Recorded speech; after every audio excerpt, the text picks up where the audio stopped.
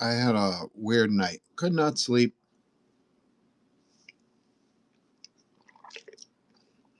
Just woke up, haven't had breakfast yet. I'm going to do the tally on the social media. But in the meantime, please check out these sketches. It's Sketch Cover Madness. March Madness.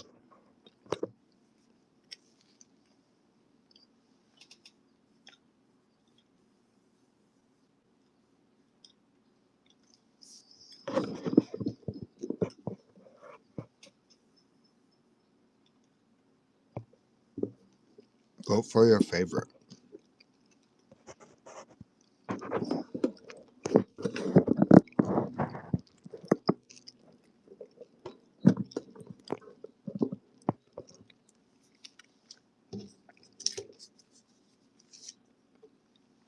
I'll be right back, promise.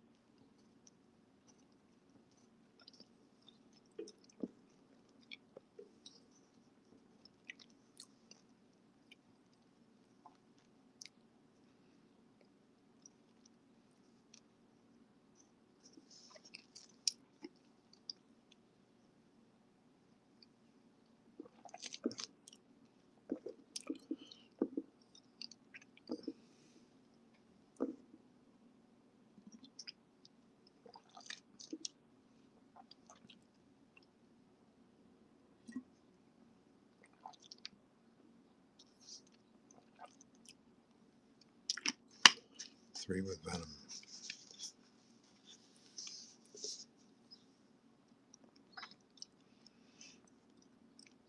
Facebook sucks.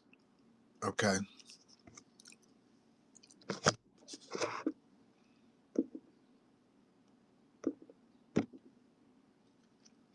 Let's see. What do we have here?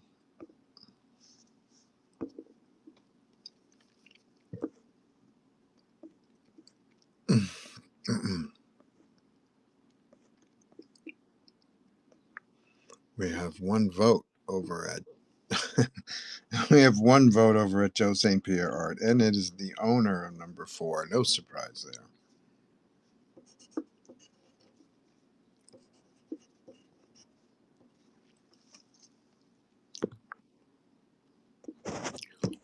All right, let's go over to IG. Let's go over to IG. Quite a few votes there.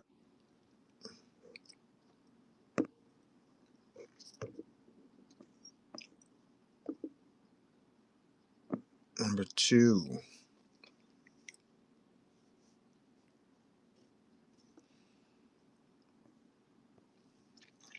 Number 2. Number 1. Number 4, 2 number 3s. Out of 4. Very tight. Very tight contest over on Instagram. Let's look up Blue Sky. Ha ha ha, that's funny. I have like no followers on Blue Sky, so let's see if we got any responses.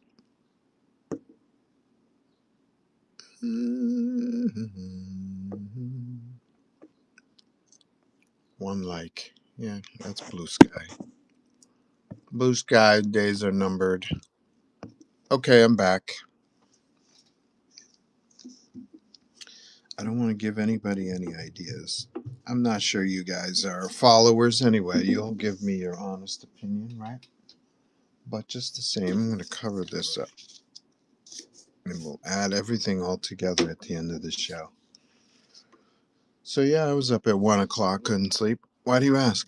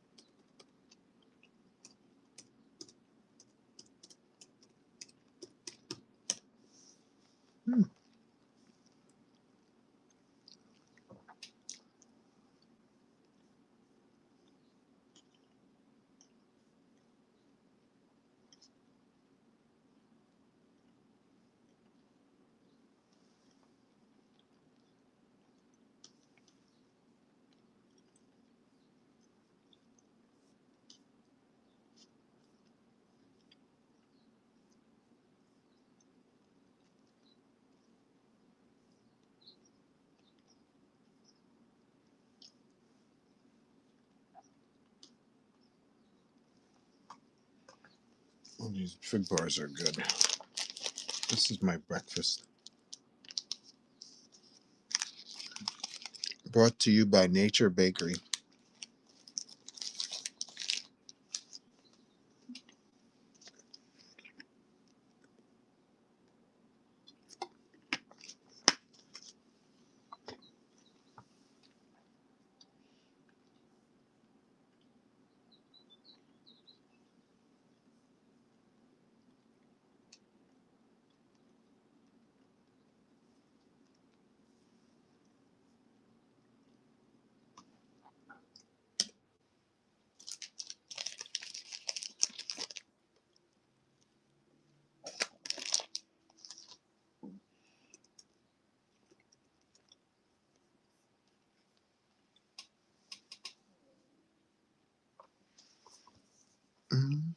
Vote for your favorite. We're going to create new favorites.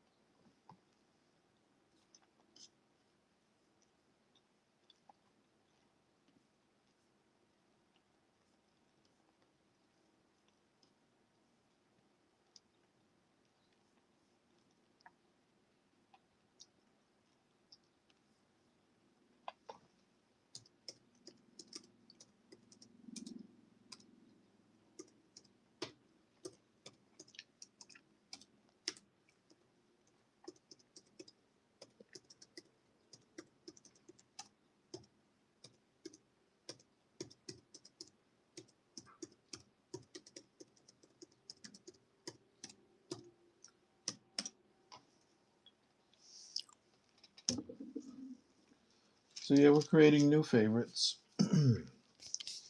Starting with this one, which I started last week. For some reason, I got it. It started to feel like the poster for Underworld. You guys remember that movie? You whatnot whippersnappers, you probably never heard of Underworld.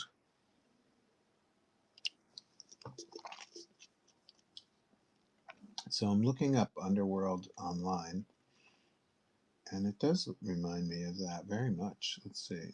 Let's do that.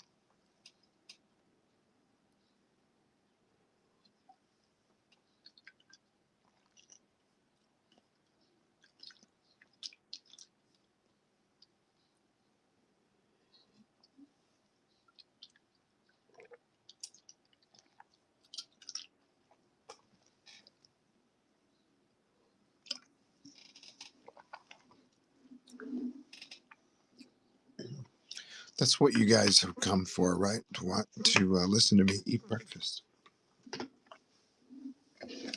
I knew it. I knew by popular demand. Don't forget, if you're just joining us, vote for your favorite. It's March Sketch Cover Madness. We're revisiting some of my favorite sketches from the last year, 2025. Remember that year? And so here it is. We've got Galactus. I forget who bought this one. We've got Black Cat and Spidey, which is still available in the bin. This one was a large size, not quite 11 by 17, but close, maybe 11 by 14. I believe Palooks bought number 3, and this was a metal prize awarded to Daytona IROC right here on Whatnot. So how cool is this? Vote for your favorite. They're all pretty nice. I'm not sure this is going to be an easy contest, but maybe it will be. You guys decide. I'll be right back. I'm going to get some reference. I wanted to put Venom on the Chrysler building, those little Art Deco eagles. So I got to grab my reference for that. I'll be right back.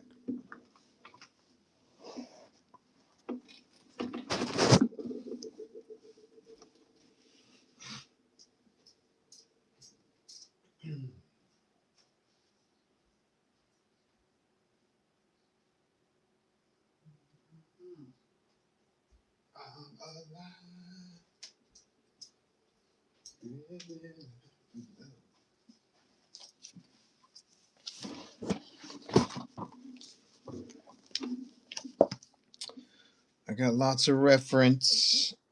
Sometimes the internet is helpful, and sometimes you can have a book with pictures in it, which are also helpful. I thought I had flagged the page. I guess I didn't. Okay, stand by a little further. Appreciate your patience.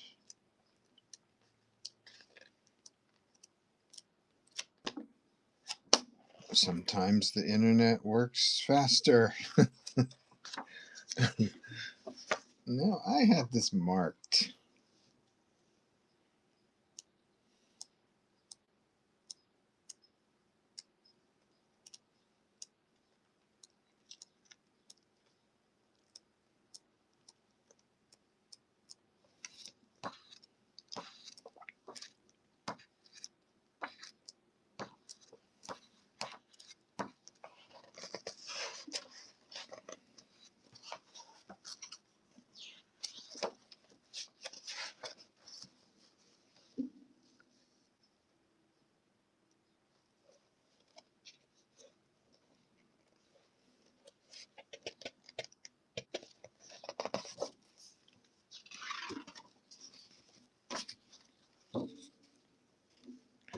Maybe it was the other book. I've got quite a few books on New York City skylines. I may have grabbed the wrong book. And that inspires me to use the internet, because I don't have time all day to look for things that I thought I had bookmarked. Okay. How cool was this, though? Isn't that gorgeous? In the middle of the city is this gothic kind of stalagmite collection.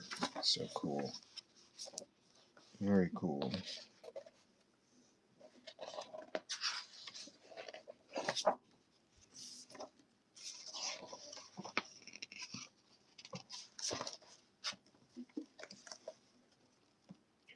I'm alive.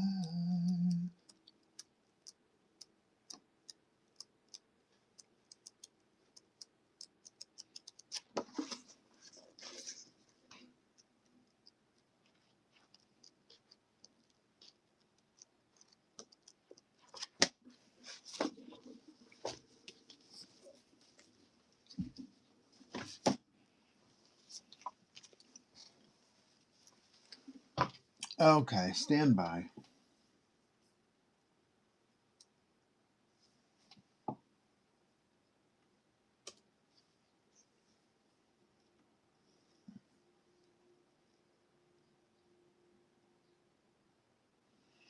Let's listen to a little podcast. This is Comic Tom 101. He's going to tell you a little bit about collecting comics today. Let's see if he's right. Let's see if we agree. Tripling cover price. This is something I think we've seen before, but guys, there are so many new books this week spiking. You have to pay attention to this whole list to know what to buy and what to avoid. Number 10 on the most trending comics list. We've been making this video every single week for over 7 years. Can you believe it? We're about to hit 8 years. Buckle up. Number 10 on the list is Mask number 1. The Comics Pro exclusive hitting $30 high average sales. Comics Pro just happened over the last week, and this is a panel hosted by the publishers, and they like to bring some freebies, and this was one of them.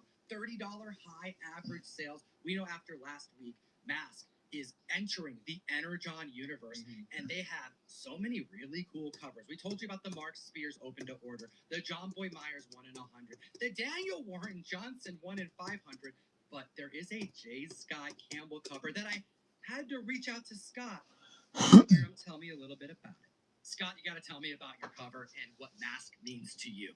It came across my table that Skybound was interested to see if I was interested in drawing a Mask cover. I have fond memories of the Mask toy line. I had the truck, the semi-truck. I had the Sly Rax and his motorcycle, I believe. Unlike G.I. Joe and Transformers, I don't remember the lore as well. It was fun doing the cover because in some ways I didn't have that overabundance of connection to the characters. I just remember the toys very distinctively. That's why on my cover, I tried to draw as many of them as I could, which is probably too many things to put all on one cover, but I couldn't resist. I went for that movie poster style because I had one shot. I don't think I'll be doing a series of these covers, but I was happy with how it turned out. Sabine's colors really knocked it out of the park. And to me, when I look at that cover, I can hear the iconic theme song, which is still burned in my brain. I still remember that theme song quite well. Hopefully other people will get that kick in the You whatnot whippersnappers. Maybe they'll bring in some new fans who kind of curious. You've never heard of the Mask cartoon, have you? The reprint that people have been waiting 21 years for. They may have missed the anniversary, but this did not disappoint. They had 7 different covers and 6 different artists showing Spider-Man and Invincible on the cover. But the one that made the list this week, Todd McFarlane's cover, selling for $4 average sales. We saw some sales that were $15 and even a single sale over $30 on this one. I wouldn't pay that much. I'd be a little more patient on this book. This is the first time that people were able to acquire these books without having to pay for the first print, which is an expensive book because it is a crossover with Spider-Man. But also, they have released a couple, but they were exclusives. This is open to order, finally.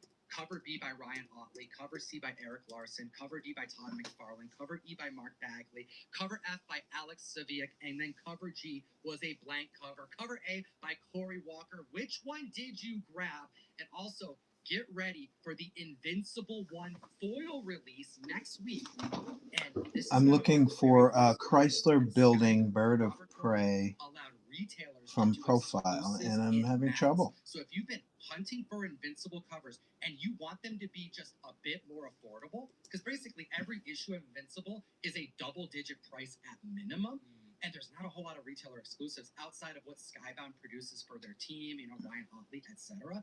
Yeah, pretty soon it's very likely that your favorite artist is going to have an exclusive that's either going to be debuting next week at release or one of the upcoming conventions, which is a short couple weeks away, either MegaCon or C2E2. Continuing this Robert Kirkman train and having another book that is new this week, number 8 on the list, Terminal the Ashcan. There were 4 new Ashcans that came out this last week promoting books that are coming out soon. Terminal is released on July 22nd. Keep an eye out for that one because Robert Kirkman has assembled an incredible team of artists and writers to be able to work on this upcoming book. $20 average sales on this Ashcan. This is the first time Robert Kirkman's done a superhero title since the ending of Invincible back in 2018. And this isn't part of the Energon universe. This is its own unique thing. But, the creative team behind this is nuts, dude. 2 different writers. Not just Robert Kirkman. You got Joe Casey, okay? But listen to the artist lineup. Andy Kubert, David Finch, and Art freaking Adams, what is happening? These three artists have contributed open-to-order covers for the book. They're And just it does covers, sound very folks. interesting. Take We a have pill. medieval superhero war. Main character is caught in the middle and has to Take a unlock pill, his own folks. secret powers Cover to does find not his make a sister. great comic Now, book. Robert Kirkman and Joe Casey, you know it's going to be a good read, but long term, is this going to turn out to be something like Outcast, where it gets made into a show really quickly, or something like Oblivion Song, where it just kind of lingers in limbo? Long term on this one, I think it's going to be a good read. Prices on the Ashcan are predicting a strong performing issue number 1, at least in orders, which brings us to number 7 on the list with another book that just came out that's hitting $15 high average sales. We have Image Comics Narco number 1. Now, this synopsis has some very Hitchcock vibes, doesn't it? I'm getting some Rear Window vibes to this. Marcus has a rare form of narcolepsy. When he gets excited, he passes out. He's adapted, homebound life, a harmless infatuation with the girl next door. But when he witnesses her murder and collapses, because the dude faints when he gets excited, he becomes suspect number 1. Now he must leave his apartment to pursue a killer.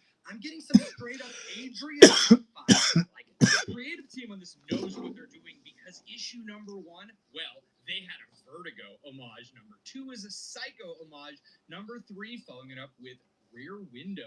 And the fact that the main character witnesses the murder, it really does have these Hitchcockian feel.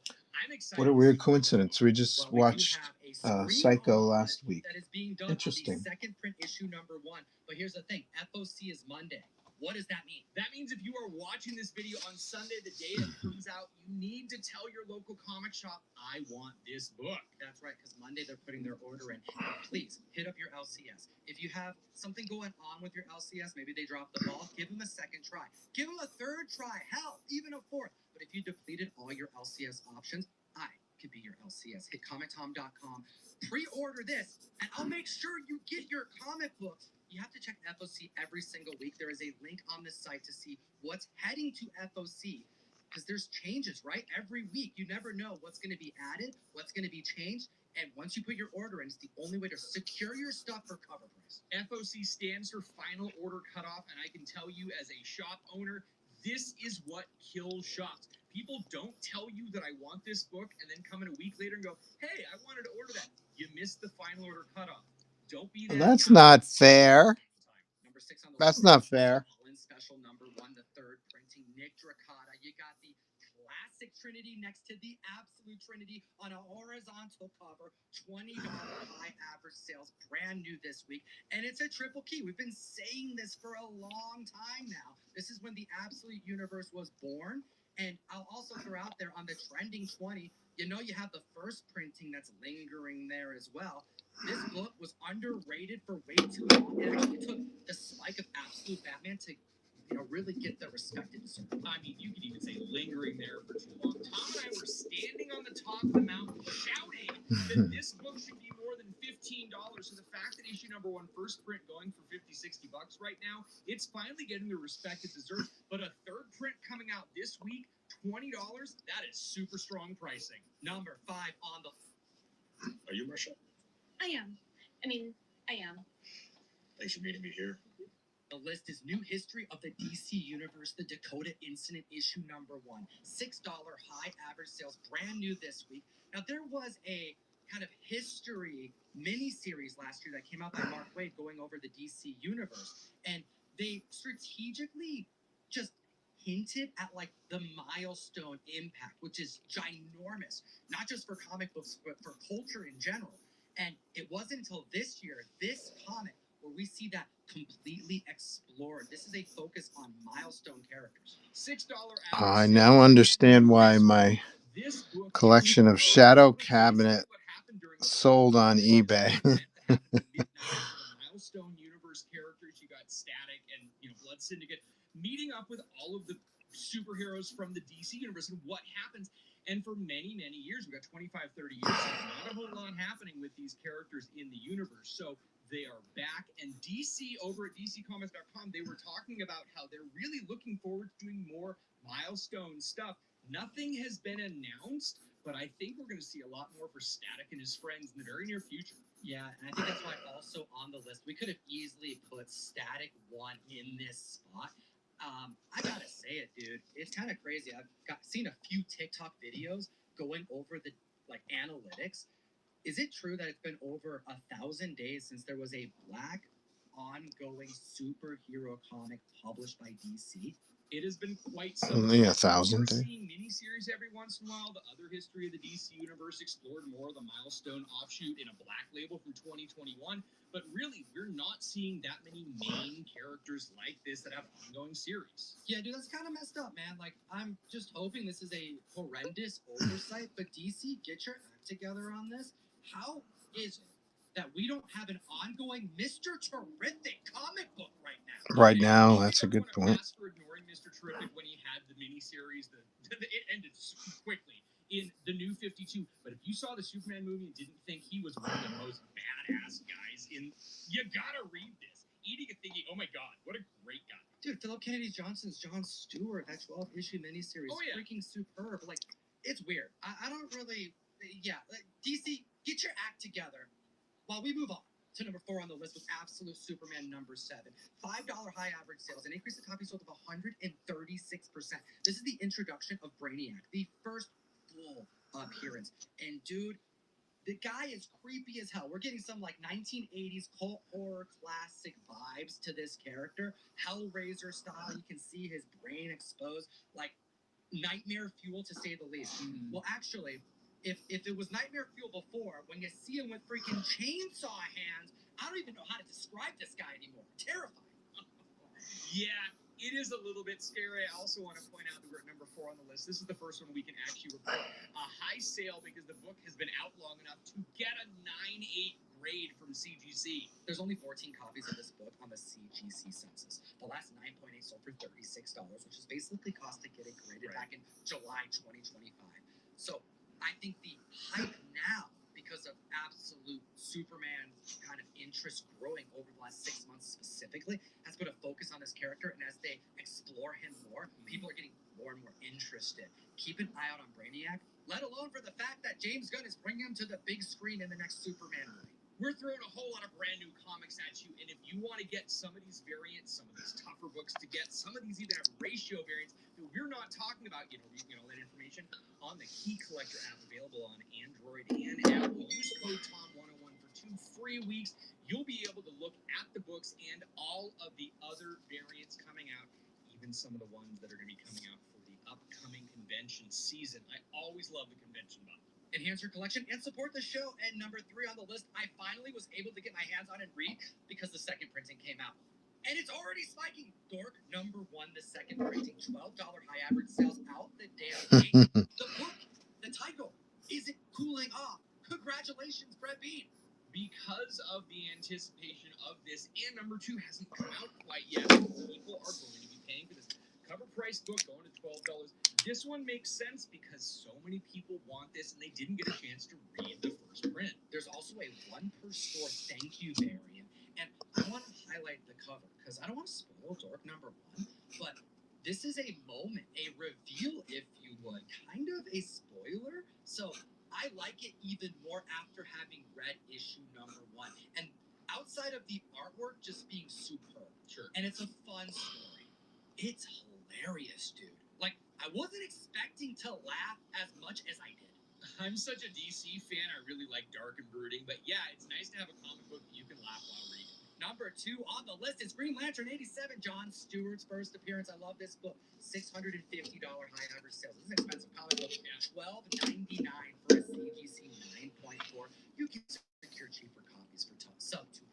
Yeah, you can, but this is such a bright cover that picks up fingerprints like nobody's business. You want a nice looking copy?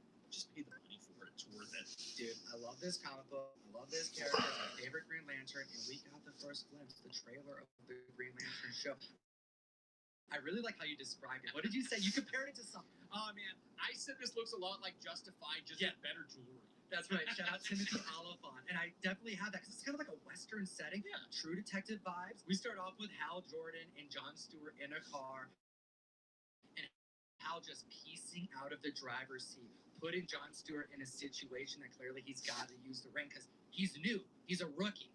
And I think this is going to be a little bit of a buddy cop murder mystery. I wonder what murder they're trying to solve. So when the trailer looks so dark, you have to keep in mind that Nathan Fillion's going to be in the show. Guy Gardner is definitely going to be comedic relief. And when they mention, God, there's even a lantern that's a squirrel. We're not talking about squirrel. You know there are going to be some fun parts. So I think the gravitas, the seriousness of this trailer, people are going to be in for a surprise. That's right. Keep an eye out for Green Lantern 148, the first appearance of Chip. Not on the trending 20 this week, but I expect it to be landing sometime soon. Hit the like and subscribe because this next book you probably put on your FOC list. I hope you did because it came out this week and it's already spiking. Ladies and gentlemen, the number one hottest book in the world is Nectar #1. $15 high average sales. Vault Comics with another winner.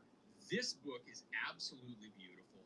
This book looks like a great read. I haven't even had a chance to do it, but all of the reviews I've seen online, people are excited about it. I'm excited about how gorgeous these covers are. There's a 10, 20, 30, 40, and a 1 in 50. So many ratio incentives, and I'm a big butterfly guy. Sorry, gotta have to be a softie here, but these are really pretty covers. I love the dichotomy between the beauty of the butterflies and what they're unleashing. Something grotesque. The dancing plague on an island village near Salem. So many people are looking at Image Comics to be the big end-all, be-all of independent. That's why so many Image Comics are on here. But there are some smaller publishers that really punch above their weight class, and Vault is one of them. They've had so many great books over the years. Mindset, one of my absolute favorites. Post Malone, Big Rig, Barbaric was a great one, and this Nectar, really some good things. Another great small publisher I think people need to look out for is Mad Cave, because last week we were talking about Florida hippopotamus cocaine massacre and Pop Kill. So many variants. We can't even show the cheesecakey variants on the screen here, but I really think that get out of your comfort zone. And this is not about making money. This is about finding and supporting smaller creators and smaller publishers. Vault Comics is great and has released some amazing books, and I really don't think you're going to be disappointed if you're a reader. Do you enjoy any of these titles? And what's your favorite independent book, independent publisher? How about your fellow comic fan members in the comment section below? And of course, Geek responsibly. enough said. And that's the end of the video. Russ, we do so many giveaways, and someone just won this. Ken Lashley, Thanos #1. If your phone number ends in 6239, check your text messages because that's how we I'm going to contribute to this. I'm going to plug my book in the feed. Stand by. You guys can go to this. You guys, if you feel like it, you want to win a giveaway. There's nobody in the room, but if you want to mention New Zodiac Comics and let them know that you've read it and you love it. This is your invitation. Let's Texas. Go to this feed and make a comment underneath. Let's try that. I've never done this before. Has come home to Disney Plus. Beautiful. Now you can watch the record-breaking phenomenon at home. Celebrate zoo-togetherness on Disney Plus. You're my fluffle. That's a bunch of rabbits. Gather you heard and watch Zootopia 2. Now streaming on Disney Plus. And get even more of the greatest stories from Disney Plus and Hulu with a special limited time offer.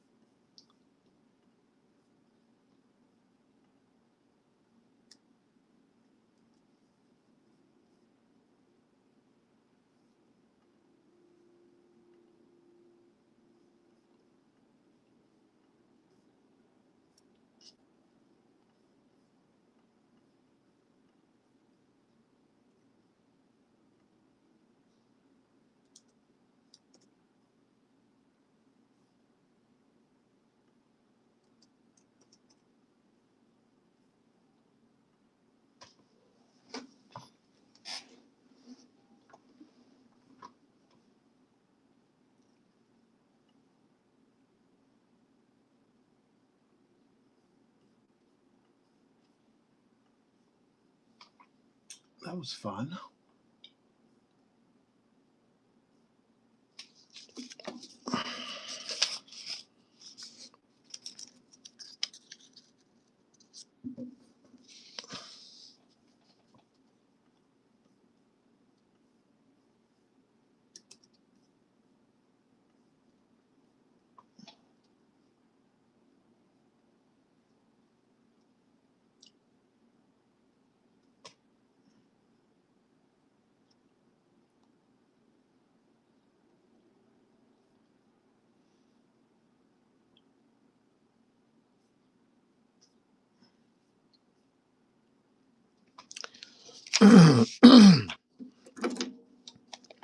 I'm actually too old for a mask. I don't have any exposure to mask at all. I believe it was a cartoon as well, like G.I. Joe, wasn't it? If yes, I think I was in college then and I didn't have a television. I know this sounds odd in 2026, but I did not have a TV in my dorm room when my first 2 years of school. So I didn't see a lot of TV during that time. So mask completely goes over my head. No, couldn't tell you anything about it. I could tell you about Micronauts. I can tell you there should have been a cartoon about the Micronauts.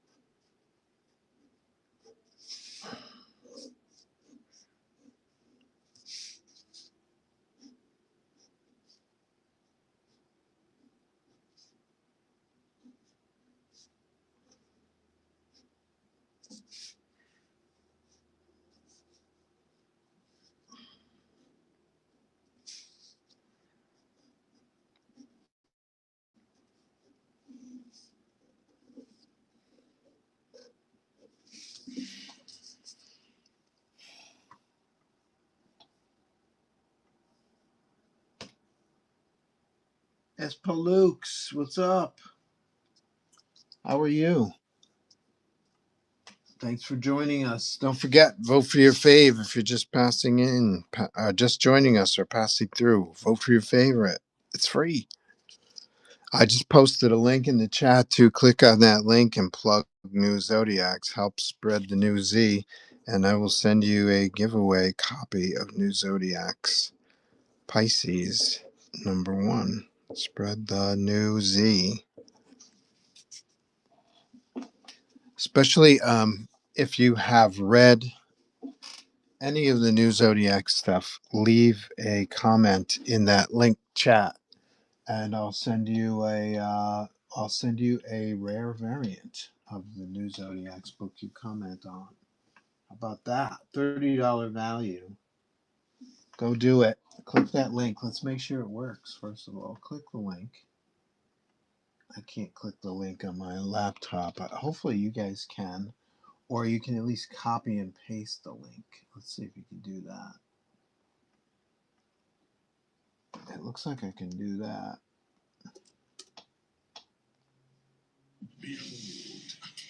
There you go. Let's hear some more comics news while I'm working.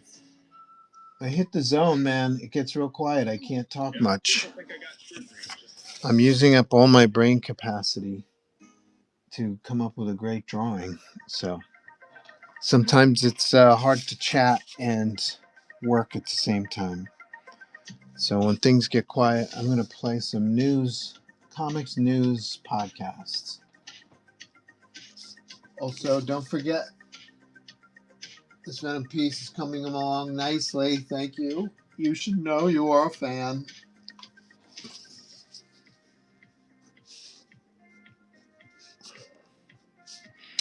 Yeah, it looks like you can cut and paste or copy and paste the link I shared.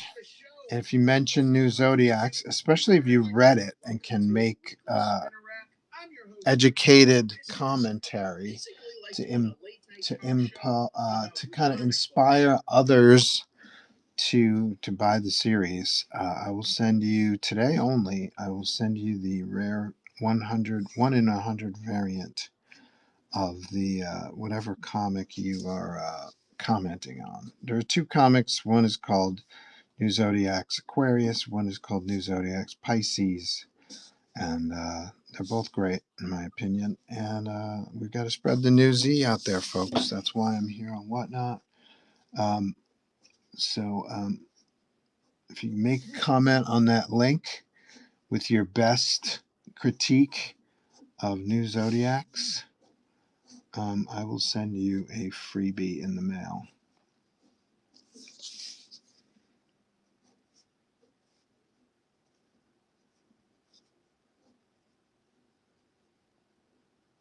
I guess there's a lot of speculation going on indie stuff, so why not jump on that bandwagon, right? Get people interested. Ideally, get people reading New Zodiacs comics, not just buying for covers and stuff like that, but getting people to read the comic is my goal.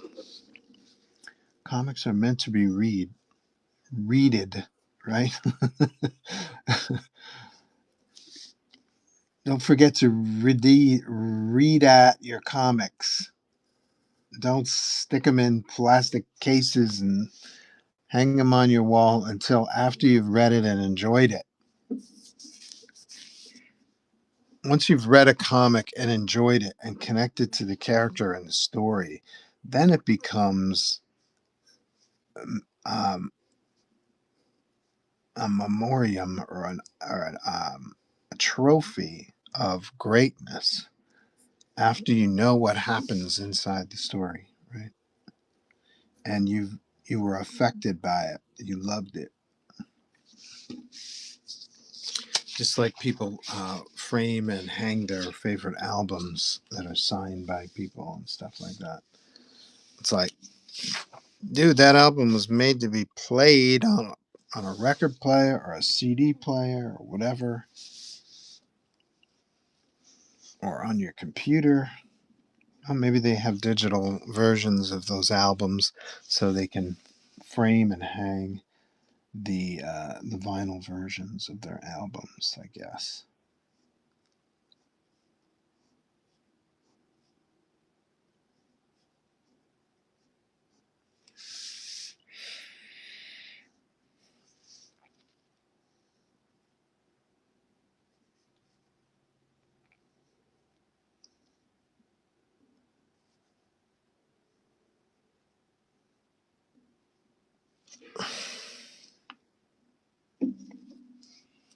Let's see what this guy's got to say. A new grading scandal.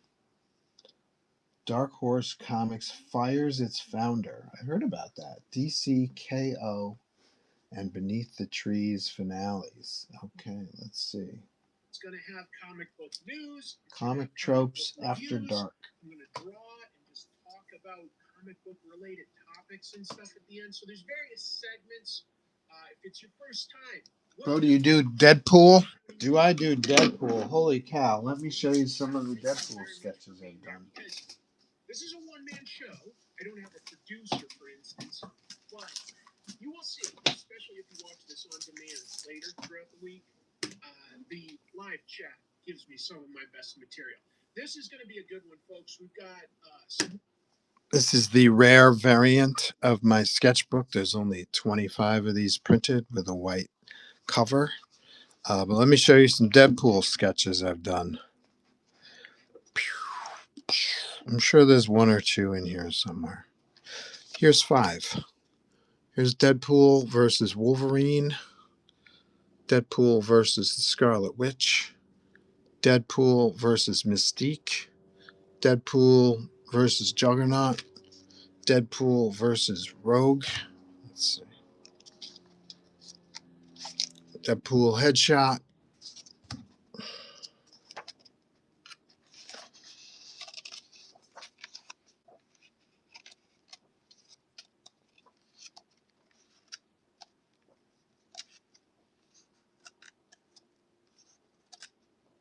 Check out the bin for prints. There's quite a few Deadpool prints there as well. Any more Deadpool in here? It looks like I gave Deadpool his own section in this book. I'm also the creator. If you go on the Marvel Wiki site, I'm the creator of Deadpool. That's right. From Earth 1036. This is a job I did for Marvel Comics way back in the day.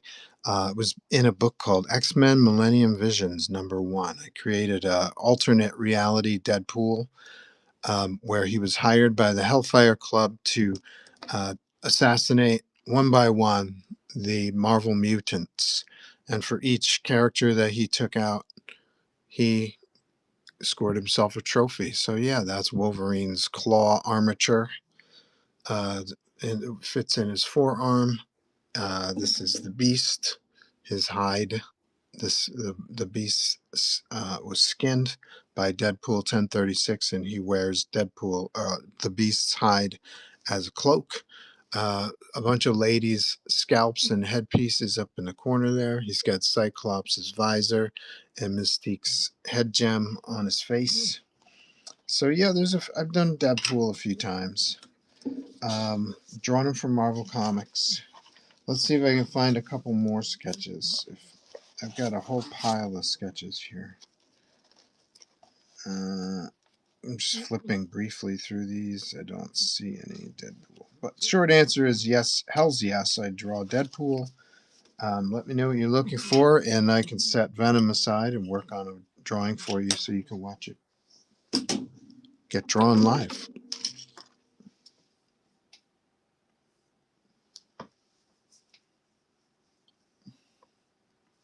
Don't forget to vote for your favorite sketch.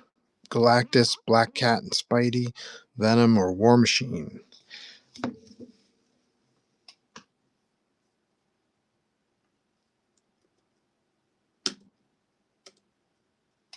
Check out that link for those of you who have read New Zodiac's Aquarius or New Zodiac's Pisces.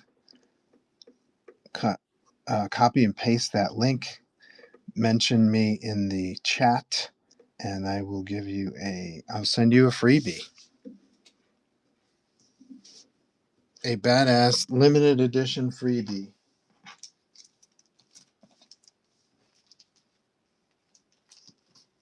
I cleaned up my office space a little bit yesterday, and so, of course, I can't find anything. So last week when I couldn't find anything, it was because everything was cluttered. Now I can't find anything because everything is cleaned up. Welcome to my world.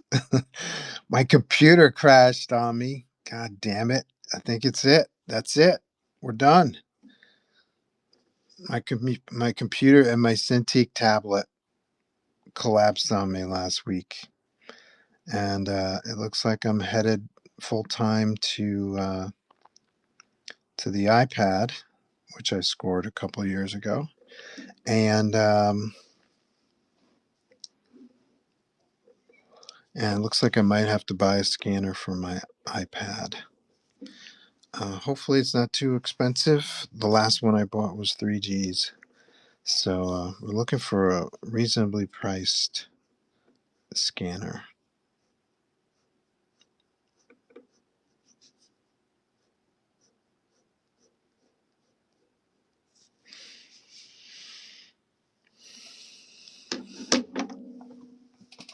Luke says, I hate when you clean and can't find anything after. LOL. Does that happen to you too?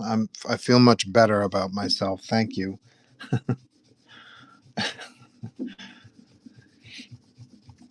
I couldn't sleep last night. I was up from 1 till about 8:30 this morning, so I laid down for a couple hours, and lo and behold, it's time to start my Whatnot stream. So you tune into that exciting YouTube episode after this is all done, and you can listen to me eat breakfast, a couple of fig bars. Good times.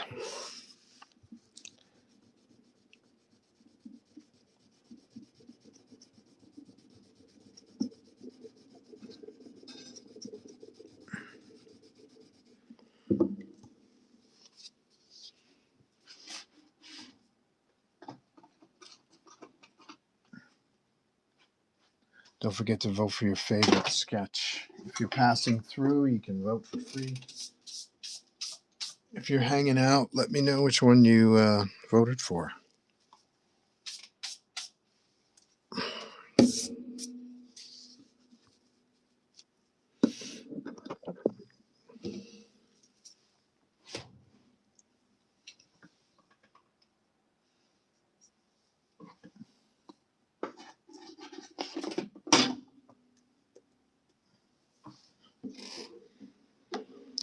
All right, so we got the pencils mostly done. Let's get rid of this.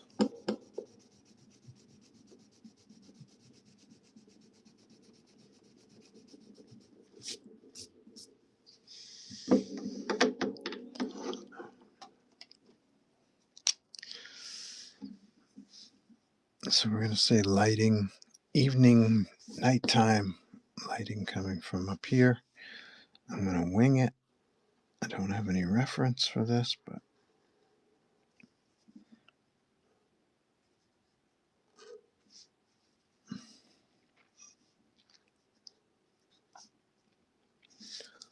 I'm going to rely on my past experience drawing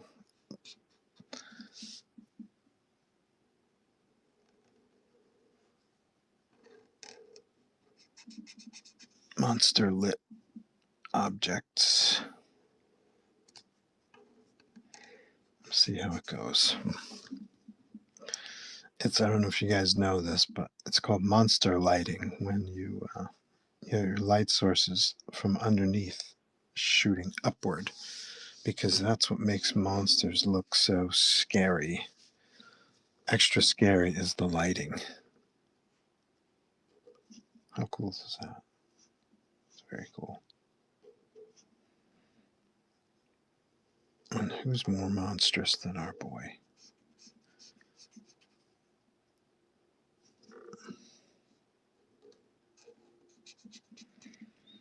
I'm here every Thursday at noon. Get yourself a commission if you like. Check out the bin. Make sure you buy new zodiacs, Aquarius, and Pisces. It's the whole reason why I'm here. Yes, I love drawing sketches for people and stuff like that. That's fun, but I want everyone to read my own comics that I created, wrote, published myself. It's all good stuff. I'll put it up against Mask any day of the week. I haven't read Mask, though, to be fair, but I have read Absolute Batman, and I'll put New Zodiacs against Absolute Batman any day of the week. Your mileage may vary, but I certainly think New Zodiacs is comparable stuff as far as quality, art goes, story, characters, character design, and originality.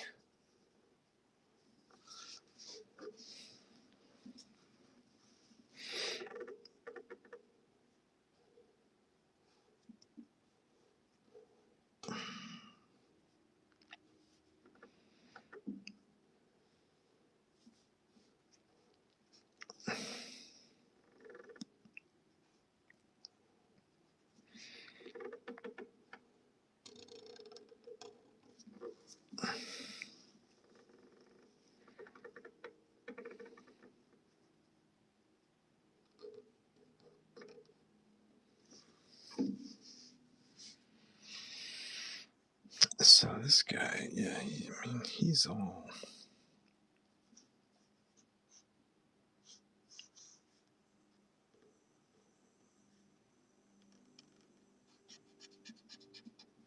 He's all in shadow back here, so we can do this.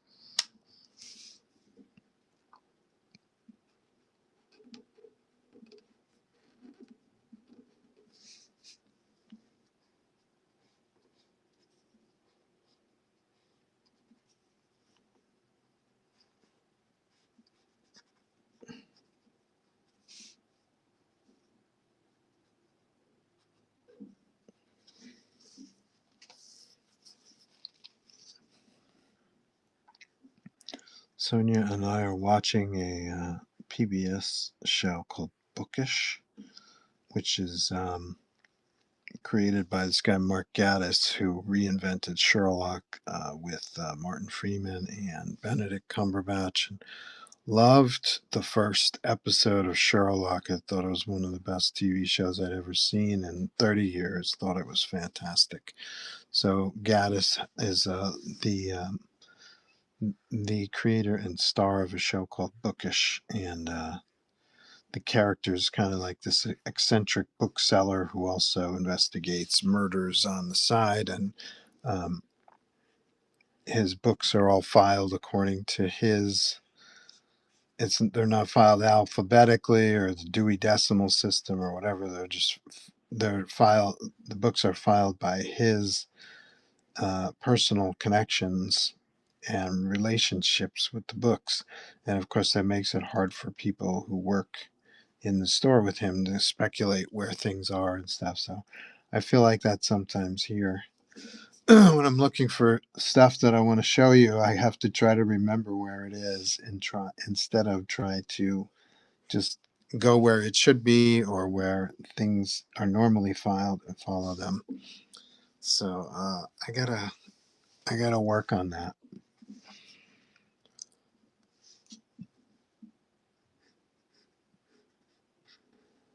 I wanted to show you a rare one print run of 100 comic book New Zodiacs Aquarius, which was sitting on top of one of the. I've got 3 boxes next to me here at the drawing table.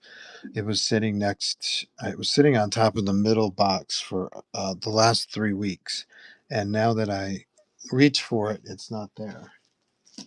So very odd. But in the meantime, and then these, which I can never find, are right there on the top of the box. This is the Joe St. Pierre sketchbook from 2025 with the all white cover. All white cover allows me to do a larger remark for you on it. This is number 11 of only 25 printed like this. You can find them in the bin with and without remarks. You can also find the regular cover. That's only 100 of those printed. And I don't seem to have one of those handy. Nope. Very odd. But you can find the sketchbooks in the bin as well.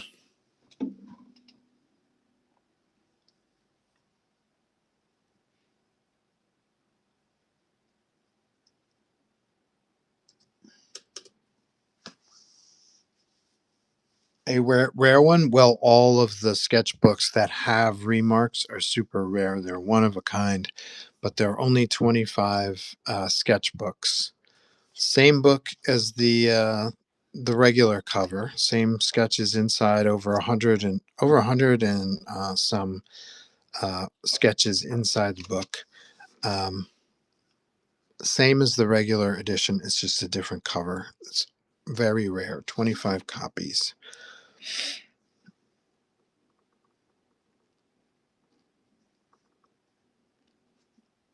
We did that through Zoop. We ran a Zoop campaign. I told all you guys about it. We got funded all purely because of you Whatnot followers. Thank you guys so much. It made me realize at the end of the campaign that Zoop did not provide one extra buyer. And so I don't really need Zoop to raise my funds. And so I can keep 25% of my profits by running my own fund, my own pre-sale right here on Whatnot.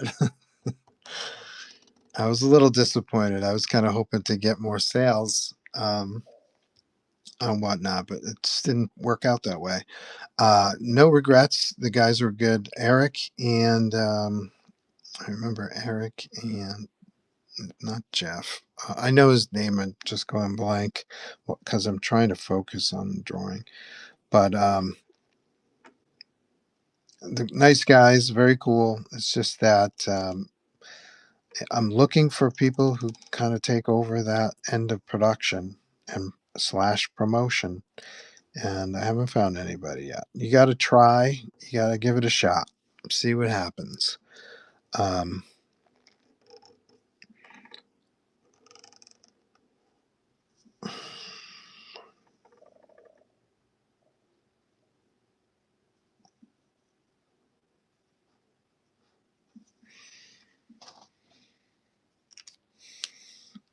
Okay, so we're gonna go to these are the laying in the heavy black shapes just to kind of give myself an idea of the overall design. Make sure that we keep our focus up in this area because that's his face. That's where I want everybody to land eventually.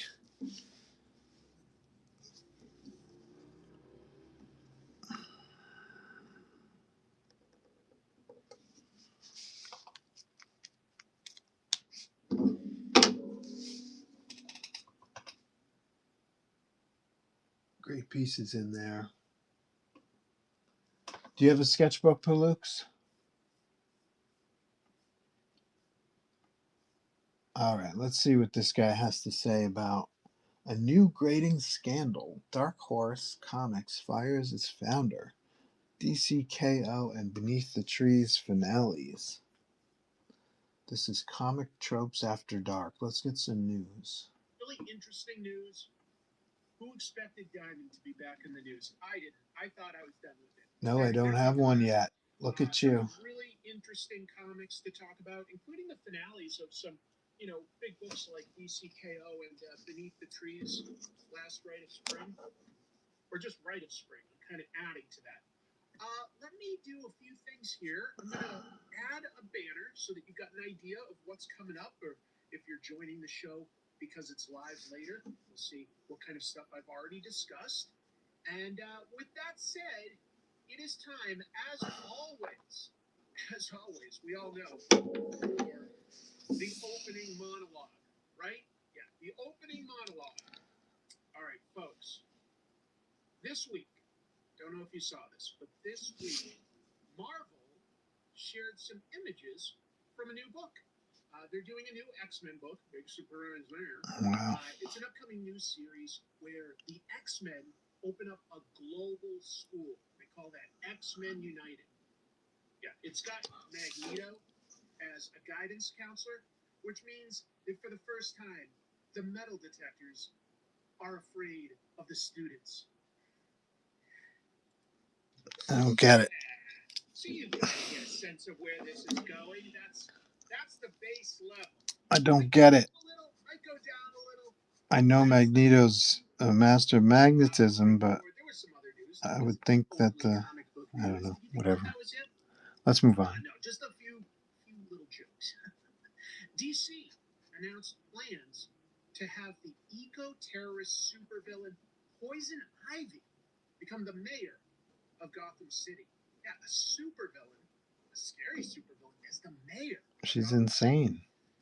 Editors at DC said that they wanted to show kids that read their comics that elected government officials aren't always as scary as what we see in the real world. Butterbumps. How am I doing? How am I doing? There's only two more. You can deal with it. You can deal with it. This is the show. Collectors are saying that the grading system that are out there, that they've got a shaken confidence in it. There's a lot of discussion going on places like Reddit. So they've really had their confidence shaken in the grading system for comics.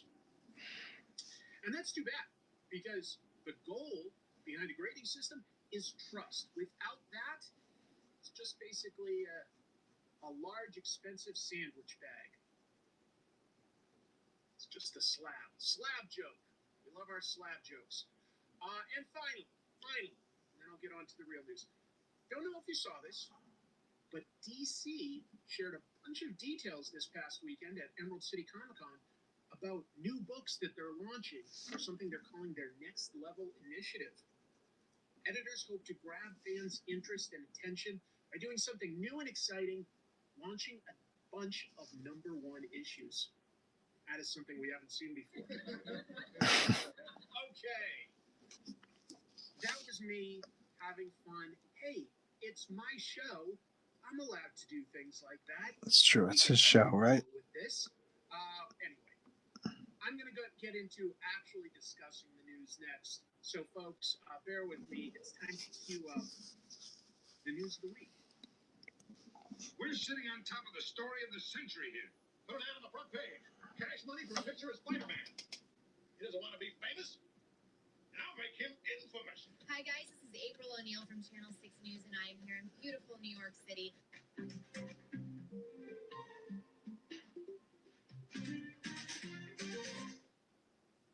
All right, there we go. And look, let's see if I can duplicate that look. I don't know about this news. This is going to be a connecting piece, right? Have the loose plan Thank you for your patience. to connect this, yes, but I'm not a fan of this drawing anymore. I'll probably retool it.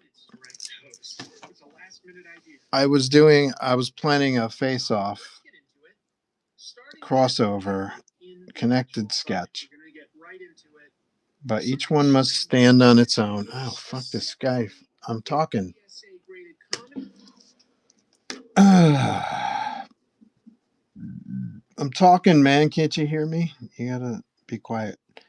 Forgot what I was gonna say now. Yes, loose plan last week for connected cover, but each cover must stand on its own.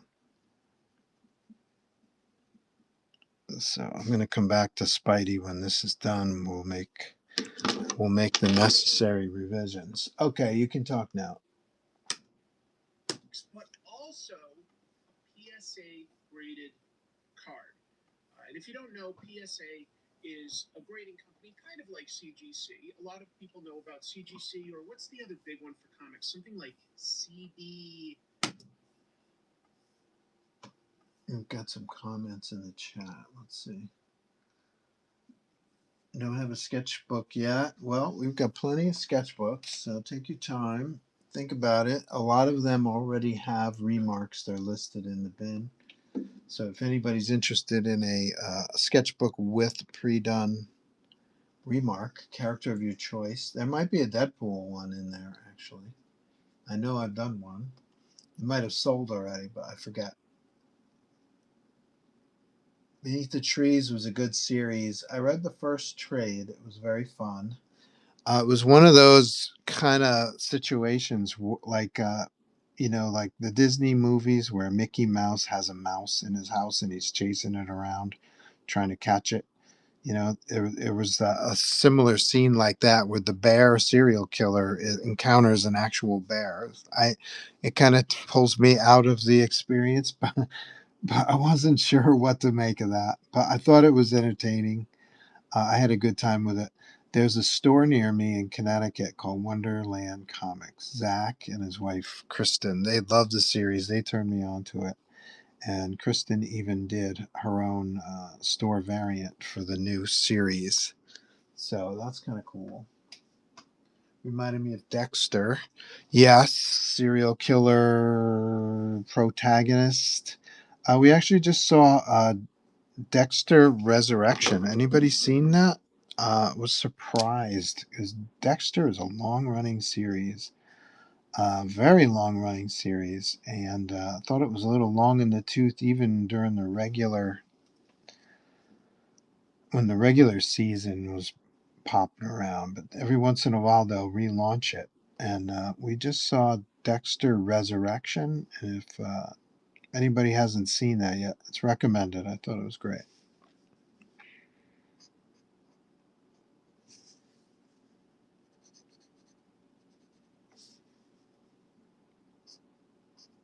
Anybody seen Dexter Resurrection? Also, while I'm talking, don't forget to vote for your favorite sketch today. This is round 2 of Sketch Cover Madness, black and white edition. So all of these black and white drawings are competing against each other. The winner by votes of today's poll goes on to the semifinals. We have some winners. Where are our winners? This is last week's winner was Dr. Doom, won by 2 votes. And last week's color winner, no surprise, was Wolverine. So Wolverine makes it to the semifinals, the color edition. Dr. Doom makes it to the semifinals of the color edition. If both of these by chance were to win, let's say this was the winner of the black and white edition all around, and this was the winner of the color edition all around, these two would go against each other in another contest. So that'll be fun to see. That's a little further down the line. We got 8 rounds of this. So tune in.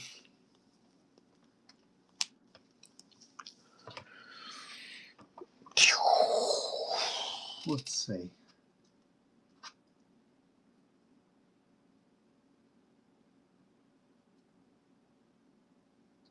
Gotcha. Still haven't seen it. Yeah, the Dexter Resurrected. I'll show you what the cover looks like. We just take our movies out at the library. It's free.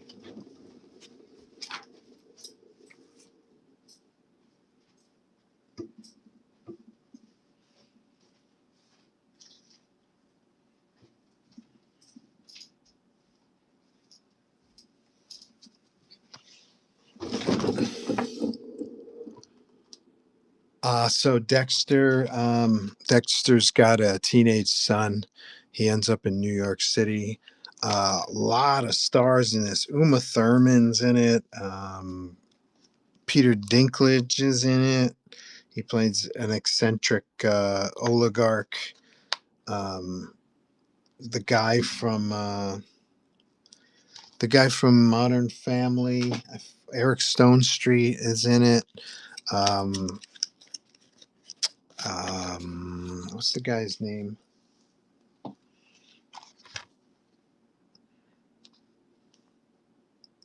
Desmalchian. David Desmalchian, I think, is it? There's a lot of stars in it, man. It's like, holy cow. They broke out all the big guns for the new Dexter series. I thought it came out great. A fun watch.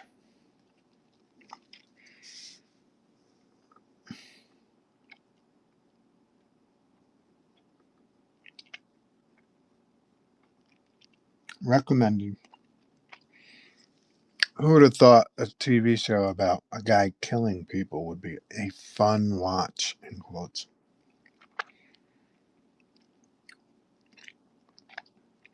We have some twisted Fs here in the US. Sometimes even funny. It's weird. Kristen Ritter's in it, who played Jessica Jones, I believe, in the Marvel Universe.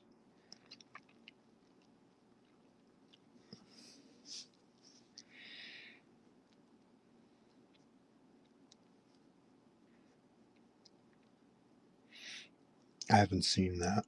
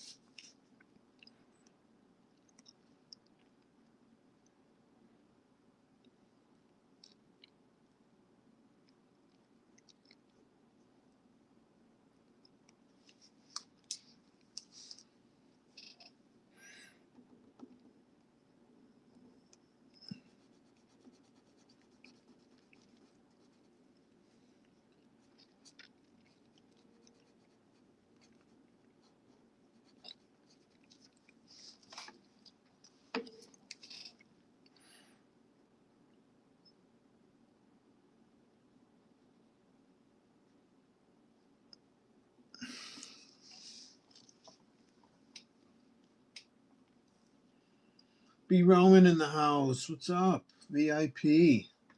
Welcome back. Nice to see you. Paluk says, oh, sweet. Uma Thurman, too. Crazy. There were a lot of stars in that one. Yeah, totally. They totally broke out, I don't know, quality control or something, blank check kind of vibe. It was really good. It was well written. And like I said, fun and sometimes funny. Weird for a serial killer, but very cool stuff. Recommended. 2 thumbs up. And Michael C. Hall, he's good. It's I get the vibe. I think he wants to be like, he doesn't want to be the Dexter guy, but thank God he's still around to play Dexter. I think the last Dexter show I saw didn't even have him. It was like his first year, like almost like Dexter year one. And I gotta be honest, I don't exactly recall that so well. But it had all of the regulars in the cast. His coworkers from Miami were all in their beginning stages of their careers and stuff like that. So it was, it was fun to see. But uh, I'm so glad they brought Michael C. Hall back. And like I said, they seem to just throw money at this season with all the stars. It kind of really helped. These guys, Dinklage was quite good, and Uma Thurman was good, and well, everybody was good. Like I said, Eric Stone Street was very good. Played a serial killer. I don't want to give too much away, but very disturbing serial killer guy.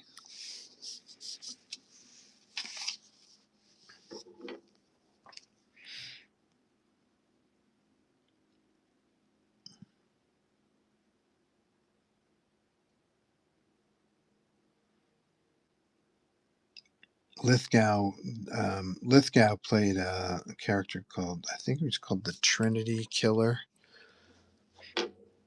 in the original series, and there's even scenes with the Trinity Killer. So Lithgow came back. There's a lot of big stars in this particular season.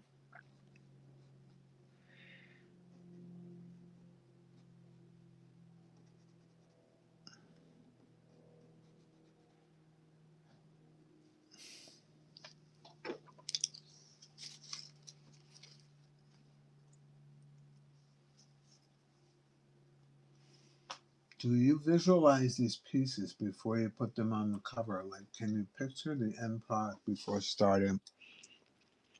Um, Short answer is sometimes. A lot of times, especially here, I'm just kind of winging it in the moment, and then something will come together in the sketch form, and then I'll start to see it a little better.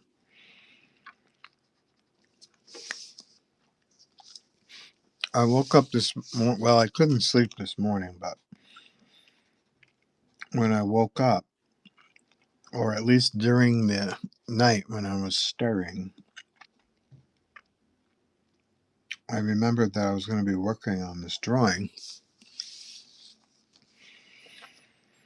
And, after a week mulling it over in my brain unconsciously, it reminded me of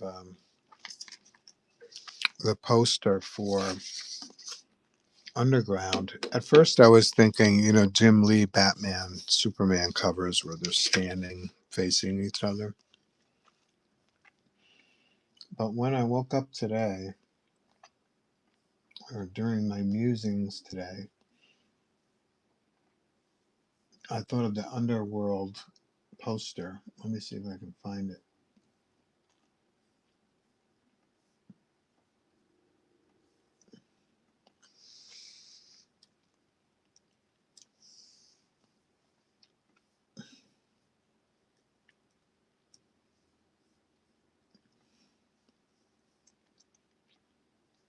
Here it is.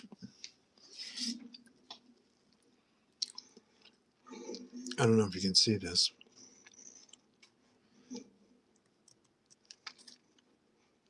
So this is a little bit like that.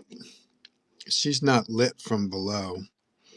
She's kind of lit by the moon, but I'm lighting Venom from below. But it kind of had the similar vibe, right? I hadn't even thought about it last week, but I thought about it this morning. But a lot of times I will see, or I'll have an idea in my head, and I'll see that from the start and try to make that. This was a case where it's just kind of improv and then it evolves as I'm drawing it. So there's a lot of different ways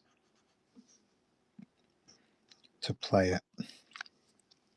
Like, for instance, it was just my idea just today to light the character from below, just to practice my lighting skills. I try to make every sketch a little bit different from all the others. And like, I'm sure if I've drawn 100 Venom sketches for people, I'm sure there are sketches that might have similar poses, but for the most part, I try to do something different each time.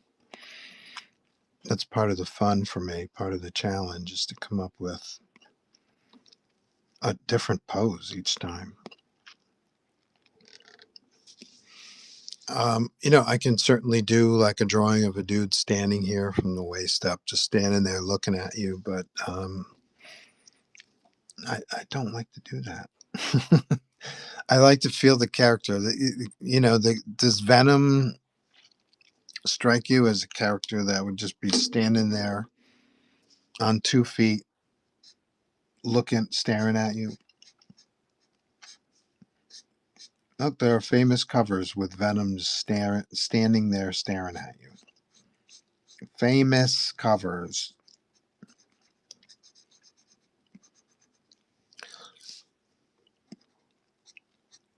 So a lot of people like that kind of thing. But for me, if you come to my house, I like to do something a little active. Even my wife Sonia, she says, "Oh, you're really good with the action stuff." And I'm like, "Thanks, honey." And I think that's what superheroes are all about. It's all about that kinetic energy, right?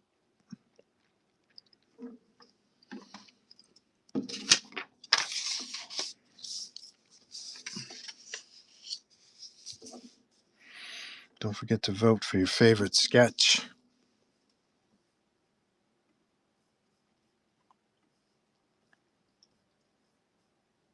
Excellent question, Palooks.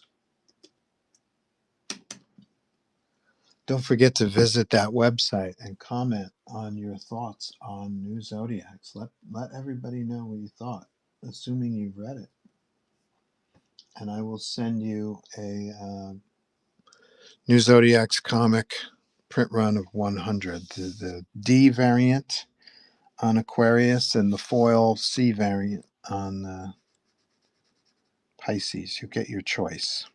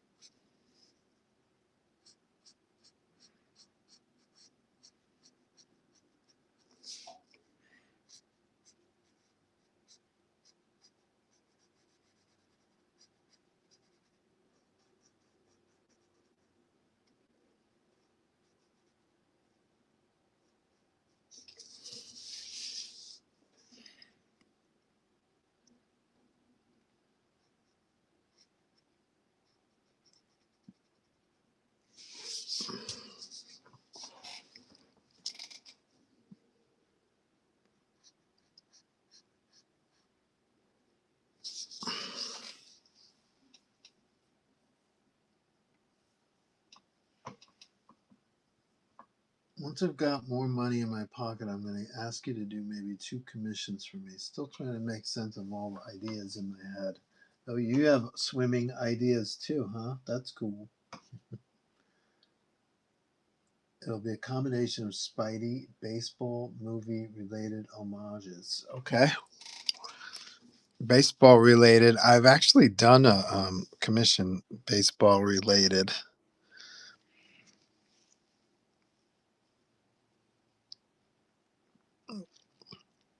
Let's check out today's poll.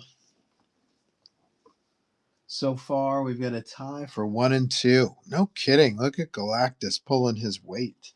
And no votes for number 3, which is a shock, I have to be honest. This isn't Palook's piece, but this is Johnny's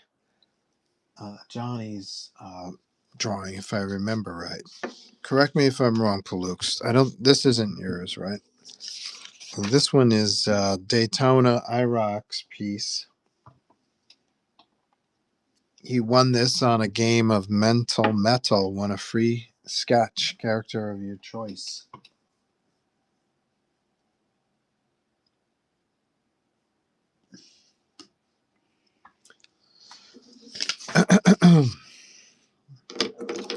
Yeah, the baseball. I forget the athlete's name, but he wanted a Spider-Man, Amazing Spider-Man 50 homage. So it was like it's the famous cover where Peter Parker is walking away from his giant Spider-Man spectral image, like he's quitting. So it's Spider-Man no more. So the commission was this athlete, this baseball player, is like whatever team he was on. Like let's say he was in the Angels, it's like Angel No More, and instead of Amazing Spider-Man, it had his name, like the amazing baseball player's name. So it was a cool idea, and it was a color drawing and everything, very involved. So that was fun. I don't get a lot of those. Like as you can tell, I don't remember the player's name, or uh, I couldn't even probably find it. I'm not sure where that would be. It was a few years ago, so I'd have to look through my commissions a couple of years ago.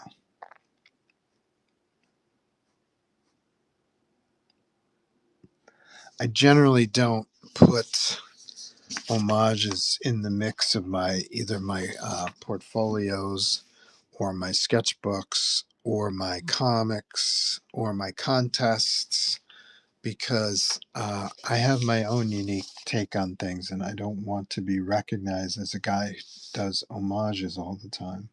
I'm not a cover band. I'm a original creator.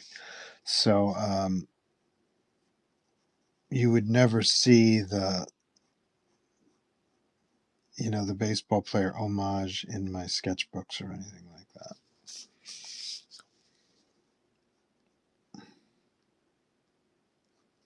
We had an exception last week, though, didn't we? The Rolo piece is an homage. The Rolo piece is an Amazing Fantasy 15 homage, right? But I thought that it had enough stuff going on, not just the figures and their costumes, but even the buildings, even the moon, even the coloring was so different that, yes, it's an homage to Amazing Fantasy 15, but it's not a direct homage.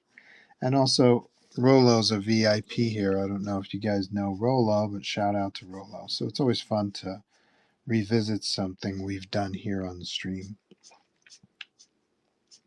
But as far as printed products goes, I'm kind of averse to sharing homages with the public. Yes, I'll do them. Happy to do them for you. But a lot of the guys that I'm homaging, I think I'm better than. So hope I don't sound egotistical, but I think some of my ideas are better.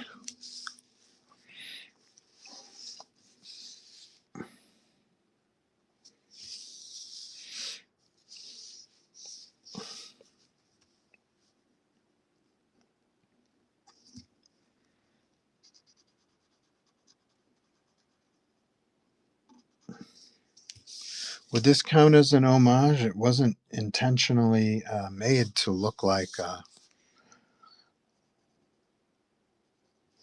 Jim Lee piece or an underworld homage. It wasn't intentionally meant to be that. But maybe by the time this is over, it won't look like that at all, let's see. Especially if it's a combination, a two-piece combo.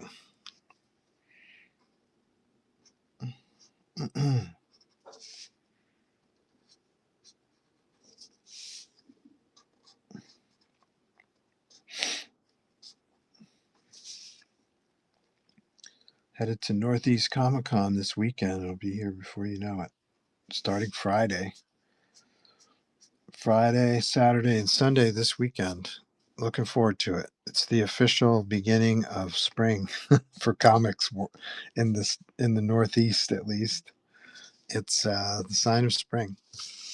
For me personally, once the Super Bowl is over, for me I consider that spring, and my brain starts kicking in for spring. Um, I think last week about this time I was looking outside my balcony window here, and there's 2 feet of snow on the ground, and you can see there's a pathway that's on the property where people walk from one section of the grounds to another, and that was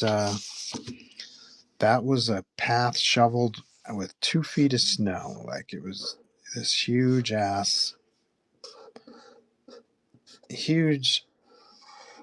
path with snowbanks on either side of the path to get up to your car. See, I can still draw shitty cars even when I don't want to. So I'm looking out my window, and this is essentially what I see is a pathway scoured out of 2 feet of snow where you could walk from this part up the hill to the parking lot. And now this entire snow, 2 feet of snow, is gone. It's a week later. I'm looking outside, and all I see is grass.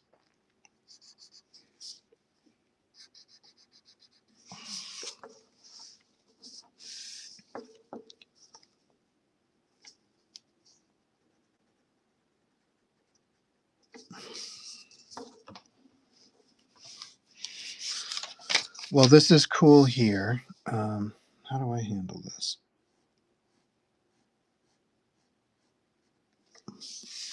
This arm is further back than this arm, so the light is probably catching most of this arm, and it's probably catching most of this arm, or this leg, rather than this leg, which is right on top of the Chrysler Bird, and it's probably mostly in shadow from here down.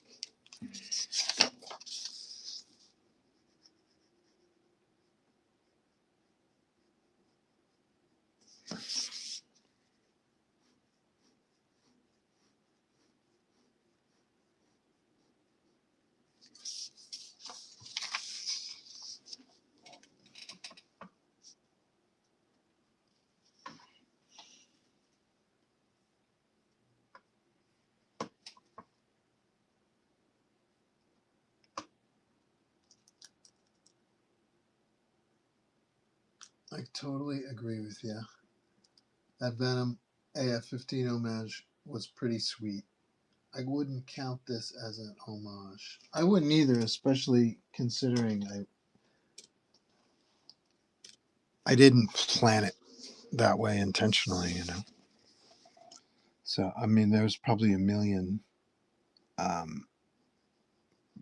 especially Batman, there's probably a million drawings of Batman standing on a gargoyle or an outcropping overlooking Gotham City. So it can't possibly come from one single image, as so many people have thought of the idea before. So.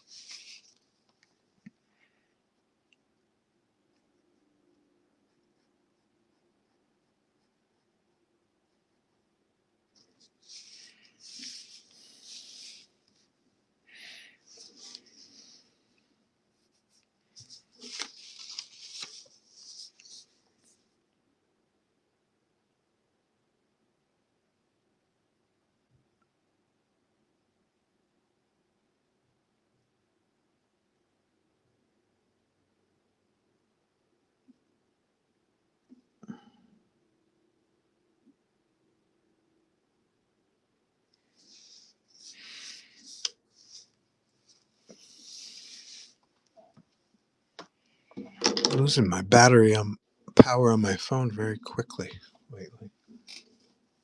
Only 2 hours in, running low. Very odd.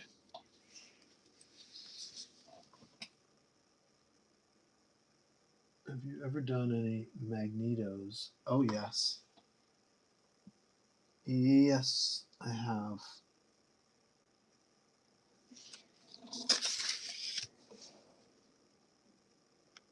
I can think of one in particular, which is fairly recent, like the last year. That was fun. He's kind of sitting on top of a sentinel. That was good. I think that Magneto piece might have been in my previous sketchbook. So maybe it was longer than a year ago. Let me see, just for the heck of it.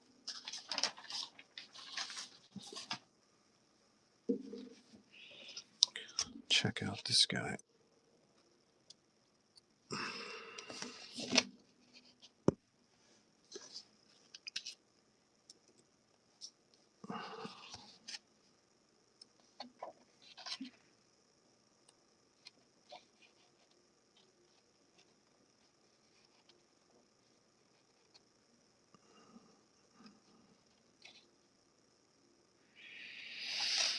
There's Rachel, Piotr.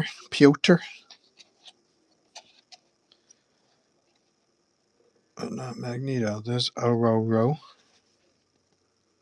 I like that one.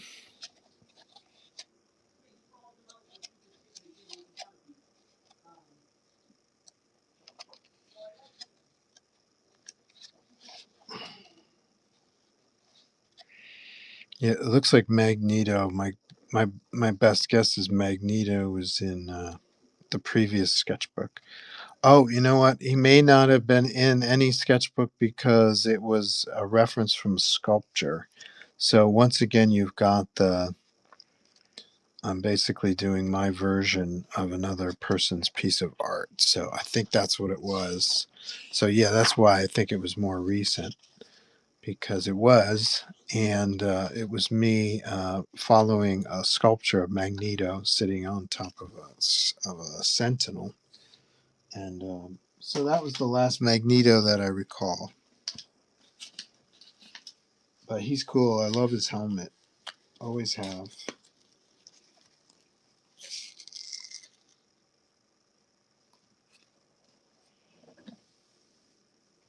All these pieces are fire. Thank you, Flukes. His helmet was always so badass. Yeah, I love the jagged. I love the irregular, the eye slots.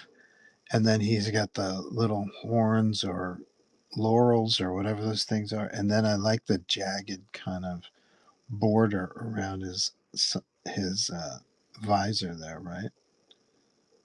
So cool. And then, of course, you can light him so that he's more menacing. You can throw his whole face in shadow, that kind of thing, which is very cool. Makes him look very menacing. Yeah, Magneto's pretty badass. The end.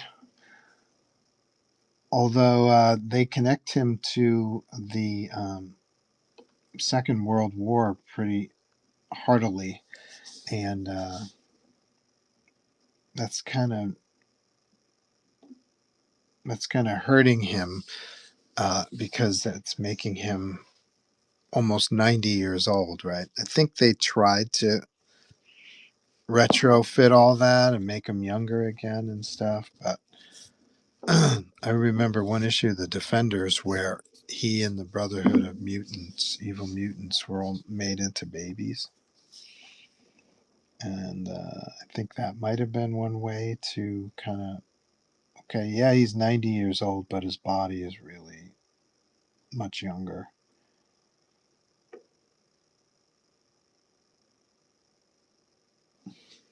But they also connect Xavier to that time period too, and I'm not sure. But Xavier's had different bodies now. He's in a clone body, right? Pretty funny. Xavier, I think it's been established. He's in a Chuck. He's been in a cloned body for a while, right? So even though he may be 90 himself, um, he's got a younger body.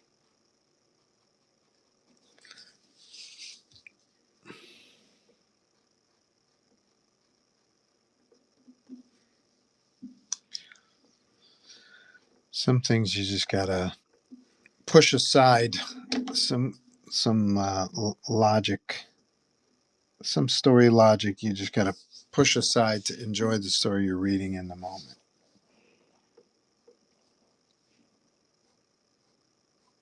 When the X-Men first arrived on the scene, it was like, oh, it's cool that the most powerful mind in the Marvel universe was physically compromised, right? He was in a wheelchair, and that's got a Stephen Hawking vibe even before Hawking, entered public pop culture, right?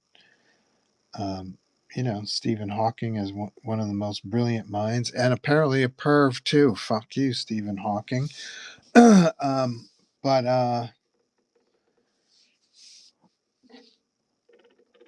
But what a cool literary dramatic visual that one of the most powerful minds in the Marvel U, if not the most powerful mind, is physically compromised. I like that kind of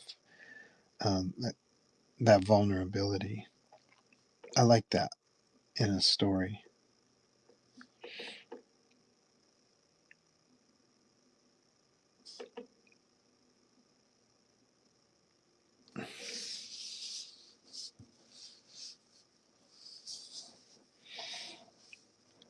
Technically, this is a mistake. I might fix it. I might not. I'm not sure. I like the black on his back that separates the arm. We're saying this is his back and this is his arm with this one black shape. Maybe I'll draw some white up here. Yeah, that's probably what I'll do. Because I'm drawing at least 1, 2, 3, 4 legs. So I've only got 2 up here. We'll fix that. No worries.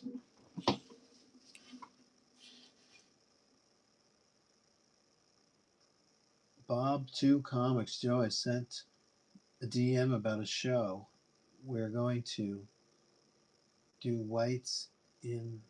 Wow. I don't understand that, Bob. Could you retype that, please? Joe, I sent DM about a show we are going to do in whites in Fall River. Oh, Fall River, Massachusetts. We're going to do in whites. Yep. Agreed. Are you inviting me to the show? Is it your show, Bob?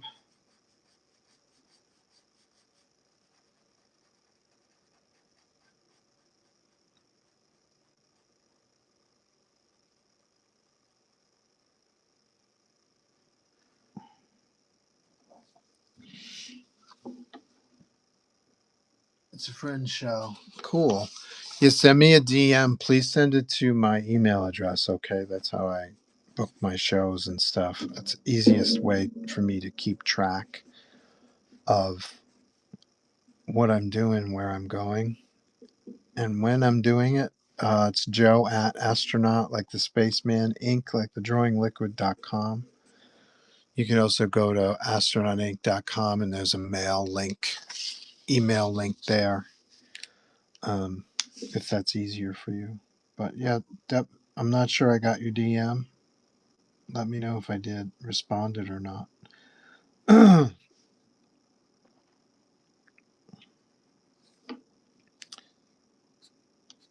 selling a bunch of shit on eBay, and Thanks to this particular podcast we just listened to, I now know why my shadow cabinet lot of 12 comics sold, because apparently DC is bringing back the Milestone universe.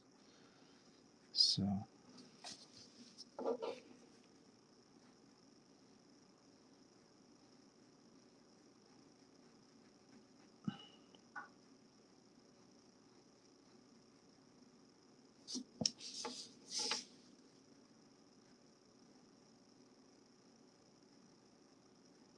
apparently the DC doesn't have a series running right now featuring a black character as the protagonist, and that's a little weird because they do have quite a few cool black characters. Always loved Black Lightning from day one. I don't know why he doesn't have his own series. Well, don't get me started on DC. The uncut gems list in the DC universe is vast and wide, and they just do not seem to know how to play with their toys properly. It's weird. It's weird. I've always said the Atom should be a top 20 book. Give me the Atom for 25 issues.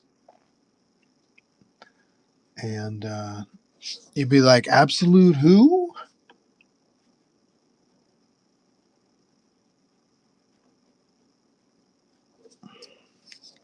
Or maybe we'll just make him the Absolute Atom. The Atom is such a great name for a character that he's one of the best costume designs on the planet in the history of superhero comics. The Atom, the simple bodysuit costume. You check out the Liberator, my character, the Liberator, and you will see the Atom influence, the simplicity of that costume, and the colors, the red and blue, the primaries, killer. Costume design, so but simple.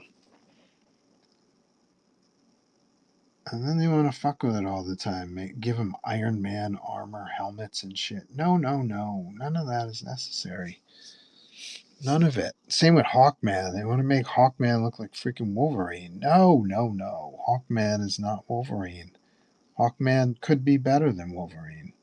That's why I said it. I remember an early Silver Age Hawkman that I read, where his body, Hawkman's bodies, we're talking about the Thanagarian, essentially another cop. We don't need any more cops or military characters. But what they said about Hawkman's physical biology is that he can withstand the rigors of space with his shirt off, basically half naked, floating around in space with a pair of wings that are essentially decorative. They're not even functional. The wings are like his uniform. It's the nth metal bands across his chest, which allow him to fly. Right. So here's a guy whose body can withstand the rigors of space. I don't know if you guys know anything about space, but if you're orbiting the Earth, it's either or if you're on the surface of the moon, it's either 250 degrees above zero or it's 250 degrees below zero. Either way, depending on what time of day it is, where you're positioned on the moon or above the Earth, that's the temperature range. And so just imagine in your brain what your body has to be made of to withstand those kind of temperatures, right? And just fucking ride it from there, man. One of the best comics ever made was Daredevil 159. And you whatnot whippersnappers, you probably never read it, but chase down Daredevil 159. It was written by, I think it was probably written by Roger McKenzie, but it's one of Frank Miller's first issues of Daredevil. It's actually his second official issue of Daredevil's 159. It's a green cover. one of the best reviews of a character's skills in comics history. And that's kind of what I would do with one of the first Hawkman stories that if I were to write it. That's one of the first things that I would do is I would hook on that, and I would just do a story, create a story example about that illustrates Katar Hall's biology, and probably all Thanagarians. So we're talking about Hawkwoman as well. So we'd probably do one of the first issues that I would do would be in the vein of that Daredevil 159, which was essentially just a review of what Daredevil can do. And so my Hawkman 159 would be that. It would be, let's really look at the skills that this guy has that other superheroes definitely don't have.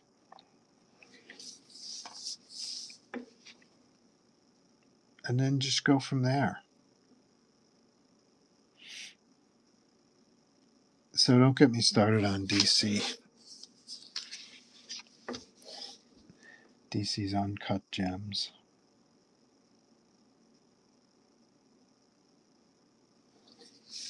I actually bought, I don't know too much about the Golden Age Hawkman. I actually bought a DC Archives edition. Oops. That. Okay, let me address this before I keep forgetting about it. Where'd my white pen go, man? Damn it.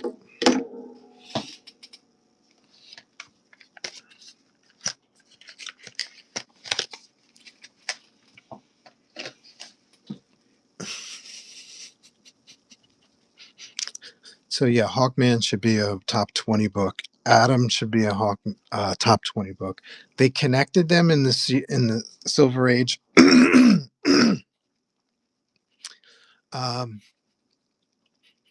Adam and Hawkman, they're two basically lower selling books. So I thought, so my guess is that the editors thought, okay, this book sells shitty, let's say 200,000 copies, which is low in the Silver Age. I'm just creating a scenario now. Okay, Adam sells 200,000 copies. Hawkman sells 200,000 copies. They're probably the same fans. So let's create one book with both characters in it. When really neither of those characters really they don't connect. In my view, one is, a military historian and one is a quantum level adventurer, that kind of thing. The two don't seem to really connect. So to be fair, I've never read a DC comic where the two of them are running around as buddies. So they might be awesome comics, but on paper, in my fanboy brain, these ideas don't make sense to hook up Adam and Hawkman. But I do think that both characters have loads of potential that have not been explored. That's what I'm getting at. And these are mainstream, JLA characters, and they're still not properly handled after so many years. So what I was saying before is I've never read Golden Age Hawkman. So the Hawkman's story apparently in the Golden Age is that he's a reincarnation of an Egyptian prince or something like that. And when the Silver Age kicked in, he became an alien from another planet. So, which was a thing back in the Silver Age, especially at DC, is everybody's an alien. So,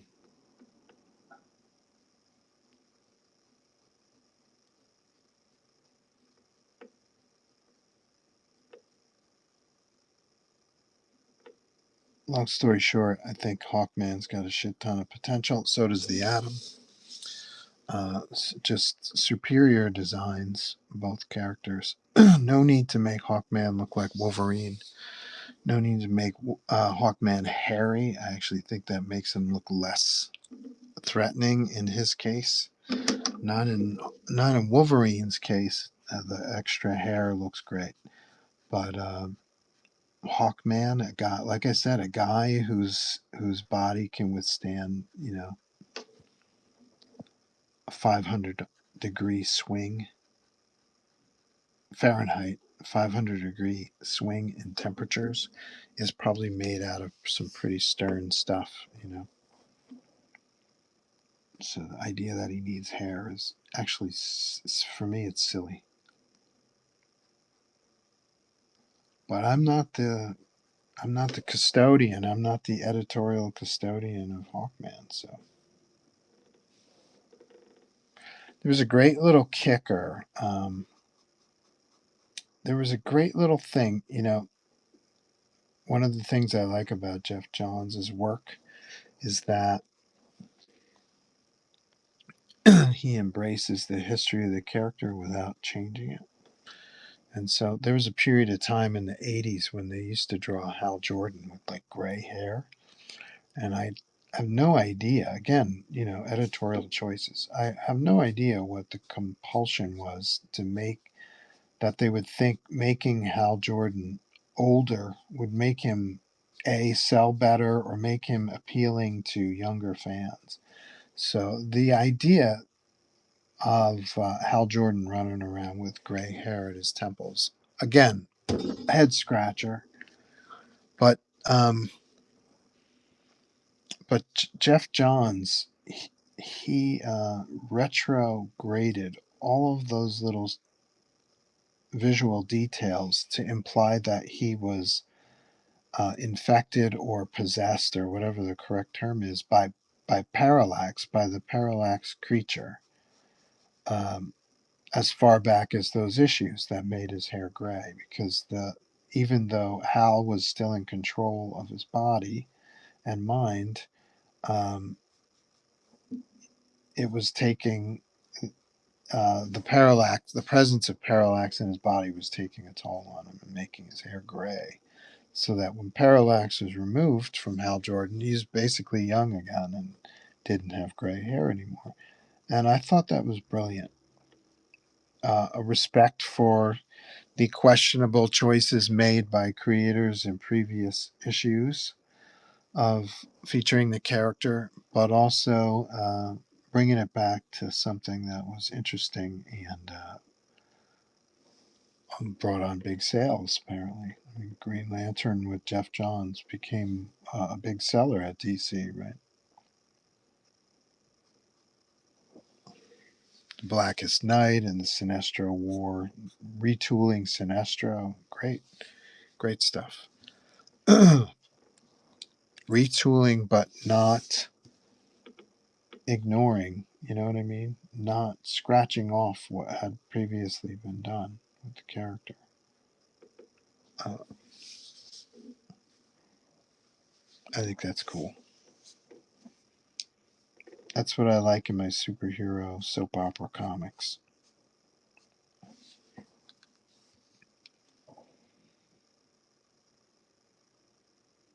And some things that don't work, you don't even need to address them. Just move on with cool stories.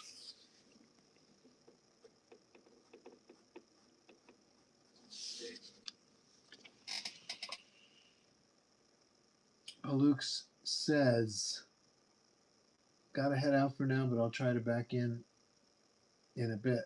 Keep up the amazing work. Thank you, Palooks. Dispenza in the house. Joe, got some jams. I would love to get you on.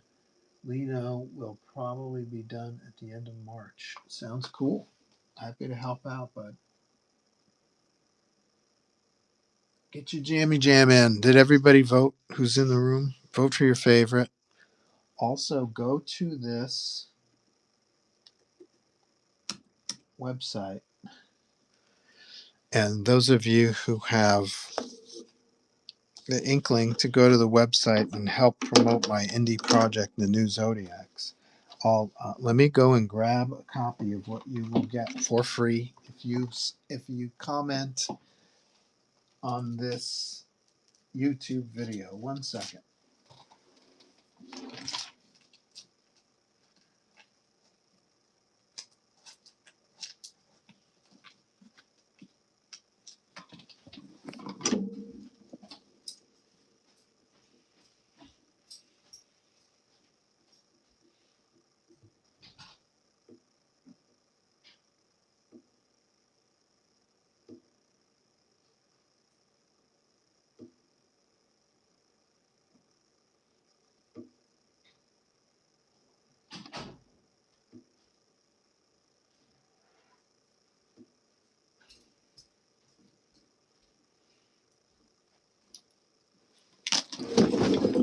Copy and paste this address.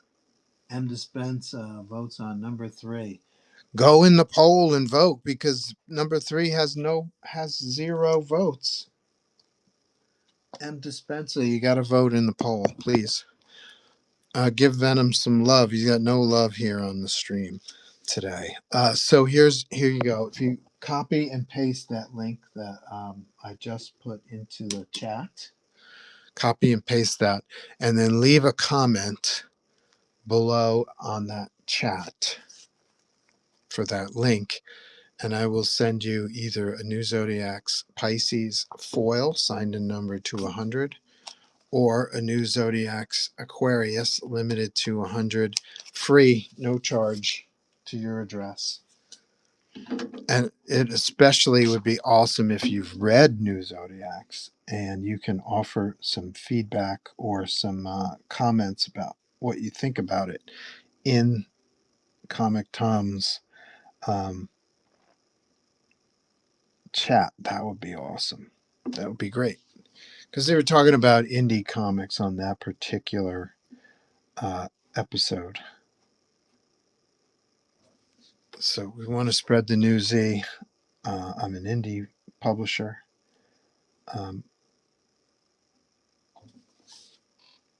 I think New Zodiacs is awesome. I'm working on Sagittarius now. Still working on it. I would love to make New Zodiacs my full-time gig.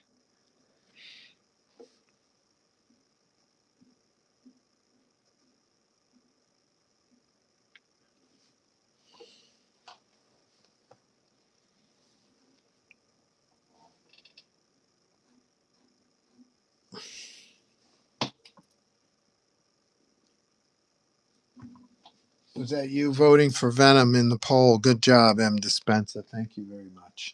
And I don't like to see any of my characters, any of my drawings get 0 votes. It makes me antsy. So Venom, you got to vote. Good for you, bud. I actually think that's a cool drawing. Galactus. Let's see, where are we? Galactus and Black Cat. I can't sign off until we break that tie.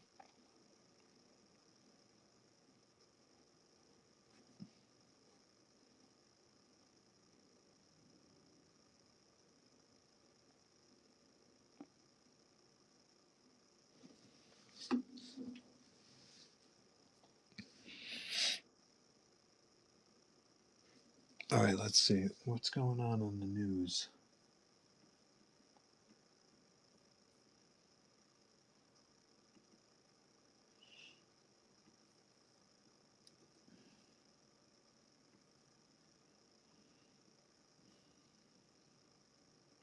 CA or something close to that, like it's 4 letters. I can't keep them all straight. CSI NCIS, I believe, is the 4th grading company. Anyway, PSA got into grading baseball cards, Pokemon cards, and stuff, but now they're getting into comics. And I saw some. Oh, thank you. I appreciate that. This is why I have the live chat here. Thank you, Comic Book Phil. CBCS is what I was trying to come up with. So, a PSA 1.0, on a scale of 1 to theoretically 10. Never get 10, but whatever. A 1.0 Superman #1 sold on Golden Auction for $176,000. this week, which is an absolutely massive amount of money, considering that there were at one point millions of copies of this out there, but probably not as many now, but whatever. The interesting thing is that there was also a CGC 1.0 Superman #1 that was sold on Heritage Auctions this week, and it only went for $88,000, about half.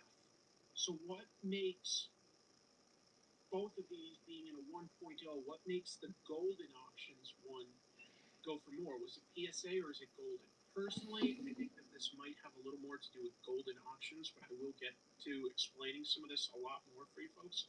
Let me just acknowledge this. Thank you. You started Baja Blast and Hello Troopers. Yes, hello to the comic troopers out there. Rear Admiral Comic Tropes here, guiding my troopers. Thank you very much for the support, Steve. But tonight I actually am back to coffee. Don't worry, G, my sister's in the audience. I drank a lot of water today, so.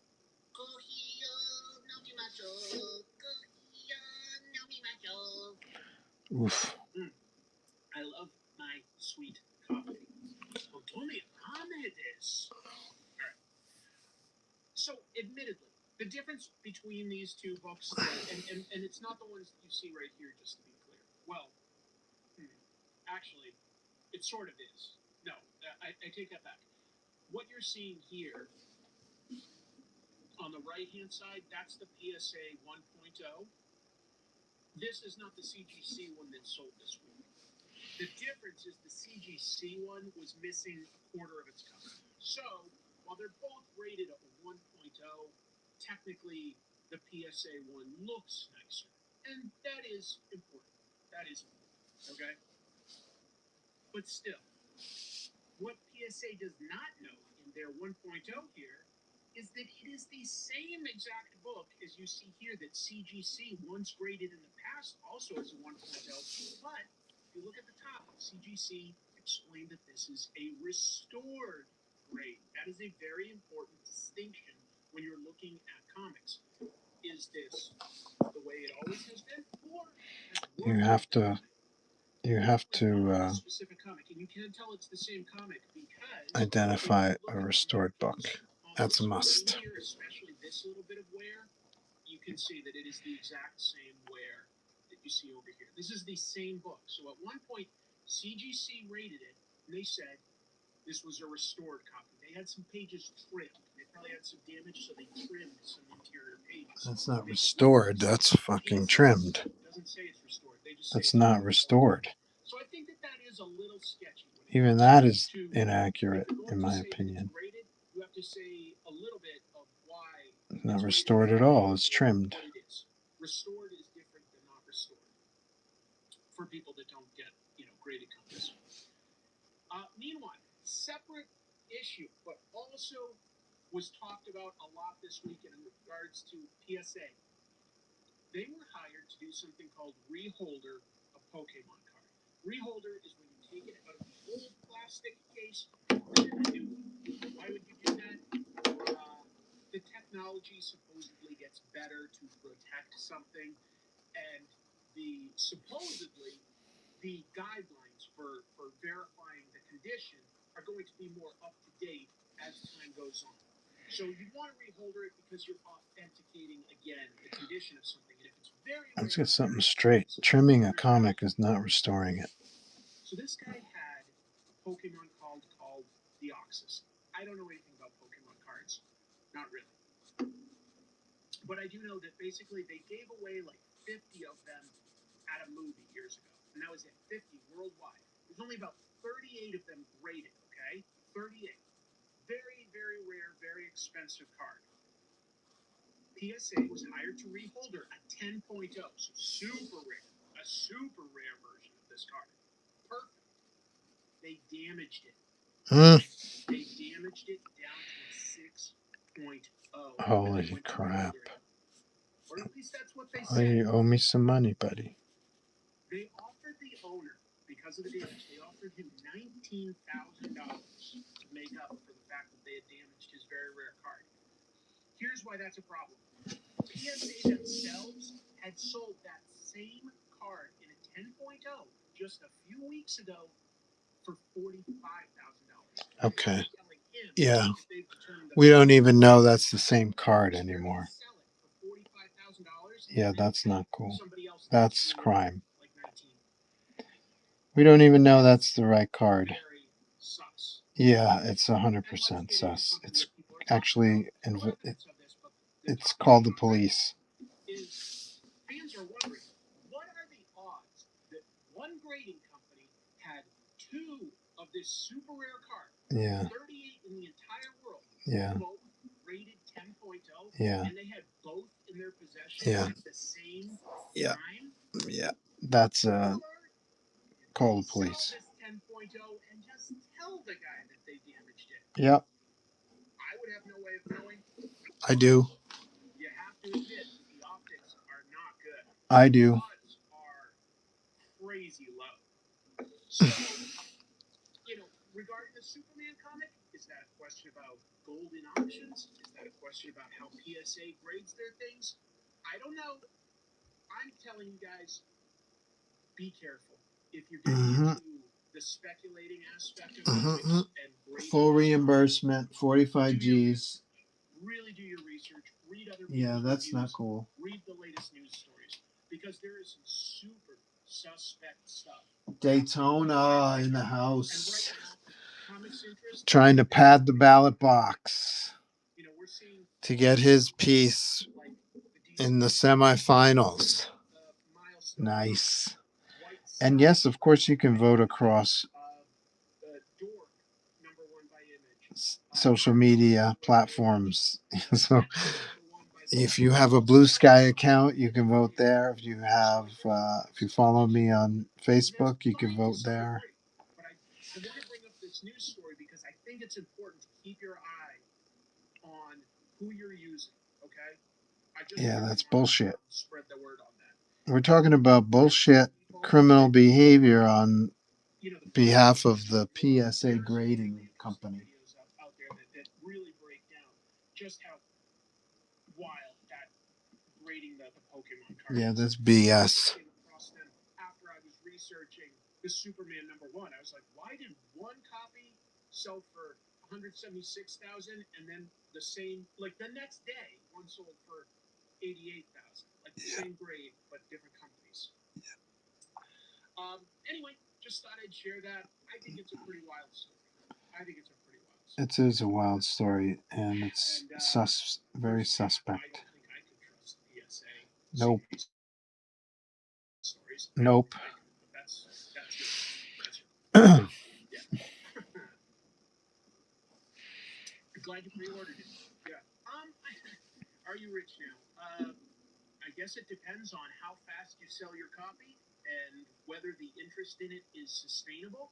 I read digitally the Image comics this week that were selling so well, and I think that Dork is super fun.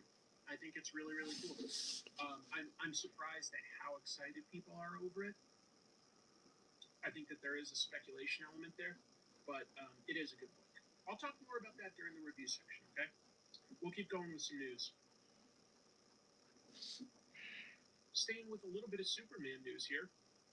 This week, One Piece. Even if you don't read it, I think people know what One Piece is because it is definitely one of the most popular manga out there. It's got the live-action Netflix series as well as the ongoing anime, and the manga's been going for a long time. Very, very popular. Very popular. Well, this week, One Piece officially announced that they had passed the mark of 600 million copies in print, which is a very big number. 600 million. That's honestly an unfathomable number. It really is. There's nothing we can really relate it to that we could conceptualize. It really is. It's humongous. It's humongous. I agree. Well, what does that mean? That means that it now ties with the estimates for how many copies Superman has sold. But, of course, Superman began back in 1938. Yeah. So it had a bit of a head start on One Piece. Yeah. And up to now, Superman has always been, overall, the character that has sold the most copies of its title. 600 million. So One Piece has tied it. Obviously, One Piece is super likely to very soon surpass Superman. Very soon going to surpass. Has anybody read One Piece? I tried to read the first volume and kind of stopped there. Began in 1997, so almost Half. 60 years after Superman. 59 years. 59 years after Superman, and it's caught up. It's a pretty big deal. It's a pretty big deal for any comic or manga. I'm going to put this If that's in true. context because this is a massive, massive number. Eiichiro Oda is currently the 8th best-selling author of all time. All time. He's right behind J.K. Rowling, and I think we all know that Harry Potter was kind of popular. That was 600 to 650 million copies of Harry Potter. Are there really? One Piece is probably going to surpass that by the time it ends. And that's just like in new issues.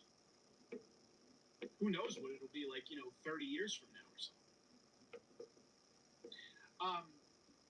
Oda is the only Japanese author in the top 10 most published authors, and the second non-English one. I think that there's a French author in there, if I'm remembering right. Anyway, the next manga creator on the list, not too far away, to be fair. Akira Toriyama, number 15. But that's counting everything that they did, these authors. 300 million copies if you add up Dragon Ball, Dr. Slump, the other things he's done. What is it, like Sandland, things like that. Here's a super chat. Did you hear that the creator of One Piece wrote down what the One Piece is and put it at the bottom of the sea as a publicity stunt? No, I've never heard that. I've heard that Oda-san does know what it will be. I'm excited to see, but we'll see.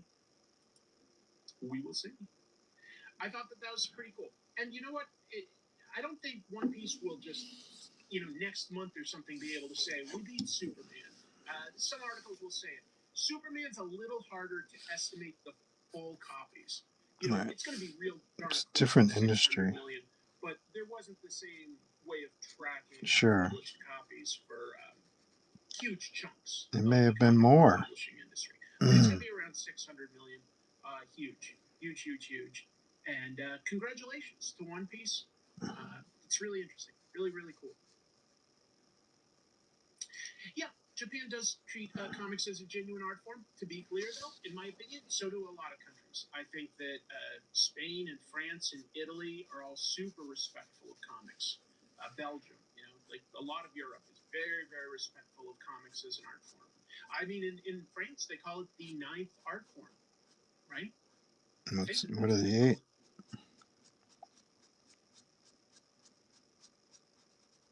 As long as I'm talking about manga, this was brought to my attention last week, but there's been some developments. There's a scandal in the world of manga. It's pretty ugly. I'm not going to go into gross detail, but I'm going to give high-level details.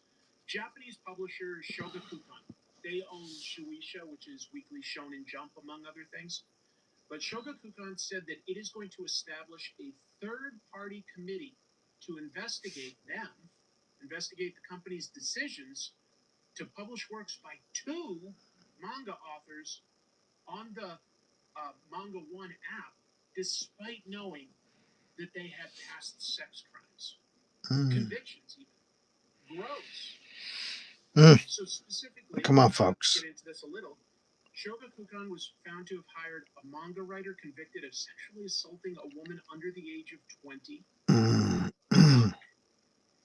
The author used the pseudonym Hajime Ichiro and worked on the series Jojin Kamen.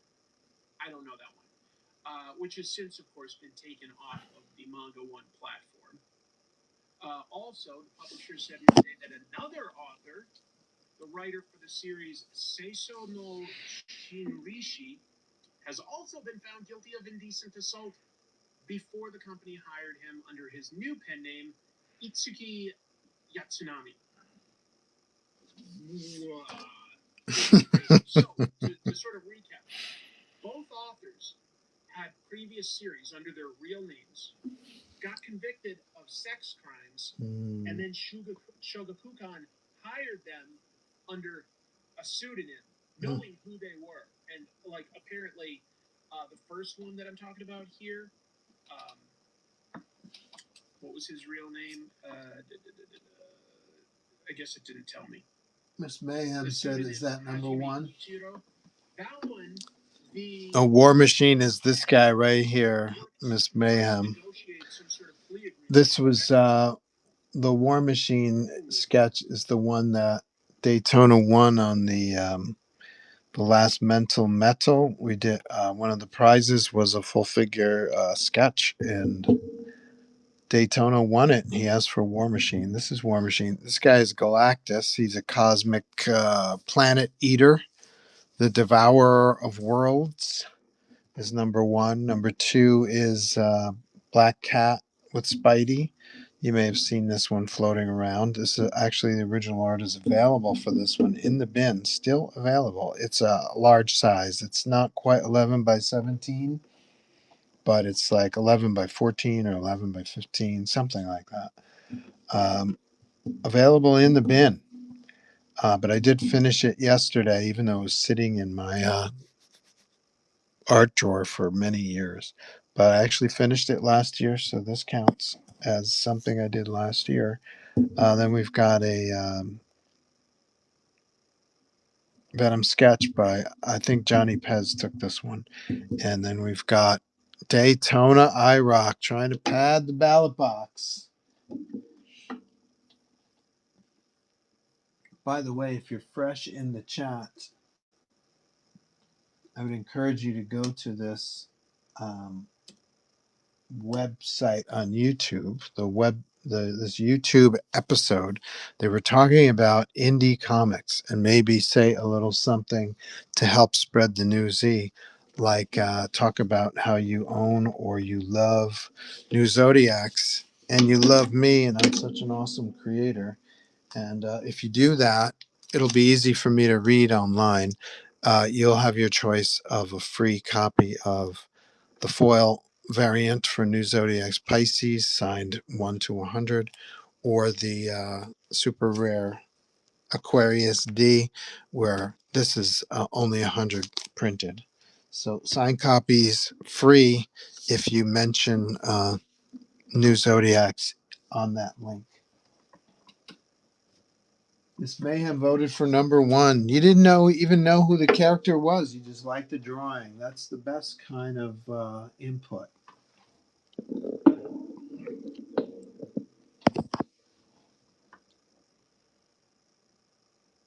Miss Mayhem said, then that's what I voted for before he said anything.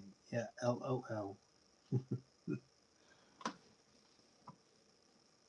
Let's see. So we do have a tiebreak. Galactus. Wow, look at all the surprises.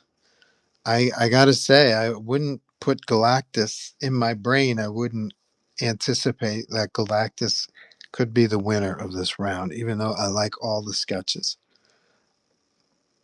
But good for you, Galactus. We still got a while to go. And I will be here. Don't forget, I'll be here tomorrow. We'll do color round two. Round two, sketch cover madness. The color contest is tomorrow at noon. And I'll be here tomorrow, or I'll still be here for a little while. I'm going to finish this guy and hopefully start Spider Man, the opposition to this today. So still be time for you to vote and hopefully to make a comment on the YouTube stream. And so in the meantime, we are listening to more comics news with the Comic Tropes After Dark YouTube channel. Here we go. So, pretty bad. Pretty horrible. Yes, I love that drawing. That's so cool that you just respond to the drawing, not even being familiar with the character. That's very, very cool.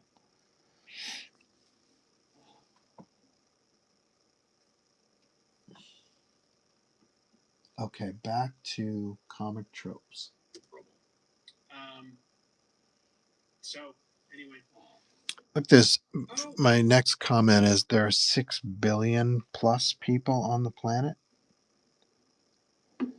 Every one of us have the capacity to be super creative. So when you got a guy who likes to assault women, you can scrap him from your life, either as a musician or her.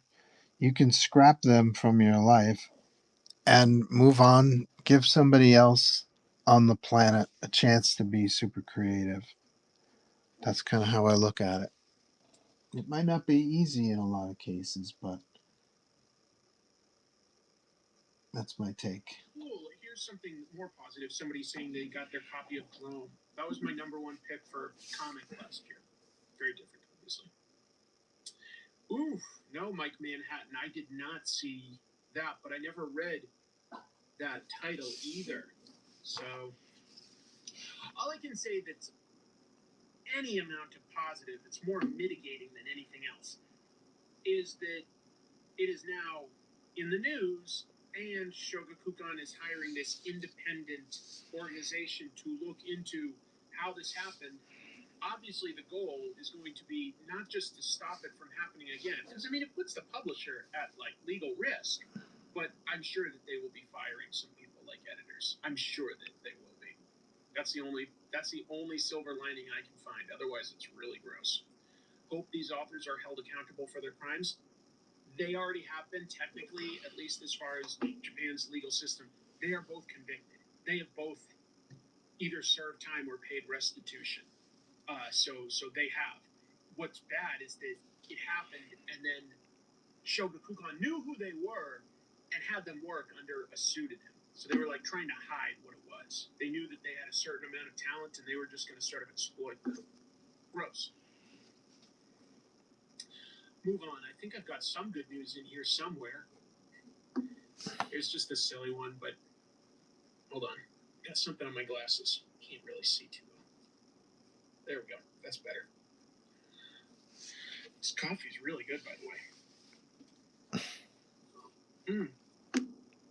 All right, Spider-Man: Long Way Home. What's that? Well, I'm going to talk actually about just a small handful of titles that Marvel announced, including a Spider-Man title that's clearly meant to capitalize on the upcoming new movie, Spider-Man: Brand New Day.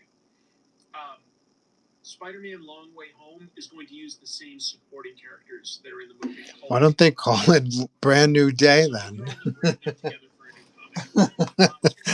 What the hell? Jonathan Hickman writing, promising. Adam Kubert on art. This is a cover by Dave Johnson. Cover's great. It's going to be set in the past when Punisher wasn't really Punisher and Hulk was barely known. Spider-Man was young. Anyway, all three characters are going to be hunting for a cosmic cube that's missing in the South American jungles. If you don't know a cosmic cube, there's a super scientist group in Marvel Comics called AIM, Advanced Ideas. Oh, AIM, that's right. AIM created the cosmic cube. They can somehow create this cosmic cube, and if you touch it, you can control reality. So it's ridiculously powerful. It's the Infinity Gauntlet before they invented the Infinity Gauntlet. So these three characters going after it.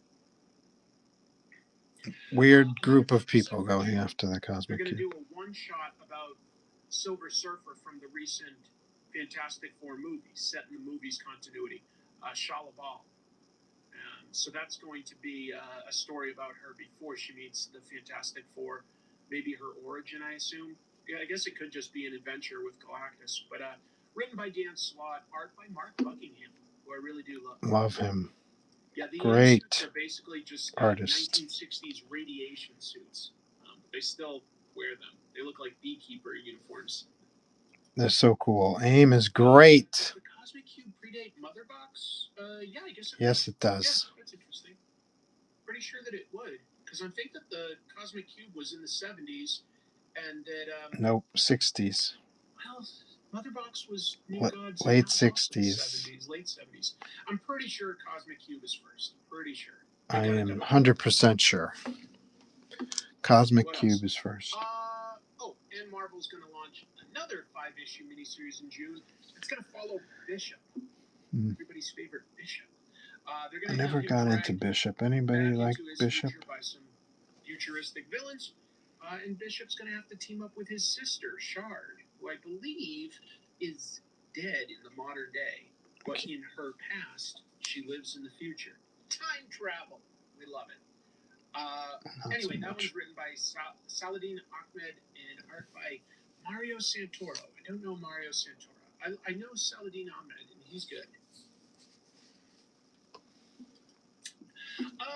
Yeah, but they did do some like comics that were set in that universe, like establishing the Fantastic Four origins, and now they're releasing one-shots called Fantastic Four Foes, where they're fleshing out characters that are either mentioned or have short cameos from the movie, which is kind of fun. Yeah, Bishop's sister's name is Shart. No, Shard, not Shart. Shard. D sound. D as in Delta, not T as in Tango. West Coast Avengers. Very funny. You're a jerk. Messing up my beautiful highbrow show. What else have we got? Some other Marvel news. Finally, something a little positive here. Anybody feel like winning a 37th annual GLAAD Media Awards. foil variant signed and numbered from 1 to 100?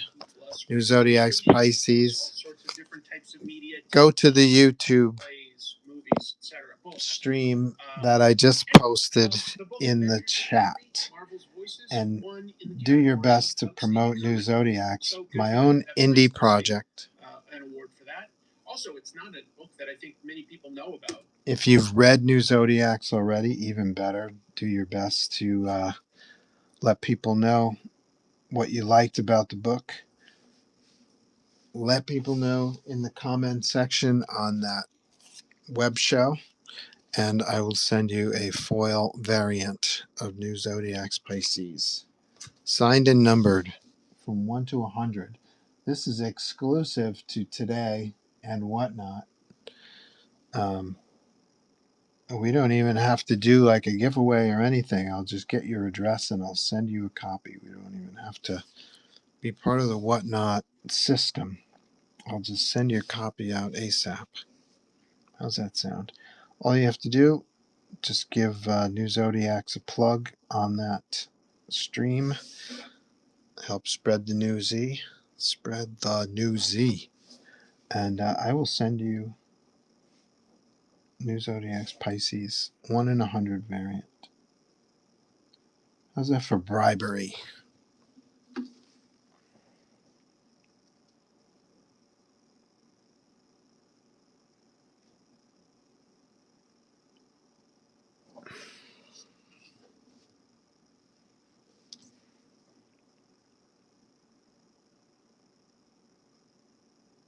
I prefer a gesture of gratitude to bribery. Thank you for helping promote the series that I created. And at the same time, you get yourself a nice reward. $30 value. Just check it out in the store. You can buy one in the store. I won't say a word. I appreciate the support very much. But I'm offering you a chance to get it for free.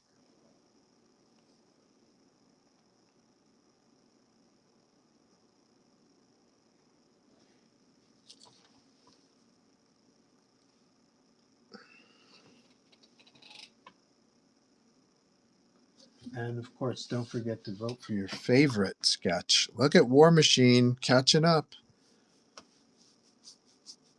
Find your favorite sketch and then go to the poll and vote for your favorite. It's a digital series. It's on the what's Marvel's digital platform called again? It's not called Ultimate, is it? Isn't it unlimited? All of a sudden, I forget their digital platform name. Whatever. Anyway, it ran on Marvel Unlimited. It's right in front of me. Is it Ultimate? Oh, it's printed right there in front of me. Could not be easier. Idiot. Hey, it's my first time doing this. First time. Yeah, so it went from 2024 through 2025. It followed a bunch of kid characters that were getting trained by Captain Marvel to be heroes of tomorrow. We're talking, Moon Girl and Devil Dinosaur, Red Goblin, Bloodline. She kind of came and went fast. That's Blade's daughter. Kid Juggernaut. I don't know who Kid Juggernaut is, to be honest. Some others. And a bunch of them are, somewhere in the LGBTQ family. The awards did make a point of mentioning every single person that worked on the creative team. So that's kind of nice. And then the award for Outstanding Graphic Novel, separate from comic book, graphic novel went to Mike Curado's Gaysians. And that book is published by a publisher called Algonquin. It follows a young gay Asian man who befriends 3 other Gaysians after moving to Seattle during the early 2000s. So just putting that on people's radar in case either of those appeals to you. But congratulations to all of those creators for winning an award for representation. That's nice. There were some great names on this. And I don't know how clearly you can see it on your screen, but all the different creators of the Avengers Academy are listed up here in the corners. It's nice. Good for them. Gaysians is good. It looked honestly like cool sort of slice of life stuff. And even if I'm not, part of a community, I love slice of life type stories and comics. So I would read that. I would definitely read that. What else we got? Something a little suspicious happening with these 2 Marvel titles. This is a quick little tidbit more than anything else, but there are indications that both Doctor Strange and Scarlet Witch Sorcerer Supreme are going to be ending at 10 issues, which is becoming super common for Marvel Comics. Very few of them are getting past 10 issues. 10 issues is sort of the standard contract they give to creators when they're launching a new title. Hopefully it gets there. Not too many going past that, to be honest. Originally, That's sad. most of these titles had solicitations for a trade paperback that would be the first 5 issues. But this week, if you look for any solicitations for those trade paperbacks, you just get little stubs. They've been edited or taken down off of pre-order places like Amazon and such. And now it says that each of these books are going to have over 200 pages. Well, you don't have 200 pages unless you have 10 issues. Yeah. So it looks like Marvel has quietly made it the full run instead of like 2 5-issue runs anyway, or sort of an ongoing thing. So Marvel has not announced anything, just to be clear. This is definitely speculation, but they did announce each of these titles as having a 5-issue trade paperback initially, and now all indications seem to be that it'll be 10 issues. They've been canceling a lot of books at 10 issues, so it just seems to line up. Which is too bad. I mean, obviously Doctor Strange is a very different idea where he becomes a magician in Asgard. That sounds interesting to me, but I haven't read it. Sorcerer Supreme with Scarlet Witch, a lot of people said that they really liked the art and the writing on that. I don't know. I haven't read them, so I can't really comment too much detail. What else? Let me move this just a We have a comment on my YouTube center channel. myself a tiny bit more in my window, like this. Yeah, if I jump back here, I guess that is his current outfit. Because he doesn't have, I don't think, the powers of the Vishanti, the triumvirate, those godly triumvirate that grant him his magical abilities, or at least most of his magical abilities. He lost the title of Sorcerer Supreme to Doctor Doom, who also has lost it since then. But he went and There is sorcerer in Asgard. I don't know. This is a graphic novel for you whatnot whippersnappers out there. It's called Doctor Strange and Doctor Doom, and the title of the graphic novel is Triumph and Torment, and it's written by Roger Stern, who's probably my favorite Marvel writer of the last 40 years, and illustrated by Mike Mignola. And that was the first time. Roger Stern is one of those great writers who embraces the history and elaborates on the history of a character, a Marvel character. He's very well versed, very well very knowledgeable of the character's history, and he's great at elaborating and expanding on certain things. So that was the first time. Triumph and Torment is the first time that they had established that there were challenges to the title Sorcerer Supreme. So in other words, Doctor Strange for the longest time seemed to be widely recognized as the greatest sorcerer in all of the dimensions.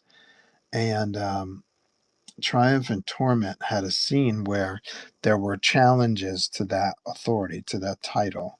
And so there were other mystics, other sorcerers from other dimensions, and even one from Atlantis, where the Submariner lives.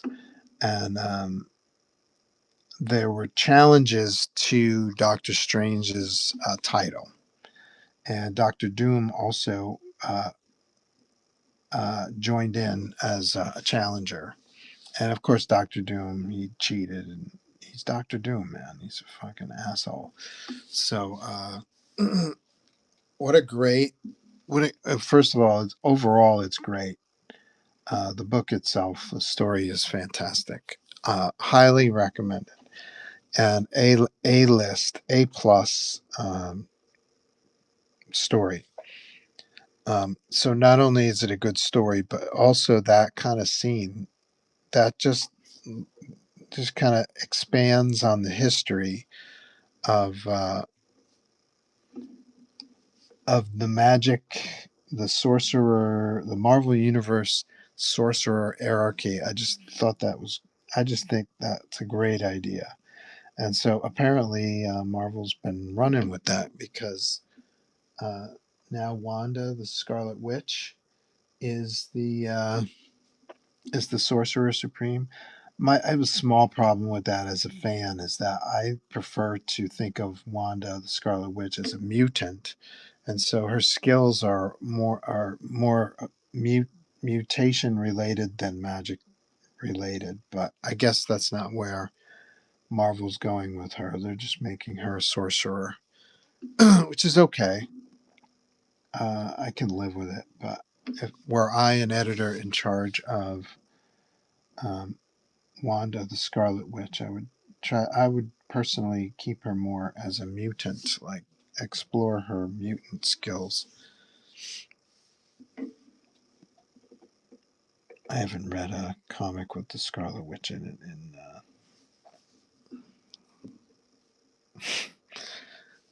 a current comic with the Scarlet Witch in a very long time. But yeah, you whatnot whippersnappers who are kind of in touch with what she's been up to, let me know. And read Triumph and Torment. Let me put that in the stream too. Let me write this down. Read Triumph.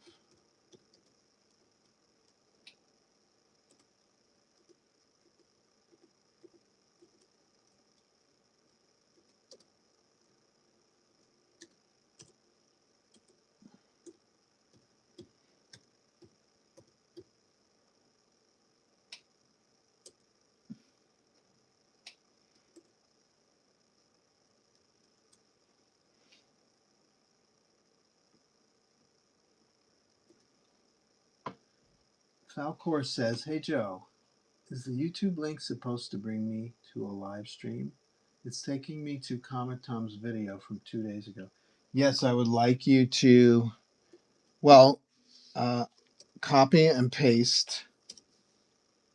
And the Comic Tom stream was talking about indie projects and how some indie projects are getting hooked on by speculators. So I'm trying to use that topic to help promote my own indie project. So go on Tom stream. Go to the comments section. Do your best to promote new zodiacs, spread the new Z, and I will send you a foil variant of the new zodiacs Pisces, signed and numbered 1 to 100. I'll send it your way. That's what I'm saying. Also, don't forget to vote on your favorite cover.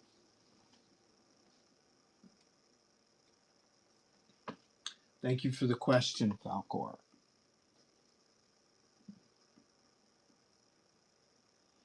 Why? But this is kind of nice news. This is really exciting, especially if I was still living in DC. This would extra excite me. Lived there for like 10 years. But this week, the Smithsonian's National Museum of American History acquired the first appearance of both Captain America and Superman. Huge, important culture for America, important for Jewish history, important for comic book history, important for superhero Marvel and DC history. Both super important books, obviously. The Smithsonian got both of them.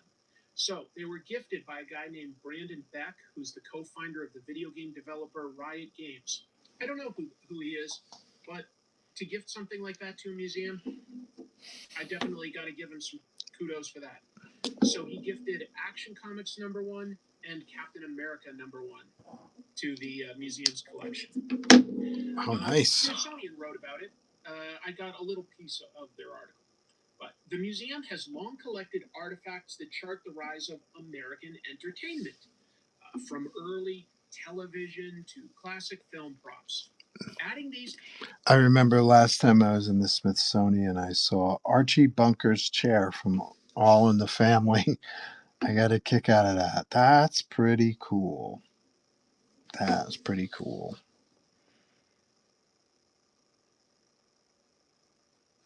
Okay, I think I got the basics for the figure. I'm going to draw this guy down in here, do some rendering. I like that metallic sheets.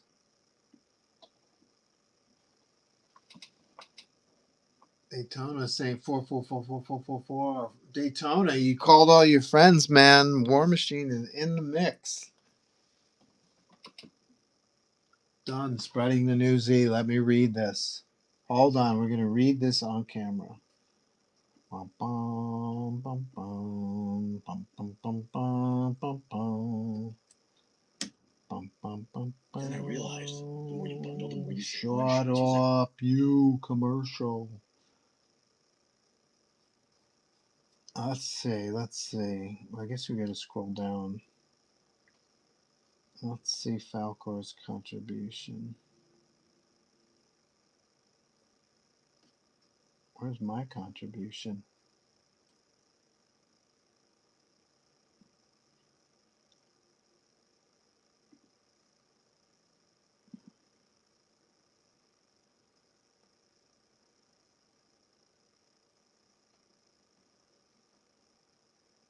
Falcor, check out New Zodiac Pisces by Joseph. Super cool indie horror book. Look at you. Dude, man, make sure you DM me or email me your address. I probably have it on file, but just to save time, you're getting a signed copy of the foil variant. Do you already have this, Falcor?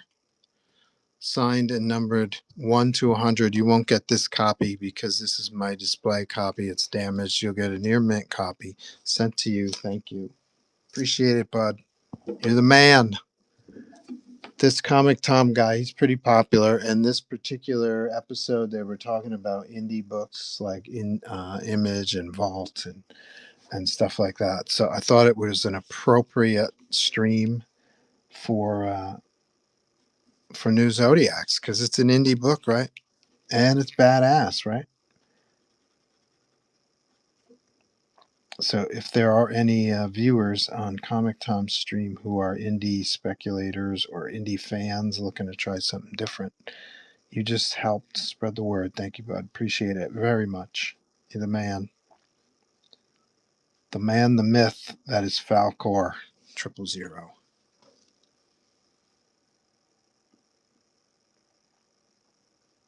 I'm going to screen grab this too.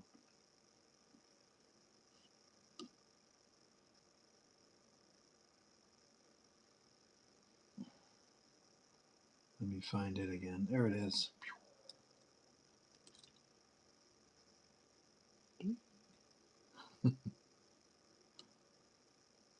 That's so cool.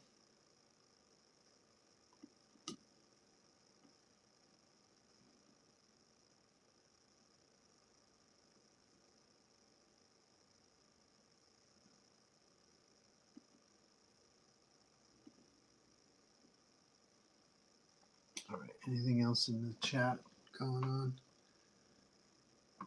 I'm still bugging CB Cebulski every few weeks on Twitter about getting you an ASM 1000 cover. Does he respond at all?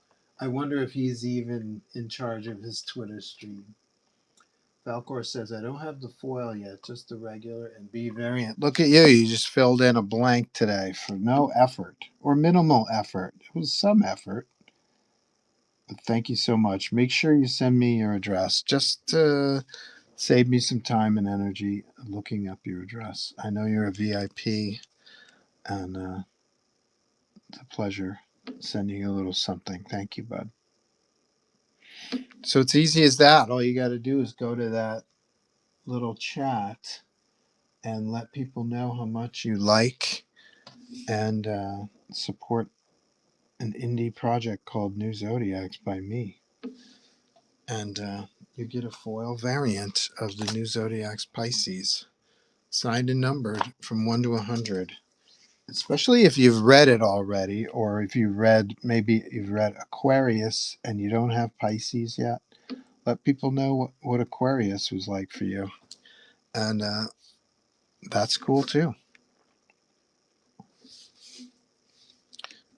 I'll probably do that only today. I'm not sure I'll be doing this forever.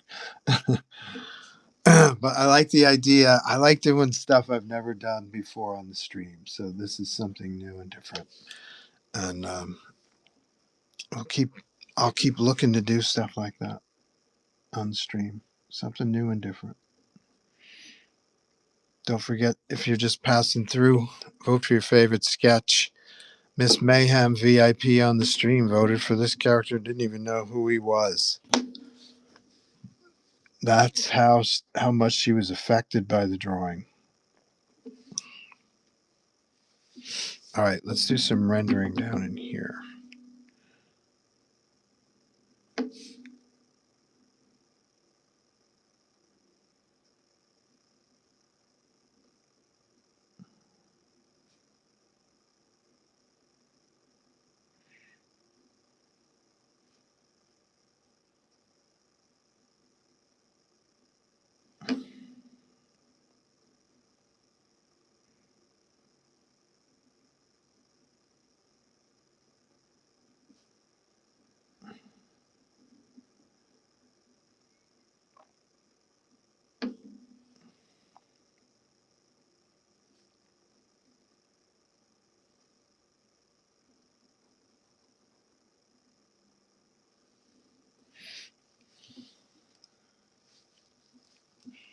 All right, let's find my reference for this guy right here. It's kind of like a brushed metal with kind of like almost kind of rusty. I like it. It's cool.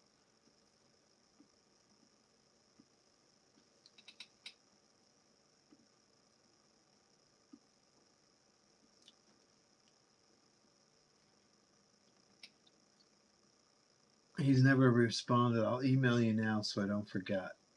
I got first Joe St. Pierre no prize for finding the mistake with Cricket's last name too. Superfan status right here. That's right. Her last name is Monroe, right? And did I forget? Did I forget that her last name was Monroe? I forgot. Her husband's name is Hector Farley, and depending on what day you talk to me, she took his name or she didn't. And so what was the scenario? Did you say her name was Monroe? And I had forgotten that.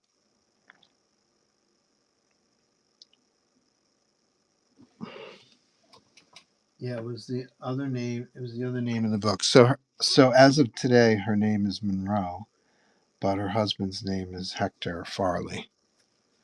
So I forgot what I was thinking on the day, but today I think I remember better, or I forget what I even said back then, but her name is Monroe, Cricket Monroe.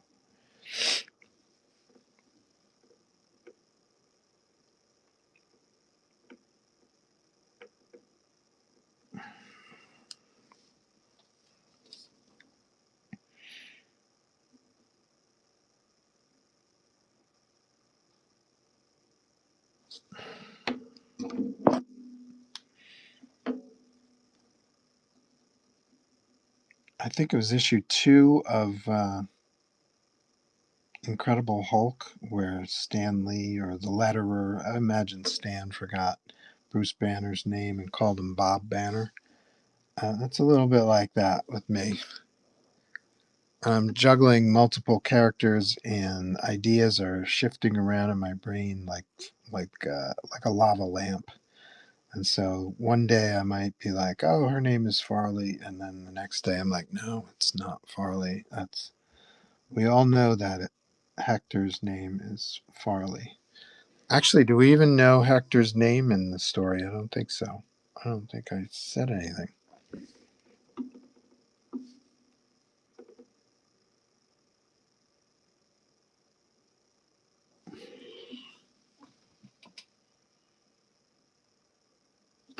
If you're just joining us, vote for your favorite sketch. It's March Sketch Cover Madness, the black and white edition. This is round 2. The winner of today's poll, after I've collected all of the votes from Facebook and Instagram and etc., the winner of today's poll goes to the semifinals. So far, War Machine with a strong showing, tied for second place with the Black Cat, but Galactus in the lead by only 2 votes ahead. Anybody's game, and I'll be here for a little bit. I'm going to do some rendering down in here on the metal of this Chrysler building, and then I'm going to join this with its companion piece, and I think I'm going to draw a moon between the two comics. But let's finish one first. It's got to work. It's got to work, stand on its own, just in case no one buys both pieces.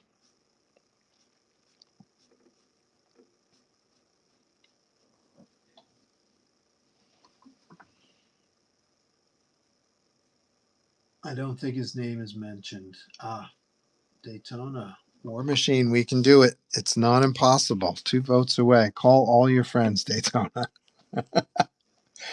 Daytona, open up 17 accounts on Whatnot under different names. And go get that. Go get that semifinal win. Go to Hollywood.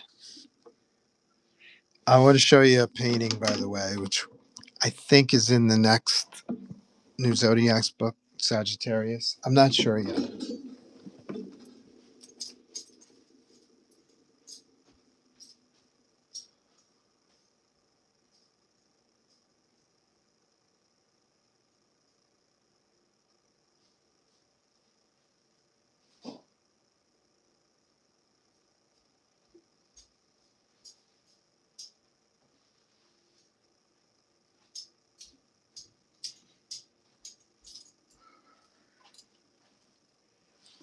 A little New Zodiac's sneak preview. My friend Nicholas, he goes by the artist Nom de Plume Kriev, and he painted this piece for me of Cricket with Hector, her husband's stone, and that's Cricket's ring right there glowing, her wedding ring, I suppose. So anyway, he had painted Hector Monroe on here, And I was like, no, his name is Farley. And then I looked and saw in the original pitches that I had his name wrong and I had changed it. And the materials I gave Nicholas to review were not up to date. So he painted over it. And so this will probably be at least a pinup, if not an alternate cover for a future issue. I thought that was cool though. And, completely different, right, from my style. I like that. So what do you guys think of that? Looks good.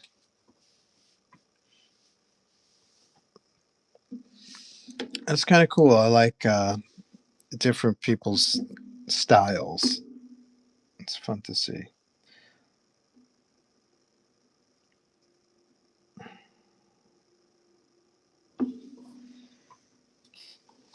All right, let's do some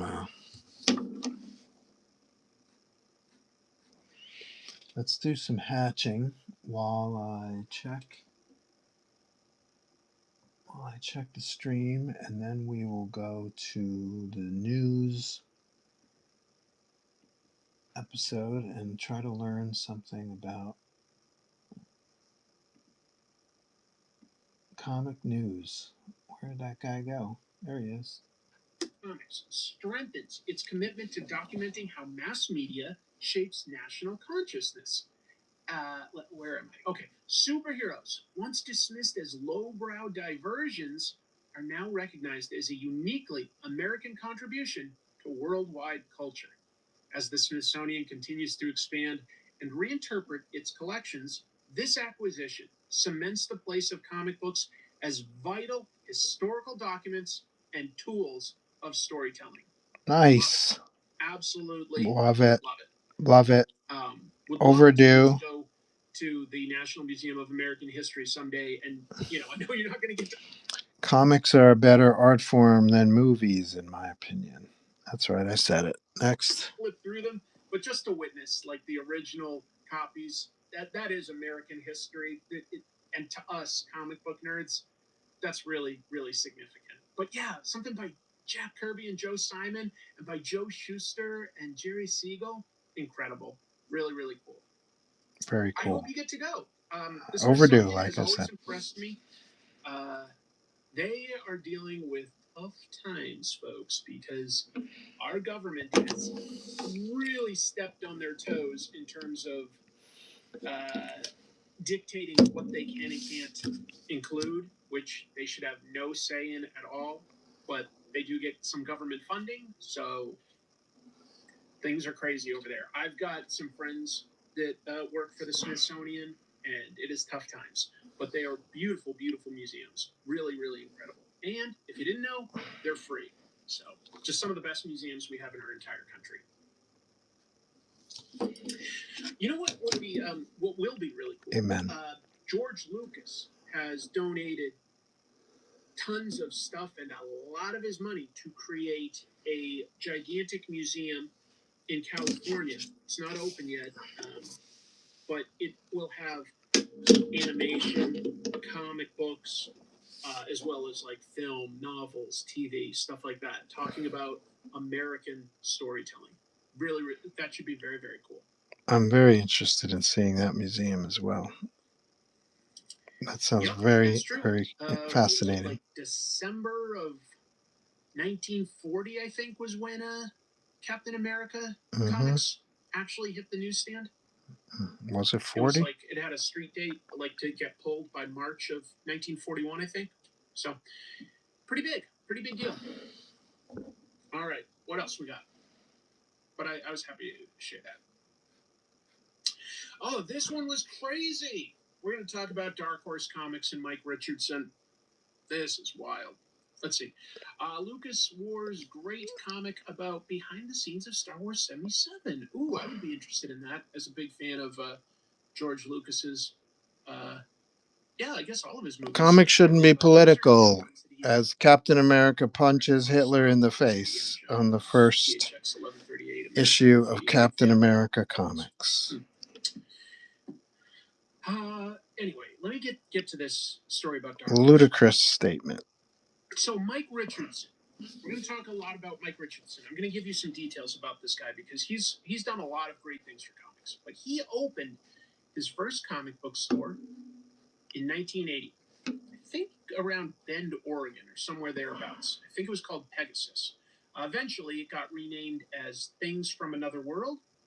And I think that there are 11 Things from Another World. There at least were at some point. So it's a chain. It's a franchise. Anyway, more importantly, more to the story's point, he began publishing comics with Dark Horse Comics 40 years ago now. 40 years ago, 1986. Really? Only 40? Dark Horse was very different.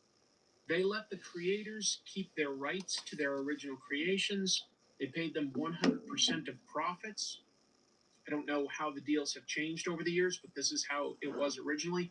Early hits included books like Concrete by Paul Chadwick, Hellboy, of course, Mike Mignola, Sin City by Frank Miller, bunch more. The Goon by Eric Powell, that started there. Really, really cool.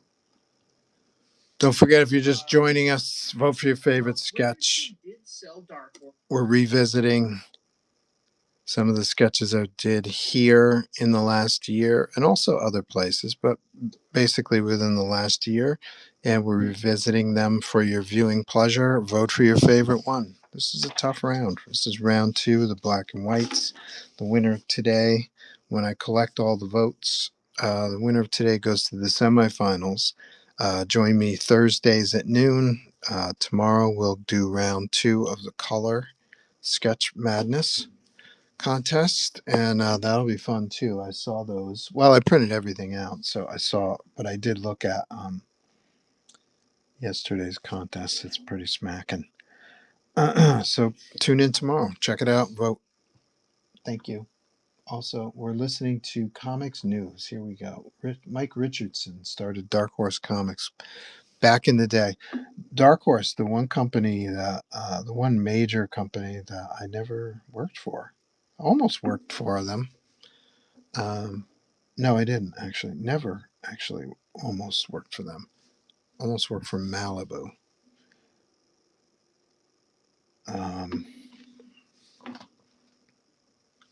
Never worked for Dark Horse. Just about everybody else, though. To this Swedish Boom, conglomerate called the Embracer IDW, Group in Dynamite, he Marvel, remained on DC. as the CEO, but he did sell Dark Horse to a bigger company. And I wasn't surprised. I mean, he's 75 now. Obviously, he was thinking of the future. Like, how does the company keep running? What's he going to do? It was a reasonable enough step at the time. Yeah, I love these things you guys are throwing out. Martha Washington, Time Cop, Boris the Bear. Star Wars. Chris Warner did some really good work for them early with stuff like Black Cross. He did some Predator stuff. This week, the Embracer Group fired Mike Richardson. They announced that they would be installing an interim CEO.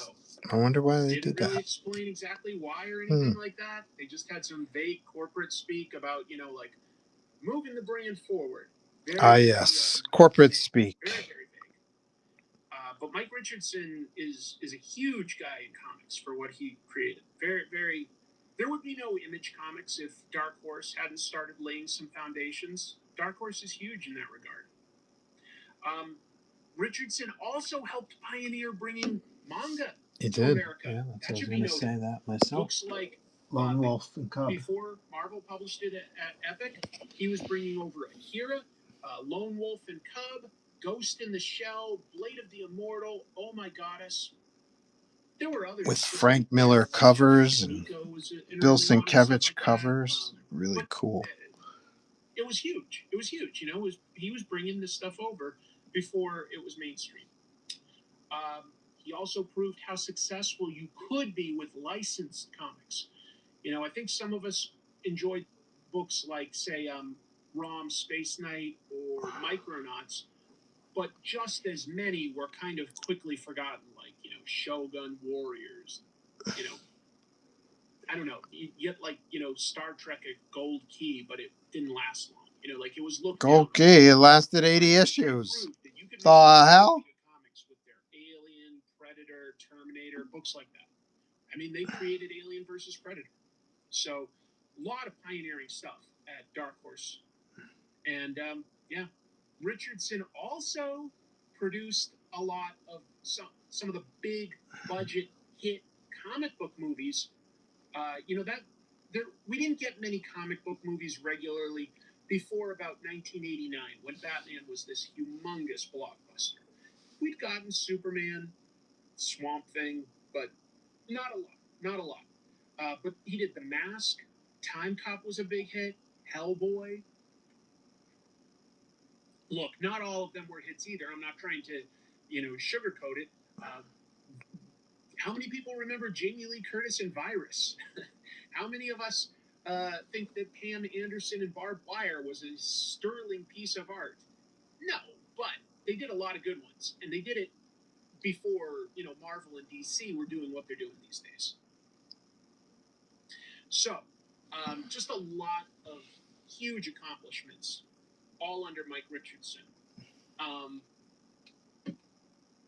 Honestly, for next steps, totally unclear. Embracer Group has not said what they want to do differently or why they let him go, anything like that.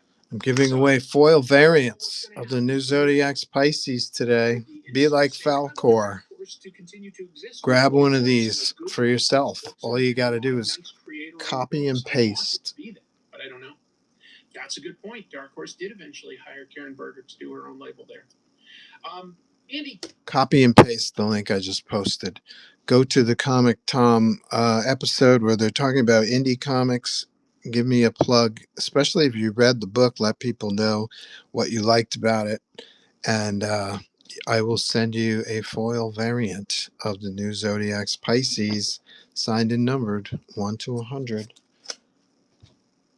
Very rare. You can buy one if you don't want to do any work. You can just go into the bin and buy one of those for $30, signed and numbered. So give me $30 worth of value to help promote New Zodiacs today. Help spread the new Z. Spread the new Z. Just my way of saying thanks for supporting the book. Also, don't forget to vote for your favorite sketch, because I'm a writer and artist. Here we go. Back to the news. Always nice to have you here. When Dark Horse first started publishing comics, they were firing on all cylinders. Almost every book was top tier. Hats off to Mike Richardson. No question.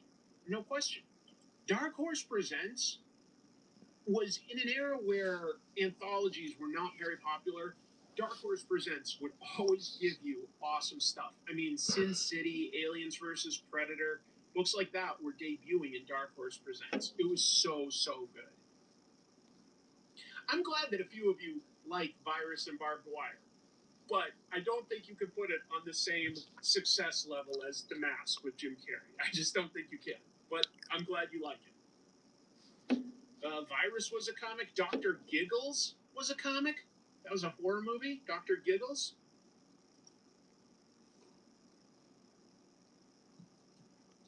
It's fun sometimes to talk about movies that people don't know are based on comic books. It's kind of fun. I don't think I really know that one. Ianu, based on it's a great African fantasy comic. That sounds cool. Anyway, yeah. to Embracer Group, I guess IP stands for increased profits. No intellectual property anymore, just increased profits. I don't know what Mike Richardson wants to do anymore. Maybe he wants to enjoy retirement with his family at this point. But he should be proud of the legacy he created. He did so many great things for comics. Helped creator rights, created a great store, created some great movies, imported manga. I mean, that's a lot. That's a lot right there. Well done. No Man's Land.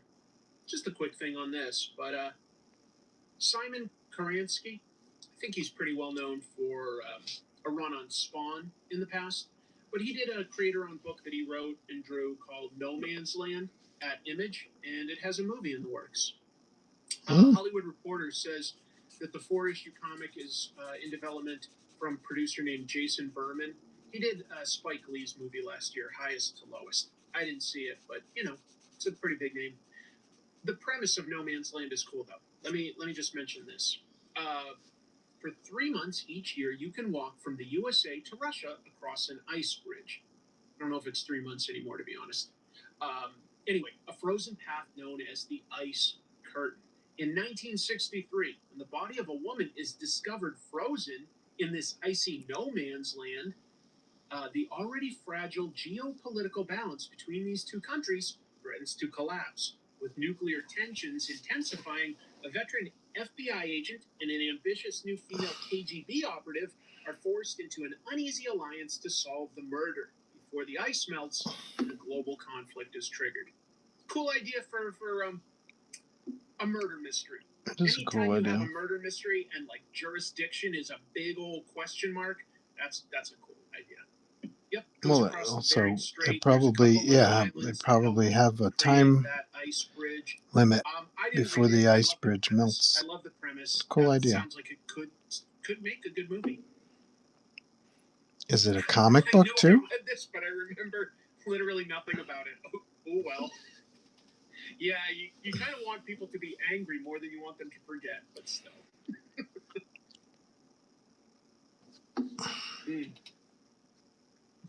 It is a little like Whiteout, a little bit, but yeah, Whiteout is great. By the way, if you've never read the first Whiteout with art by Steve Lieber, oh man, that first book is fantastic.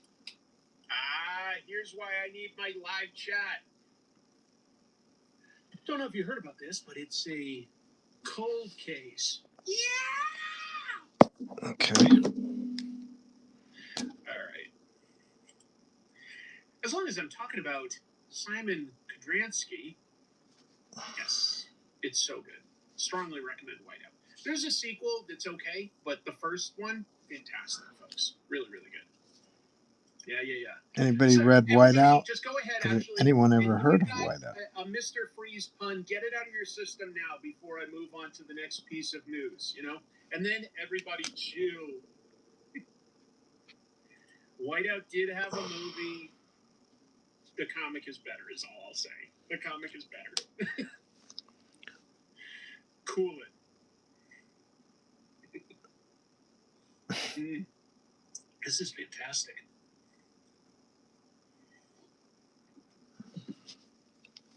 I gave you your time for your cold puns. They didn't come fast enough. I'm moving on. Highlander. I get why they're doing this now. They're making a Highlander comic. Although it's a cool idea for it. What's in the coffee? Actually, fair question.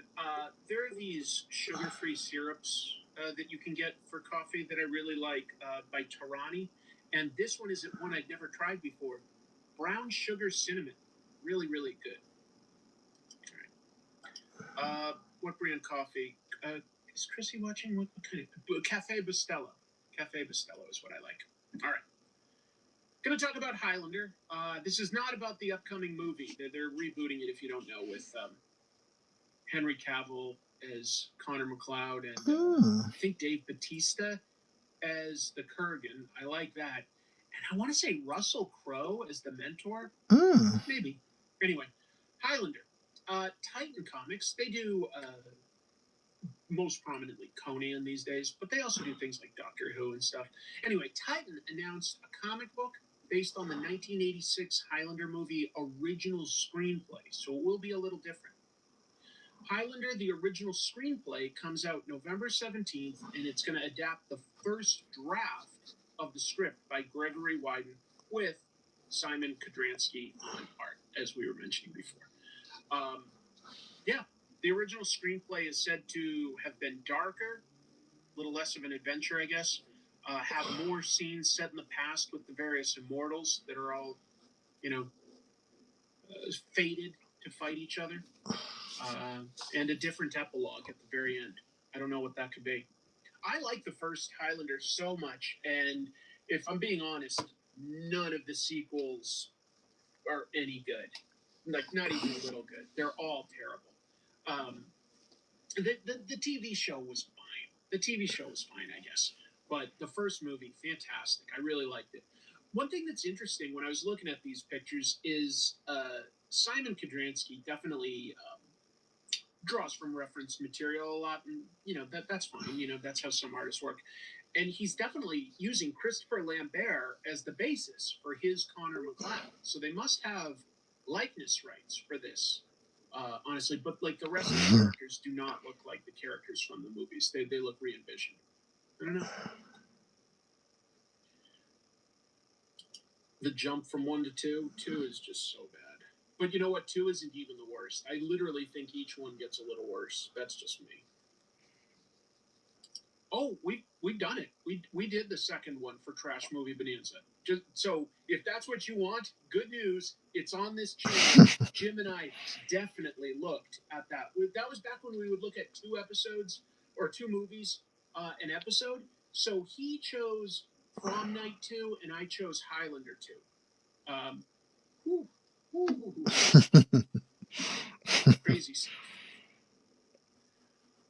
Love the Queen soundtrack. Love the actors that are in it. I mean, Clancy Brown and Sean Connery. It's so good, that first movie. It shouldn't have been as good as it is because it's definitely a pulp type of a movie, but the sword fights are good. I'm gonna be honest, It's I got haven't stylish never seen direction. Highlander, any of the It's- Highlander movies. I love it. Recommended? All right, and now Chat, what do you it's think? the time Should of I the watch show where them? I shit on Jeff Loeb. No, I'm not going to Whoops. totally shit on him, but some weird stuff with him. By the way, let me mention this. Jeff Loeb was, I guess, at my local Comic-Con that just happened this past weekend, Emerald City Comic-Con. That's where some of this news will come from. And apparently he charges $40 for a signature. I Nice. thought that was pretty high. Good I've heard of gig. people charging for a signature, but I want to do that. that is up there. I want to do that. Anyway, so yeah, Emerald City Comic Con this past week, there was a DC panel. Jeff Loeb shared a couple updates that I thought I'd share. First of all, he explained that his upcoming Batman Wonder Woman The Truth series with Jim Chung on art, that comes out next month. That's going to refer to events from his first Hush miniseries, or not miniseries, that was more of a maxi series, 12 issues. Mhm. And it's set between Hush and the technically still going Hush 2 Batman stories. He also said, and I mean, I guess it's a joke, but it's a weird joke. He said that Alan Heinberg will be consulting on this Batman Wonder Woman comic. And here's a quote from Jeff Loeb. For those of you worried that I won't know how to write Wonder Woman, I agree. And that's why he hired Heinberg, who I guess at one point wrote a screenplay script for Wonder Woman. It wasn't used. I'm not sure Oh. what to make of that. 40 is high. 40 is really high. I've seen the thing I see more often when people will charge is maybe like charge if you just want one signature for just the name, but if you're buying books from them, maybe they won't charge, or if you can personalize it to that person, like to Chris, then they won't charge you. I paid I think $25 for Michael Golden to sign There a you copy go. of the NAMM #1, and I was like, do I want to do this? Do I not want to do this? And I was like, no, I personally really like Michael Golden. So to There me, you go. this is an autograph that I want. So I paid the $25. But Well, there you go. $40, Well, I can't 25 is high. Come on now. off the top of my head, even though there's a lot of artists that I really love, I pay that for like an original sketch, of course. I pay a lot more than that for original art. It's hard to pay like a signature. It's hard for me to justify that. It's 40 a lot for a sketch, chat. Come on. Also, though, since this came up, Loeb did also talk about how Hush 2 is 9 months late, or at least issue 163 is the final issue of it. He said that it's down to Jim Lee being so busy. In fact, he said, like, Jim Lee is, like, the best artist running the best comic book company, and so, he's busy. And I'm like, yeah, he's busy, but it's not like you guys announced this and then he got surprised by things like promoting the Superman movie or something. Exactly. This stuff was coming, and he had a lot of time before it launched. Exactly Anyway, right. he specifically said hate the game, not the man. I don't hate Jim Lee. I would What never you do is you Jim solicit Lee. the book when it's done. The But I end. can also go like, The end. get it This is together, basic man. shit, folks. Get it together. Basic shit. You paid $15 for Art Adams? I think I would do that too. I would. I really love Art Adams. It's okay. There are to people be out there who really love Jeff Loeb. It is okay. I would just say that there's a price for me personally where an autograph doesn't necessarily excite me that much. If I can have a moment talking to a creator that I really admire and get them to sign their book, that's exciting for me. I'll remember that. But paying $40 is a lot. David Finch was at the convention too. I don't know what. I personally, my personal experience, I had two of my favorite Hulk comic books signed by Herb Trimpe. And I was an adult. This isn't me as a kid anymore. This is just me like, I really like Herb Trimpe, and he didn't charge at all. And he signed his name on the comic. And I'm like, I don't like this experience. I don't like people writing on my comics. So I'm not comfortable paying a dime for an autograph because I think they ruin the comic book. What does that make me? So I don't like autographs. Learned that a long time ago. Don't write on my shit. But I did have a dinner with Herb Trimpe, which was a delight.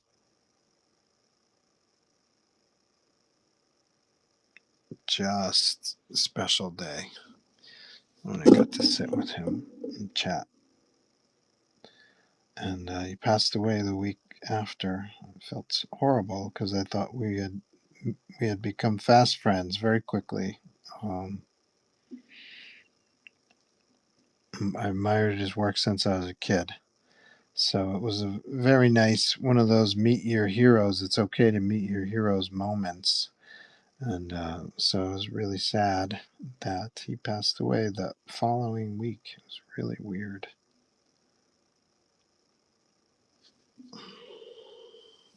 I haven't had a lot of cool experiences with meeting my heroes. They haven't been very enlightening moments in my life, but he was a special. That was a special day. Really enjoyed spending time with him. I don't know how he felt about it, but I had a great time. Sweet guy, and his wife too was very nice. Her name was Jessica. I think Jessica. I'm going blank. It was a number of years ago now.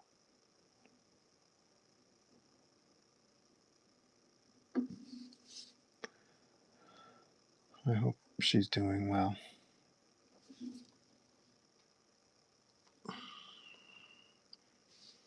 All right.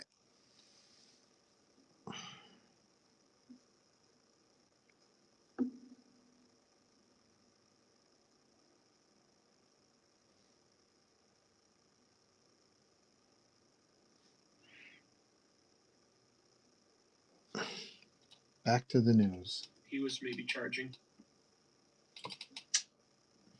Oh, Heinberg did. Miss Mayhem has some kernels of wisdom. Let's see. Watch the original Highlander only. Fire. Good to know. I've ended up buying a second book on the ones I got signed. LOL. Yeah, you get one signed, and it's like, okay, that's a memento, but yeah, it kind of wrecks your comic, doesn't it? I can't imagine people coming up to me asking me to write my name on their comic. So I do it so that it's really noticeable. So it's like I make sure that it looks like a commitment. Like you wanted me to sign this, so when I sign something, you know it.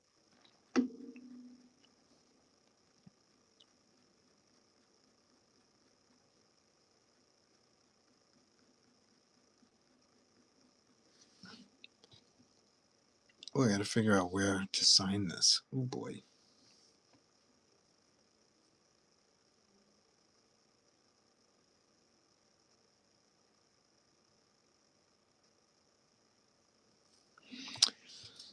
space up in here that I like.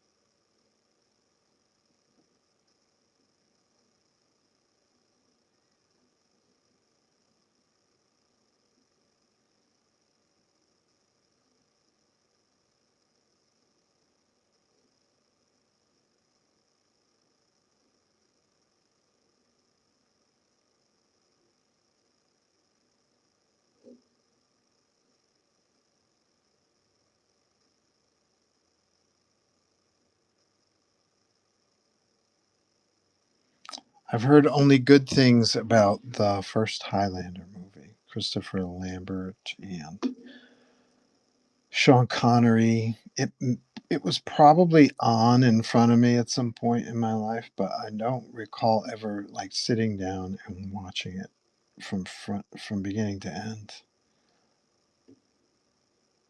I remember there's a character at Valiant Comics. His name was the Eternal Warrior.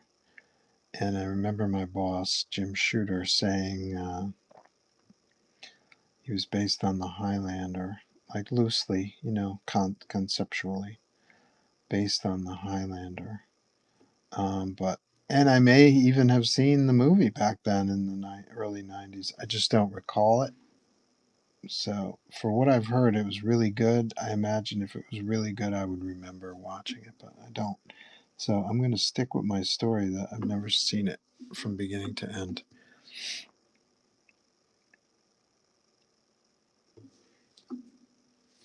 Thanks for the advice, Miss Mayhem. Appreciate it. We'll get there. We'll see it at some point. All right, ready for more news? Let's see, more news.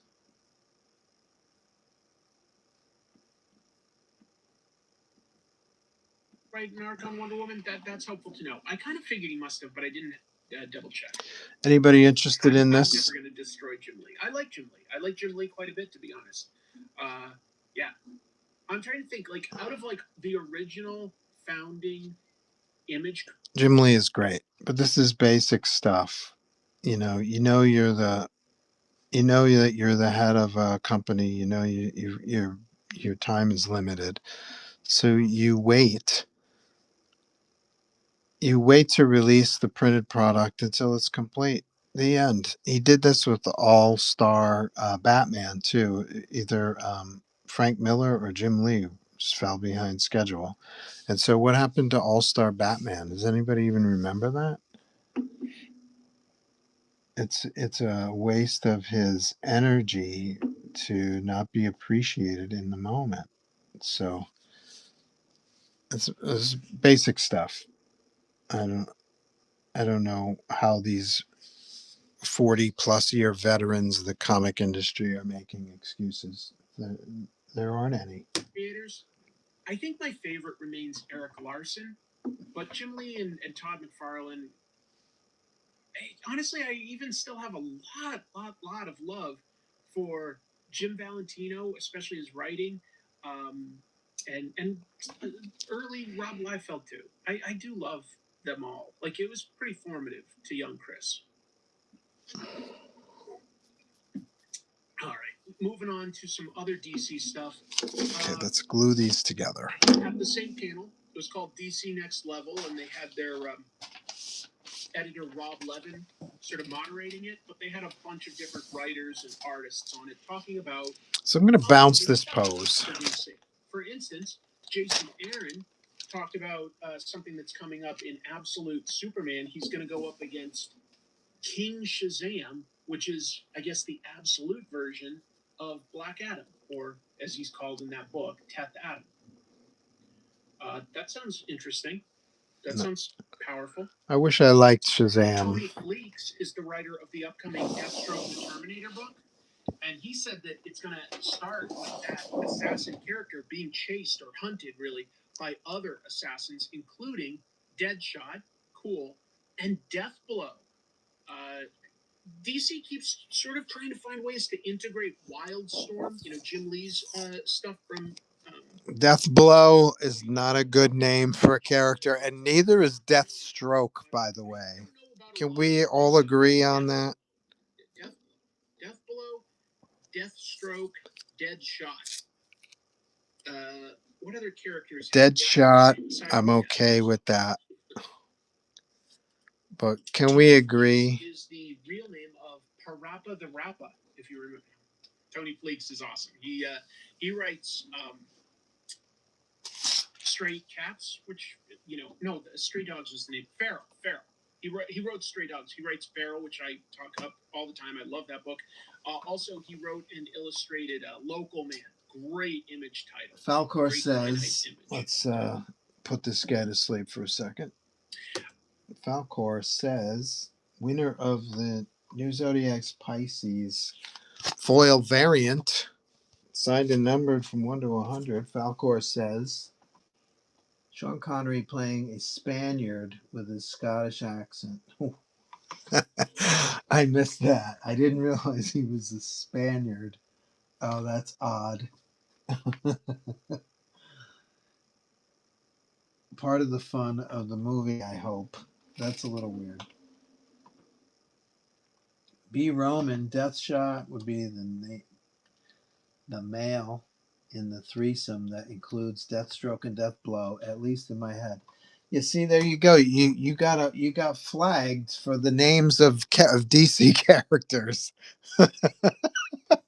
Let that be a lesson to DC Comics. I'm screen grabbing this right here because I wonder which one did it. Stroke or Blow got muted. Horrible names.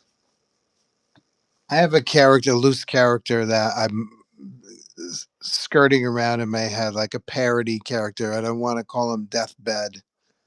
And I think Deathbed is a better name than Deathstroke, Deathblow, or Deadpool. Horrible names for characters. I totally agree. You like Deathbed? See? Isn't it better than either of those three? Deadshot, okay. It's not my favorite name for an assassin character, but at least it's passable. The other two are failure names.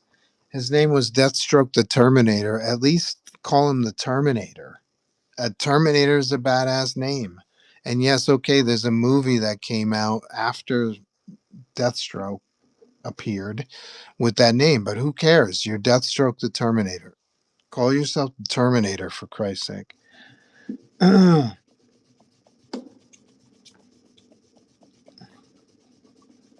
about Death Tickle?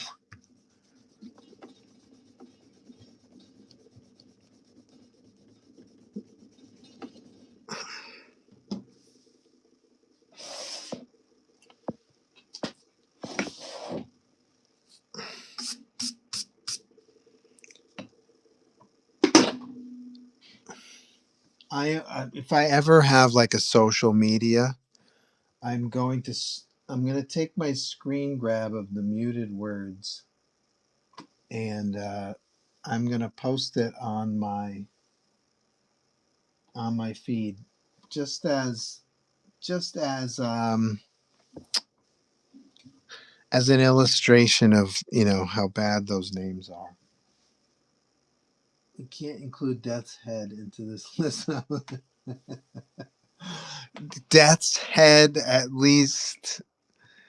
Yeah, Death's Head is better than, but but now we're really going down a rabbit hole.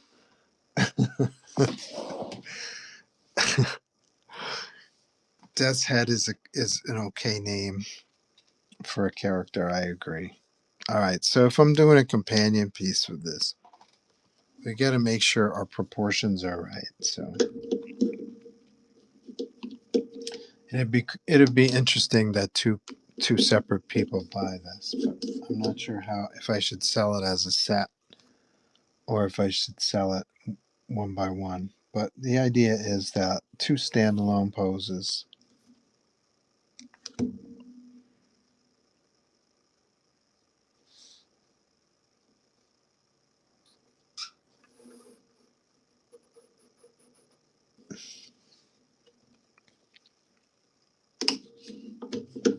face off across the city.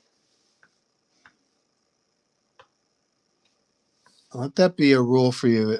That would be a great test. I got a name for a character. Post it in the whatnot chat. And if you get muted, you know that there's a problem with the name of your character, or not a problem. Maybe you want to get muted. I don't know, but I think that's funny. Let's check on the chat on the poll rather. Um, it looks like Galactus starting to pull ahead. I'm so impressed. I did not have Galactus in my winning slot for this one, but very glad to see. I love being surprised. It looks like War Machine has officially become third place. It was once tied for second, but we got time. I'm gonna break out. I'm gonna at least break out Spider-Man before I sign off today. Falcor says there's a whole generation that calls Deathstroke Slade because they couldn't say death on the Teen Titans cartoon. That's right. Is he just called Slade? Slade is even a better name than Deathstroke.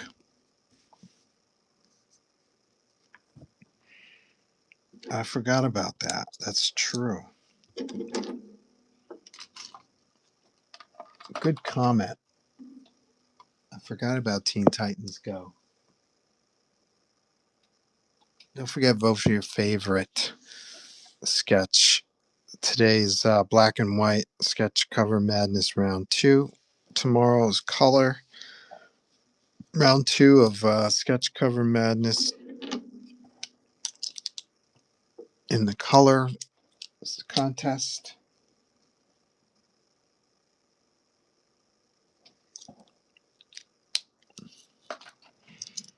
All right, so I need a blue pencil for Spidey.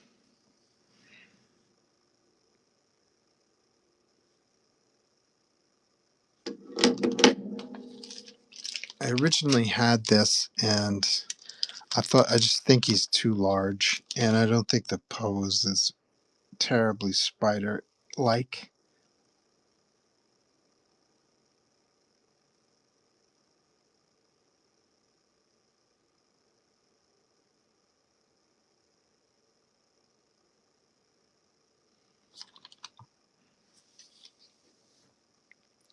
So I gotta rethinking.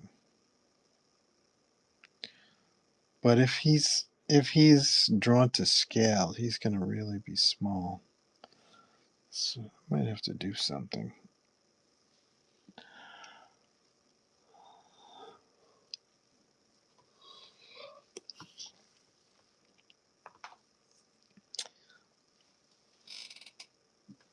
I can see now why I did him so large, because he fits in the frame better.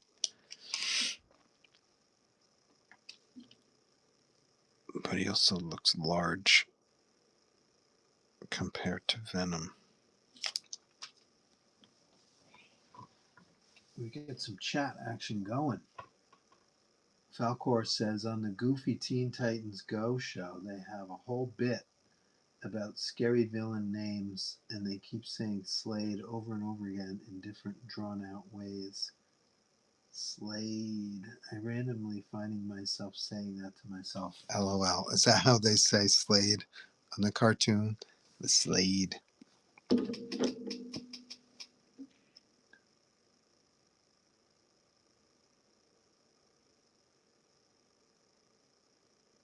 A Slade is kind of a play on, the past tense of the word slay, which kind of works for me. It's also a really heavy rock band called Slade. I don't know where they got their name, Slade. I don't know what Slade even means, but it's a cool name for a character.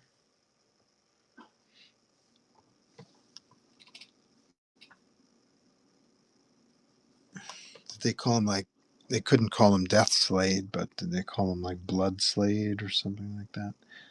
All right, so if we got to do some thinking now. Quiet, I need to use my brain. Here, listen to this while I use my brain.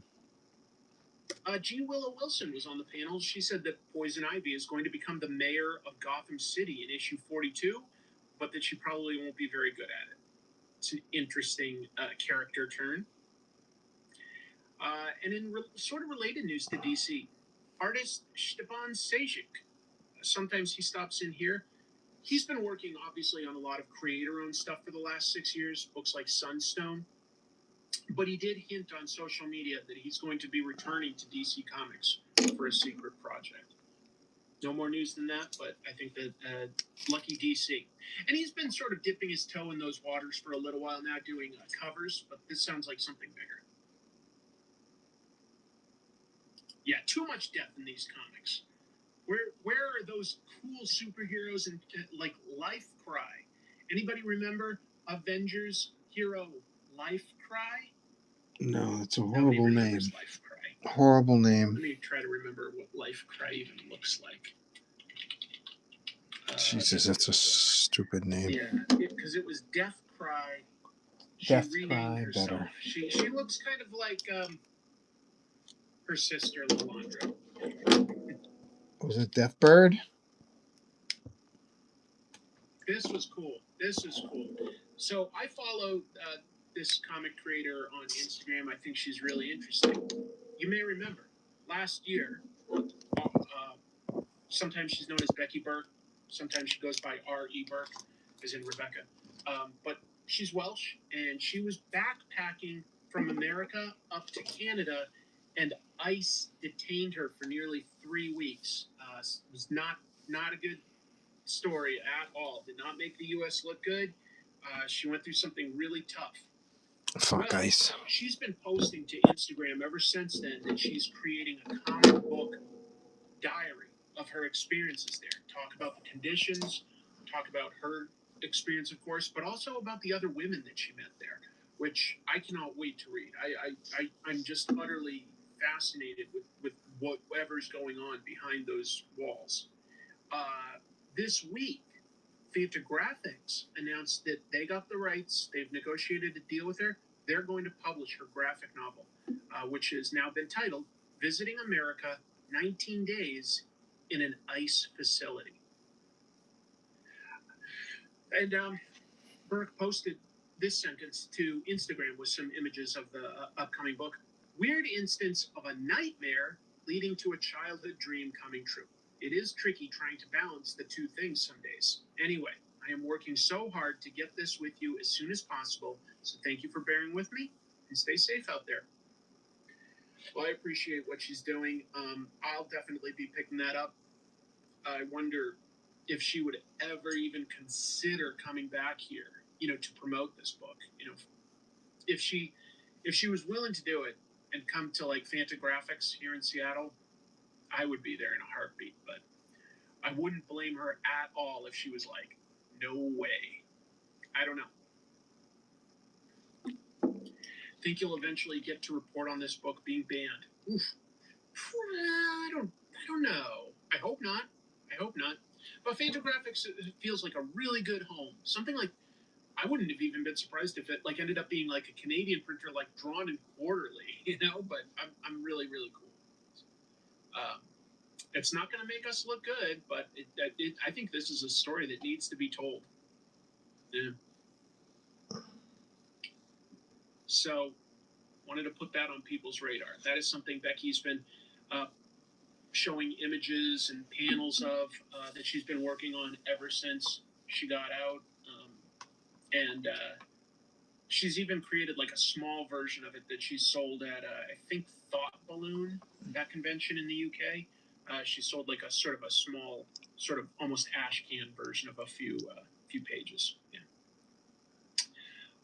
One more piece of news. Diamond, surprise! They're back. They never went away. So there is. Let me explain. If you don't know, and I'm sure a bunch of you do, but if you don't, a trustee. A trustee is the temporary business, maybe sometimes a bank, law firm, etc., that is put in charge of an entity that's going out of business. In this case, Diamond Distribution eventually did declare Chapter 7 bankruptcy, which is where it starts getting liquidated. So they have a trustee responsible for wrapping up their affairs. It's called Morgan W. Fisher is the name of the entity. And this past week, Morgan W. Fisher petitioned the bankruptcy courts to extend the deadline for them to accept or reject various proposals from the publishers whose comics they still have in a warehouse down in, Missouri? Olive Branch, Missouri. The judge said, no, I don't care that you got appointed with, what you consider a recent turnaround time. Like, this has been dragging on for way too long. You don't get an extension. You have to agree or not agree, but this has to move forward. Not sure what that there are means. 2 publisher committees, like a group of a bunch of publishers that created sort of like they work together to just hire like one legal team to represent all of them. So there were 2 of those groups. Okay, one was called the Ad Hoc Committee, and another was something like the Committee of Consigned Comics, something close to that. Okay, it doesn't really matter. Like 2 different groups of all the publishers whose books are just sitting there in the old Diamond warehouse. And they allege that this new trustee, instead of working with them, communicating about, some sort of resolution to this, have been spending the last 2 weeks since they got appointed hiring lawyers and literally, they say, trying to sell the inventory to Sparkle Pop, which is the entity that bought Diamond. They shouldn't be negotiating to do any of that shit. Publishers are pointing out that there is $47 million worth of inventory of consigned inventory just sitting there in the warehouse. And that would be worth something close to more like $113 million if it was sold for cover price.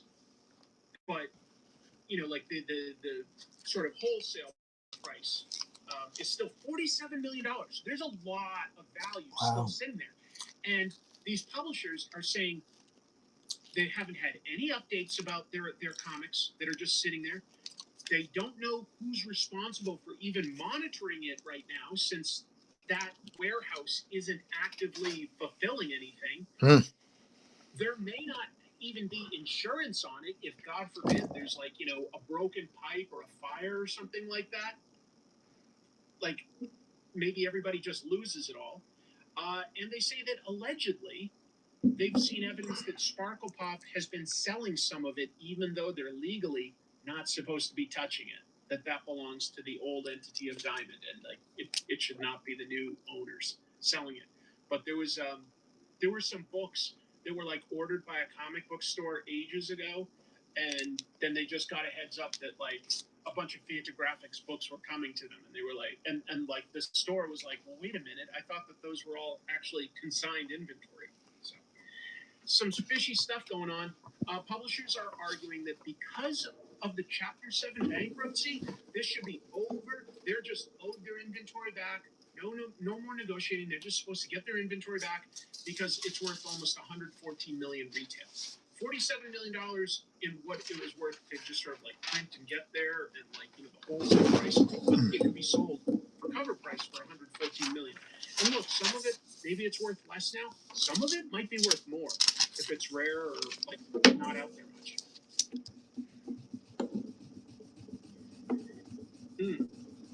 It's just time to get this resolved, though. Pretty wild stuff. And that was everything I've got. It's wild stuff. The news of the week. But we still have comic books to review. So if you'll bear with me, I'm going to set up the next segment of the show. We're going to do some reviews. Let's review. Review it. The review. The reviews are in. I repeat, the reviews are in. Go to your reviews. What? Speaking of bad reviews, Don't worry about that review. let's review all the facts. All right, gentlemen, let's review. Before we do, let's review. Those reviews really came out fast. Maybe we can review some right now? I'm not going to review all that again. Now let's review. Not my worst review. Let's review, shall we? To review. I think I've reviewed about as much as I can.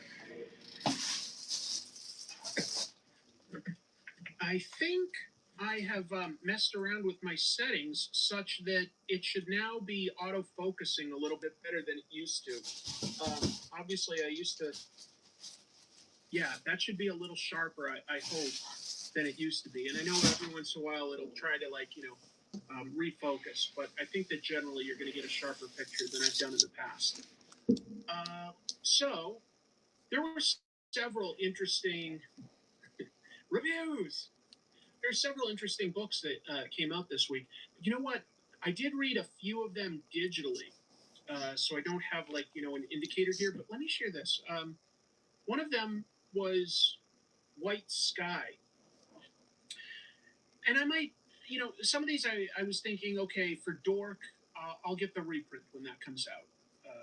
I was thinking the same for things like Nectar and Narco and stuff, but I couldn't wait, and I just decided to buy the digital version for a couple Image Comics. One of them is White Sky, which sold out.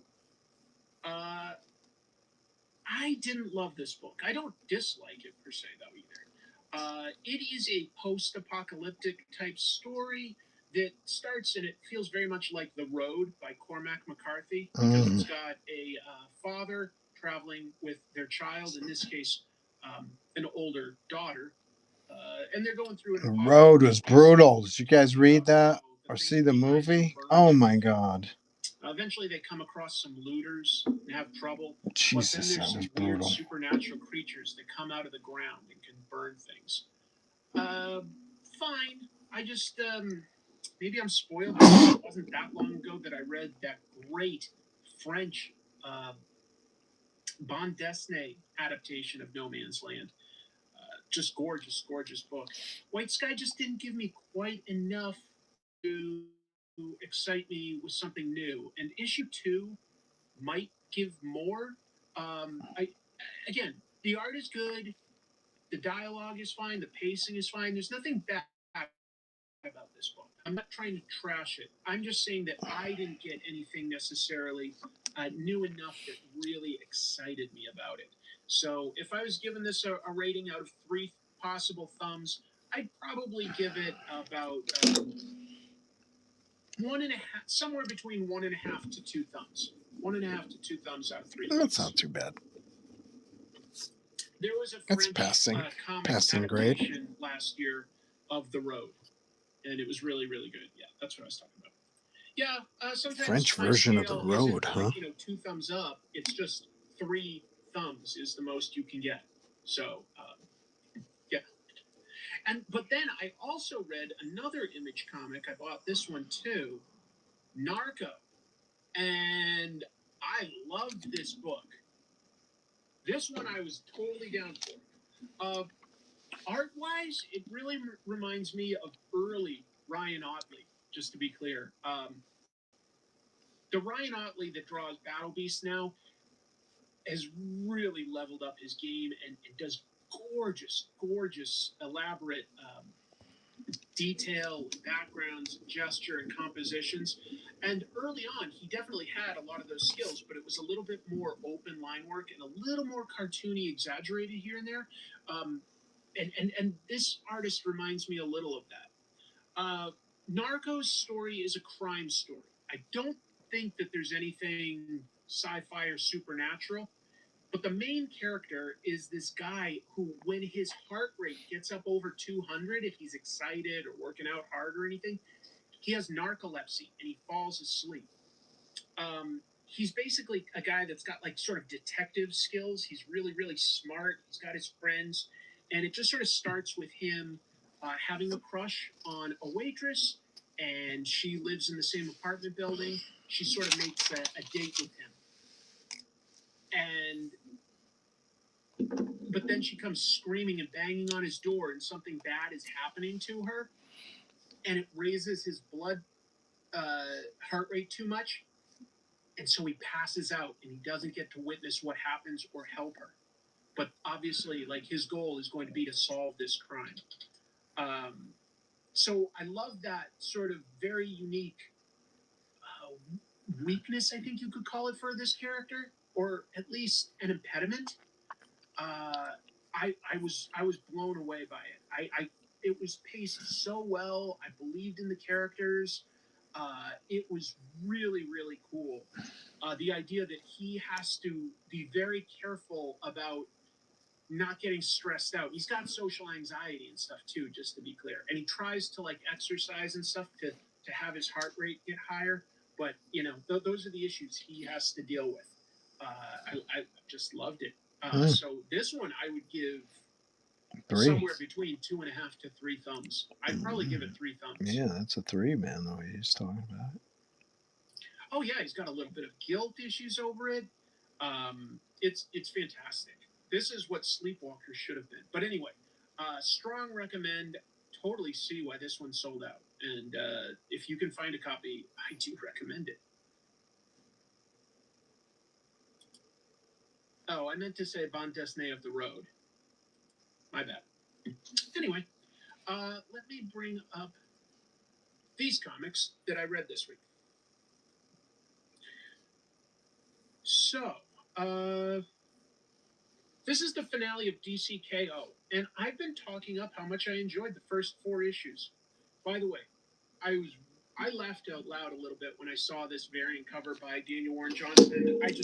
I love the cashing in on the DC logo. I remember hearing an interview with Joe Quesada, and he thought that DC Comics should change their name to Action Comics, and I thought, that's not a good idea because there's almost 100 years of DC Comics history. There's no point in changing the name of your company at this point. It's a super established brand, and just because it doesn't have an action badass name like Extreme or Awesome or whatever, that doesn't mean you discount the 100 years of history. So I didn't like the idea.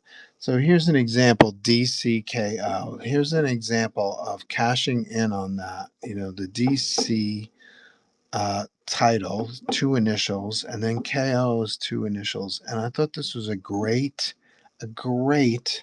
name for a series. I don't even know what the hell it's about. I don't know. I can guess based on the covers I've seen, but this is cashing in on the name of your company and initials, and Marvel can't do that, but DC can do that. DCKO, great name for a series. I don't even know what it's about, but love it.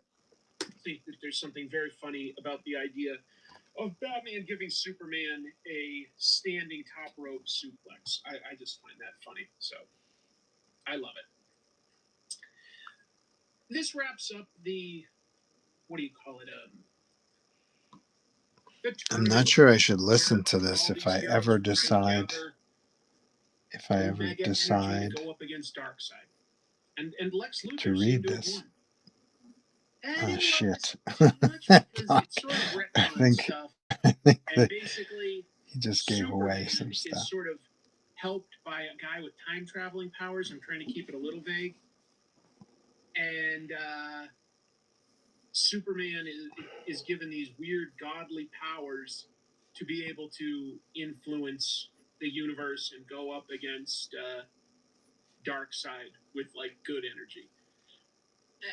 And it's not like it came out of completely nowhere, but it does feel like it's a cheat based on like the fact that we have this huge tournament, and then you're going to be like, and by the way, at the end of the day, the tournament doesn't really matter. That there was other stuff going on behind the scenes, and now Superman has another chance to be the hero. I'm like, I don't love that. I don't love that. It's not terrible, but it's a little weird too. It gets so metaphysical and esoteric. The idea of Superman having these godly powers to go up against a god. I'm not even going to get too far into it. I'll just say that I still like the journey, but I don't think it sticks the landing. I'd probably only give this about 1.5 thumbs out of 3 thumbs. So I was pretty disappointed with it as a This guy's got 3 conclusion to the thumbs. story. It wasn't completely unfair. The characters and the mechanics of what they're doing, they'd introduced some of those ideas within this series, but it wasn't like it was ever really talked about as like, hey, we've got a backup plan. I felt like it was a cop-out. Anybody read DCKO? If so, Yeah, is it any it good? didn't quite Was it deliver worth my time? exactly for me. I don't super mind because I had fun with the journey of the. Bless you. That one snuck up on me. The journey of how the tournament wasn't just Yeah, this is a better you pose versus for me. You versus you, blah blah blah blah blah. No, they had unique rules to. Glad I had a each week sort to of sit on it. round, And then I like the I idea of a liked moon lot of that. going I was okay with it. I was okay with between sort the of two. surprise Let's see if I wins. can make I thought that there happen. was some good logic with the first 4 issues. I just sort of feel like this one sort of comes out of nowhere. It was like, psych, there was another way to beat Darkseid. You mentioned that 1 from the second, I'll be beginning, right you know? back.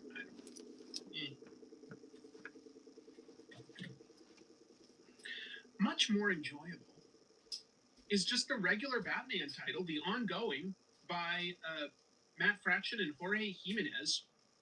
And in this, Batman gets invited to talk to the new Doctor character's mysterious patient who wants to talk to him. And she has him go across, like, this weird security floor where, you'll get zapped if you step off of the tiles. There's a lot of security measures. Well, who is this mysterious patient? It's Joker, who has somehow survived, I guess, the events of DCKO. And he's a very different character, actually. He seems to be thinking clearly, although he doesn't also have full memories. It's a really cool conversation between Joker and Batman that will remind you a little of things like, say, Hannibal. Not Hannibal. Well, it was with the character of Hannibal in Silence of the Lambs, right? The kind of story where the villain is captured. Or another good one was Skyfall, when James Bond was talking to that former MI6 agent, whoever the bad guy was in that one, and he was locked up in this glass case. It's interesting seeing a good guy and a bad guy have this really harsh debate where they hate each other. The bad guy seems to be all locked up, but you're like, no, they're still pulling some strings. Here's something cool, folks, is the art by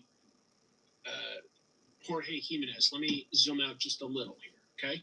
So we get this, we open to the middle, and you get this cool 2-page spread of him in his tank with his, mask that definitely still emulates a bit of a smile and everything.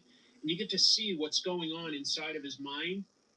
And it's this humongous 4-page gateway spread where he now remembers everything he's ever done. And it references all sorts of previous stories, like killing Jason Todd, or having Harley Quinn as a sidekick in the past. The Laughing Fish is a classic Joker story. Things like that.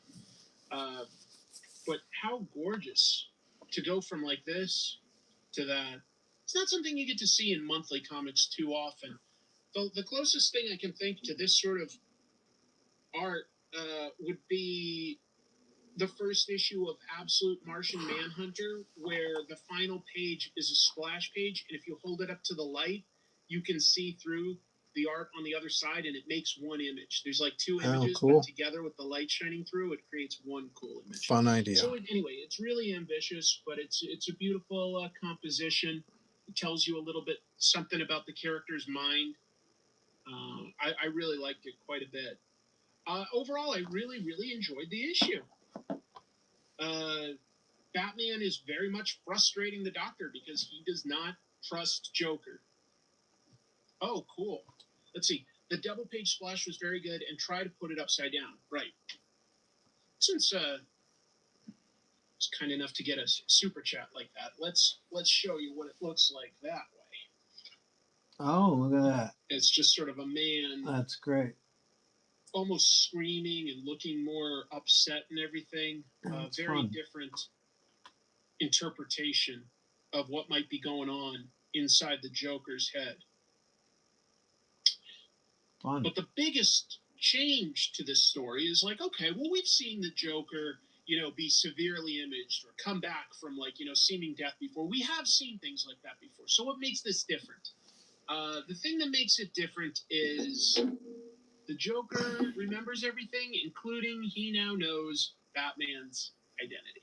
Okay? So where does it go from there? Where does it go when his greatest enemy, a creature of pure chaos, seems to have full access to his memories? How dangerous would he be if he just wasn't completely crazy? But of course, we don't know exactly how this treatment planned by the doctor is working or works. So I think that there are still wrinkles to come in Joker's story. I just think that the art was great and it was very tense. It was good. You get like sort of a full story of a confrontation scene between Batman and his enemy, and they're really playing a game of wits, trying to understand what each other knows about the other. It's really good. That sounds good. I don't know if he's known that 100% or not, because I don't read all the Batman stuff, but it's definitely presented as though it's going to be something new moving forward. Yeah. I liked it. I'd definitely give this one 2.5 thumbs. Nice. We also got the finale of Beneath the Trees, its sequel, Rite of Spring. So we got the final issue of KO, and we got the final issue of Beneath the Trees. And oh my God, Samantha Strong is one of the most interesting villains in comics in the last 5 or 10 years. Very fun. Beyond comics, she's an absolutely Very fascinating fun. villain who has a distinct way of thinking, a distinct methodology of going after people, and the lengths she is willing to go to really show just how bad she is. So in this, Samantha Strong has been found out, like that she's a serial killer, and she had a backup plan all along, knowing this could happen someday, and that involved setting off little bombs throughout her quiet little suburb, the fire department, the hospital, all these things, so that while the very small fire department and police are trying to save people and put out fires and stuff, she has plenty of time to just traipse out of the city. Disappear. They can't be bothered. Oh my God, it's so evil. It's so evil. All I can say is that there are a lot of other interesting small stories in this that you're going to want to read about the ways the community comes together to help one another. There's been this, what do you call it? Like a hermit, somebody that has like anxiety about going outside and stuff like that. This, who's a turtle, which is a great, visual metaphor too. When he's leaving, he sees that a bunch of the people at the retirement home have just been left there. And he does something very selfless, and he works to save them. There's so much to talk about, but then I'd just be doing a blow-for-blow recap. Yeah, don't give it away. It's incredible. That's cool. I like the first one. She feels a lot like Dexter in some of these because it's like a cat and mouse game of people trying to find her out, or her trying to find out how much people know about her, and she's a serial killer. But Dexter ultimately is this guy that still tries to kill other serial killers and other criminals. But Samantha kills sort of for the pleasure of it, and she will kill, like she'll pretend to be friends and ingratiate herself into this community, and then she has no compunctions about flipping a switch, and she'll hurt anybody to benefit herself. It's incredible. That was the only part that I sincerely kind of liked about Boss Battle, because it was such a brief crossover with all the other characters, but I did like her attacking Lex Luthor and kind of winning. Yes, I agree. Like, there are these characters you get to know, and you're like, well, they've got to be safe. They've got to sort of have main character status. The only one that seems like somewhat safe, and even then you could imagine her getting arrested or killed, but like, it is Samantha. The people around her are in so much danger. I think that this does lay the tracks for something very different with the main character again. It was great, folks. This is easily 3 out of 3 thumbs. This is my Wow. favorite book of the week. Wow. Right behind it would probably be Narco, although I don't know if that came out last week. I lost track of what came out when. But this was my book of the week. Loved it. Really, really love it. It deserves all the praise it's getting. Thank you, Larry. Hey, Chris, life is crazy, and you're a breath of fresh air. That's me. I brush my teeth. I can't tell you how much you uplift my spirits despite the chaos and suffering. Much love. That's really kind of you. Wow. Very nice. Well, Very thanks, nice Larry. comment. Good luck. I agree. It can be a dark world, but sorry, there's like a lawnmower or something outside that surprised me. Community and storytelling are two things that can definitely. I think I'm going to sign off. This is where I'm headed. Two regular. I'm going to do the 3 rings. I like the 3 rings for the moon in the I background. did read some other books this week. I That I'll might just do mention more, quickly like for a some quick reviews. radiation of some I kind. got this one because I love reading funny comics on Instagram in particular. I think there's a And we'll do a little abstract cityscape action down in this area. And we'll do Spidey clinging to one of these towers. I'm reminded of the very first Spider-Man Superman team up. I think he was sticking to something like that. So that's kind of fun. My brain is working that way. And so I'll probably finish this tomorrow at noon. But what I'll do is, I don't know if Palooks is still here or not, but I will give you guys the option to buy this. So it's going to be $150 per figure. That's 300 plus background. Let's do 100 for the background. This would be about $400. So let's do an auction. I'm going to create it. Create temporary listing.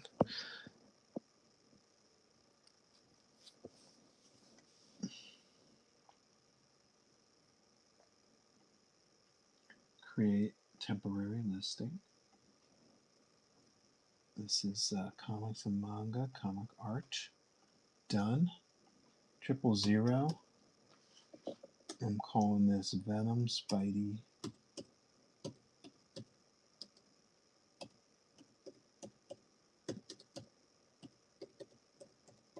Connected covers.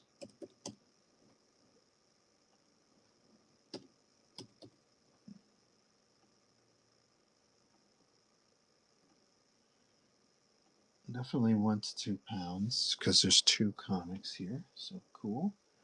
And there we go. So we're going to try to find it, and then I'm going to launch.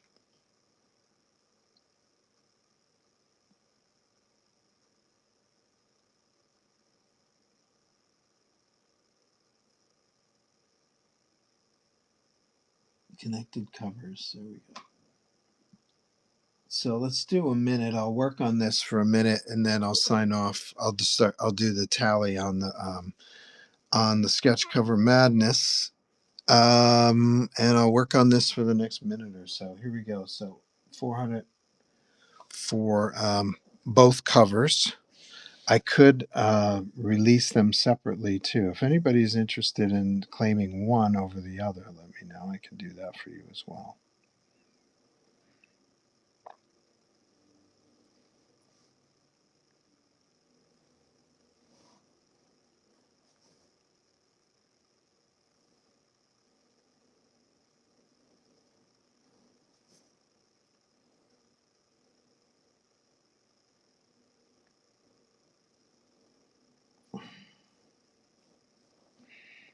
This is the tricky bit. When you got profile to frontal, when you got that twist, these webs get challenging.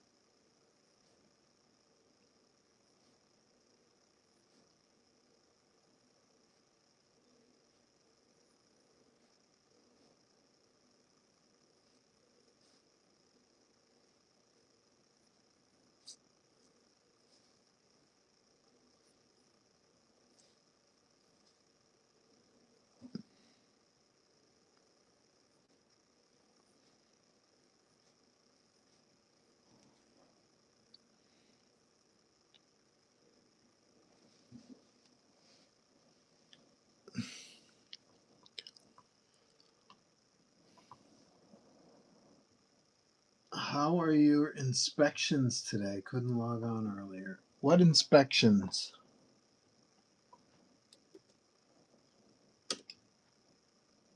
Ange, do you have a foil variant of New Zodiac's Pisces yet? I'm asking folks who are interested to copy that address to Comic Tom's YouTube channel. The episode that link refers to is talking about indie comics. So I thought that might be a cool time for people to make comments in the chatter area, in the chat area, promoting New Zodiacs and talking about what you like about it and stuff like that. So we got Falcor 000 who's already getting a copy because he posted in the comments section of the Comic Tom site. So I thought maybe if you wanted to, if you don't have a foil variant of New Zodiac's Pisces, now is a good time. Copy that link that I just shared. Comment in the chat about New Zodiacs, what you like about it, and I will send you a free copy signed and numbered from 1 to 100. Lab inspections. My lab inspections. I don't know what that means. Am I a laboratory technician? Don't forget, by the way, you guys who are just swimming in, grab your favorite and vote for them in the poll. Give War Machine a shot. You would be having lab inspections, right?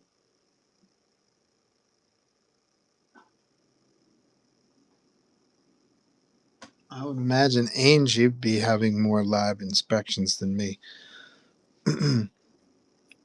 Call me crazy. Also, anybody interested in commenting on Comic Tom's website to help promote New Zodiacs? We got to spread the new Z, folks. There's a lot of stuff we got to get going on. Number one, with a bullet, is spreading the new Zodiacs, my own creator-owned project. Okay, so let's do a quick tally. We'll finish this tomorrow. Let's do a quick tally and find out who the winner is.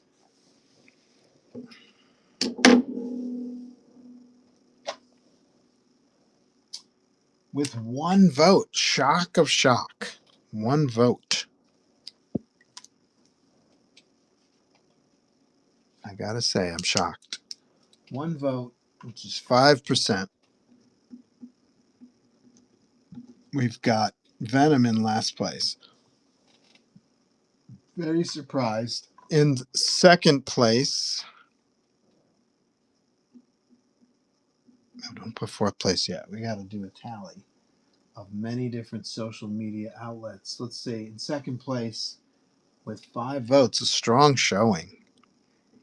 24%. Mr. War Machine.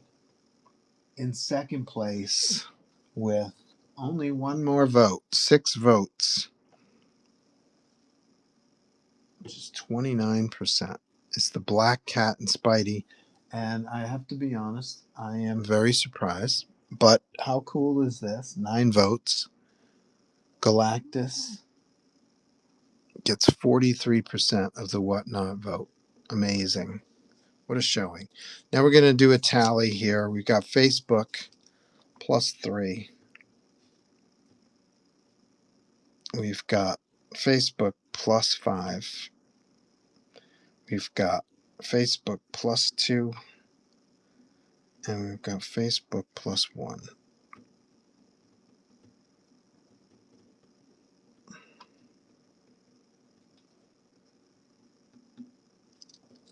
And then we've got Instagram +1. Instagram +2. IG.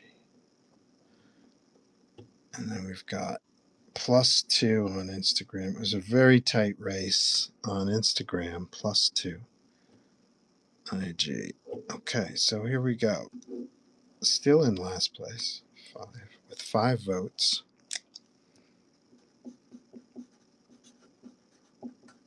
is Venom. I like that drawing. I'm guessing that this is third place, 6, 7, 8 votes. And then we've got 13 votes for Galactus. And we've got 13 votes for Black Cat. Shit, we got a tie. Damn it. Anybody want to break the tie?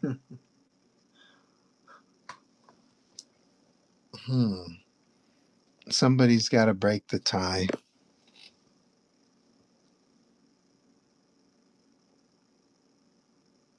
How do we break ties? I guess we'll flip a coin. I thought of a way to break a tie. Who was it? Was it Ask Sonia? I think it's Ask Sonia. War Machine smashes all ties. Of course he does. 6 and 5, 11, 12, 13. 9 and 3 is 12. 1 is 13. Okay, I know what I'll do. I'll go to Instagram and see if there's. Oh, let's go to YouTube. Is there any votes on YouTube?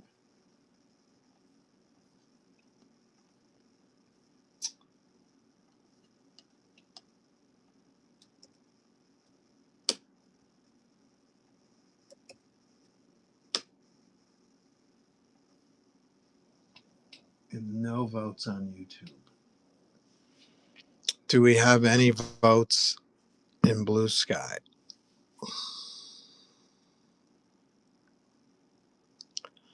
What I'll do is I'll update. I did draw a line at noon today, as far as the web count, but in a case of a tie, I think I need to go above and beyond.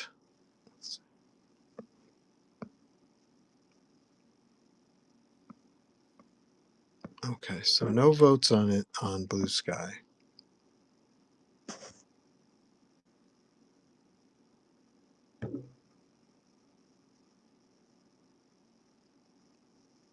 If I do Facebook, I've got to do everything now. So let's do a.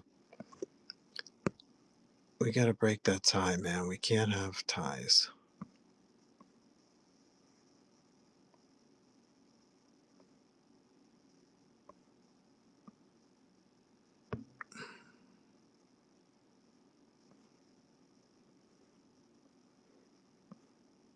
Let's see if there's any updates.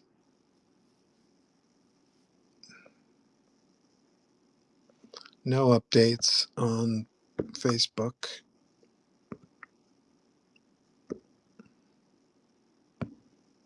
Okay, it looks like we're gonna have to leave it up to Sonia. Sonia's gonna decide. We'll find out online.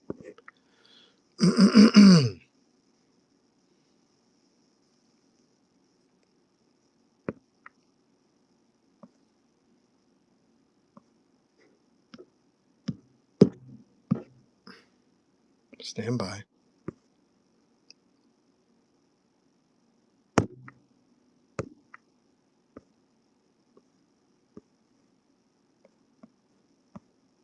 Stand by. Nothing changed on Facebook. Okay, let's see.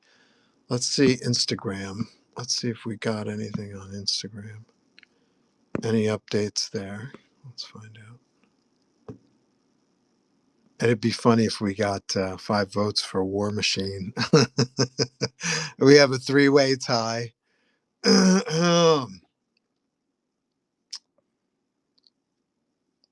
Okay, so we've got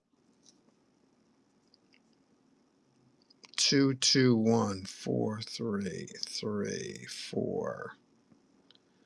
Yeah, nothing new on Instagram. Okay, so we have a tie. We're going to leave it up to Sonia. You have to find out tomorrow who wins. This will be exciting.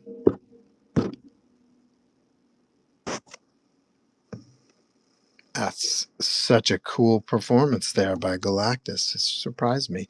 Remember, I've been talking about people just standing there. If there's one character who can just stand there and look cool, it's Galactus. So there you go.